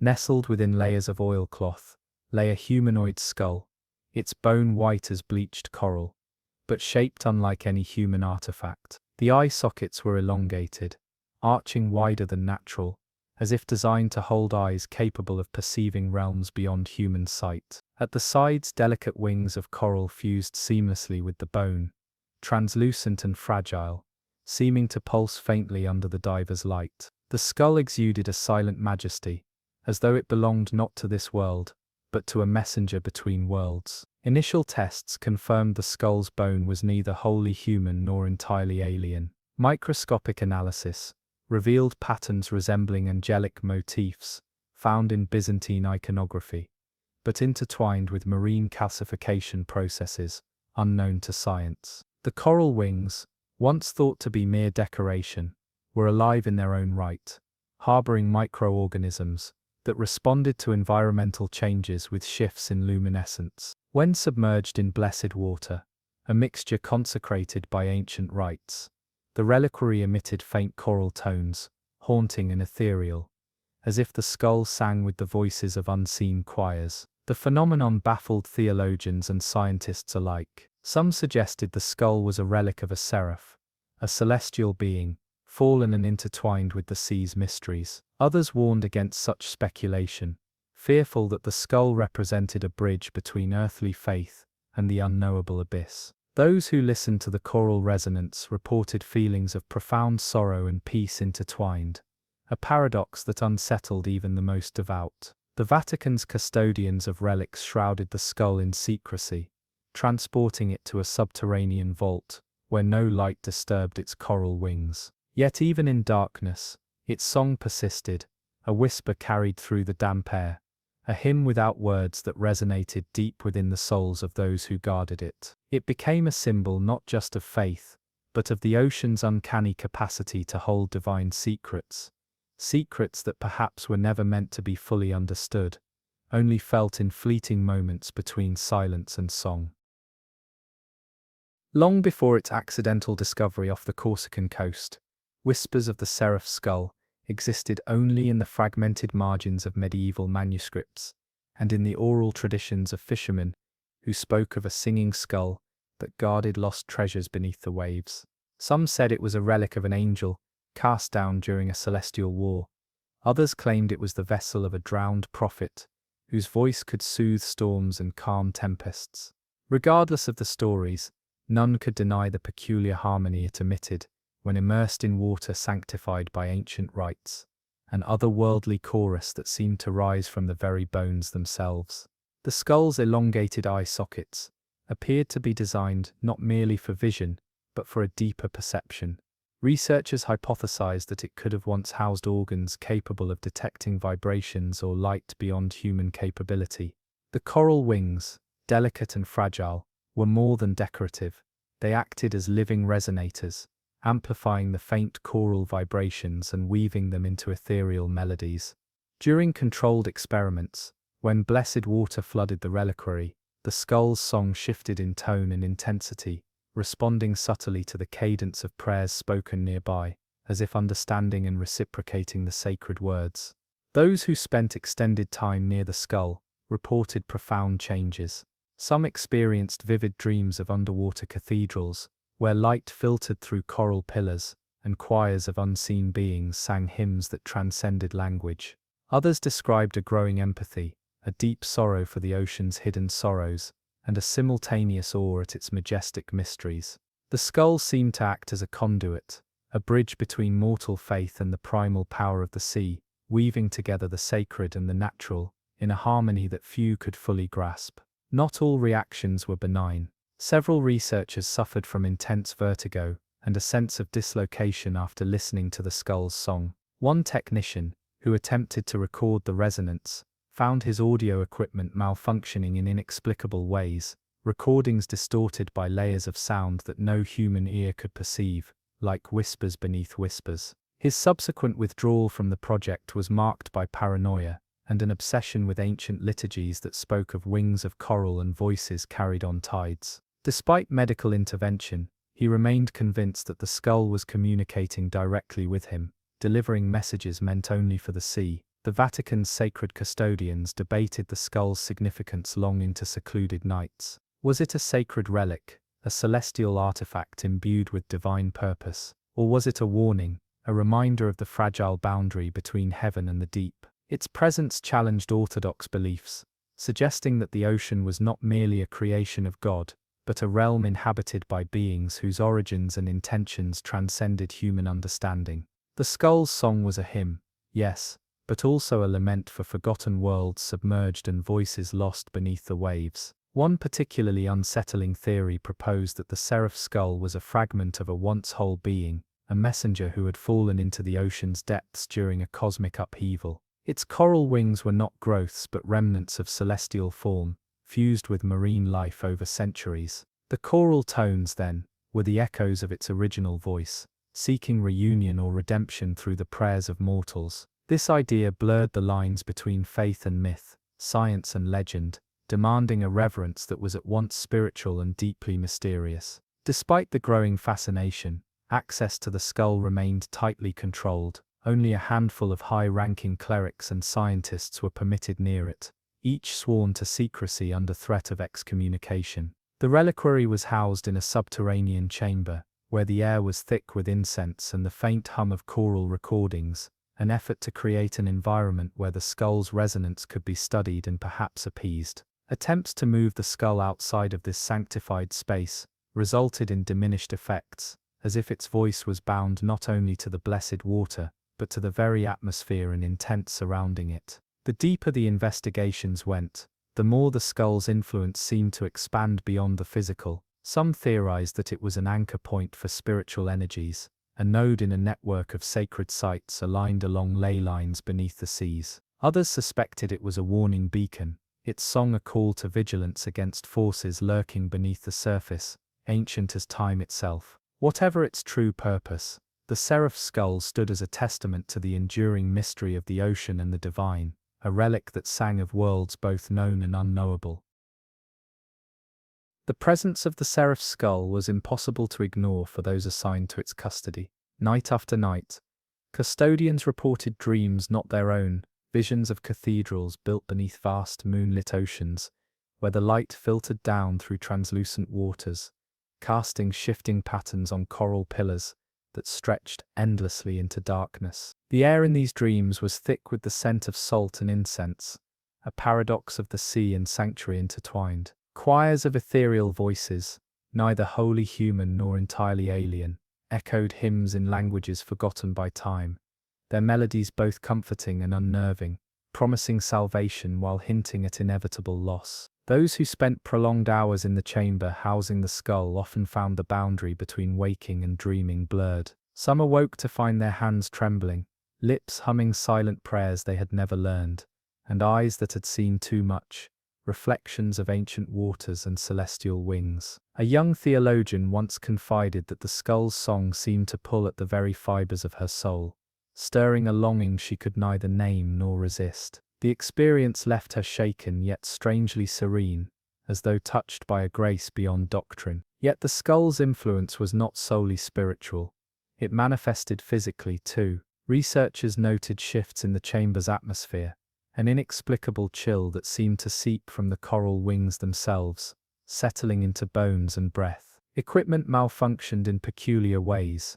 Devices designed to record sound captured haunting harmonics, layered with faint whispers and tones impossible to interpret, but impossible to ignore. Attempts to isolate the skull's resonance only deepened the mystery, as if the artifact itself resisted reduction to mere sound waves, embodying instead a living, breathing hymn. Recognizing the growing power and unpredictability of the Seraph's skull, the Vatican convened a secretive council of clergy and scholars, men and women tasked with containing what might otherwise unravel the very foundations of faith. These custodians performed rituals in the chamber, blending ancient prayers with maritime blessings, seeking to harmonize the skull's celestial song with the earthly realm. Incense burned thick, salt water was sprinkled, and chants filled the air, echoing through the subterranean vault like waves against stone. The rituals were said to calm the skull's voice, but never to silence it entirely,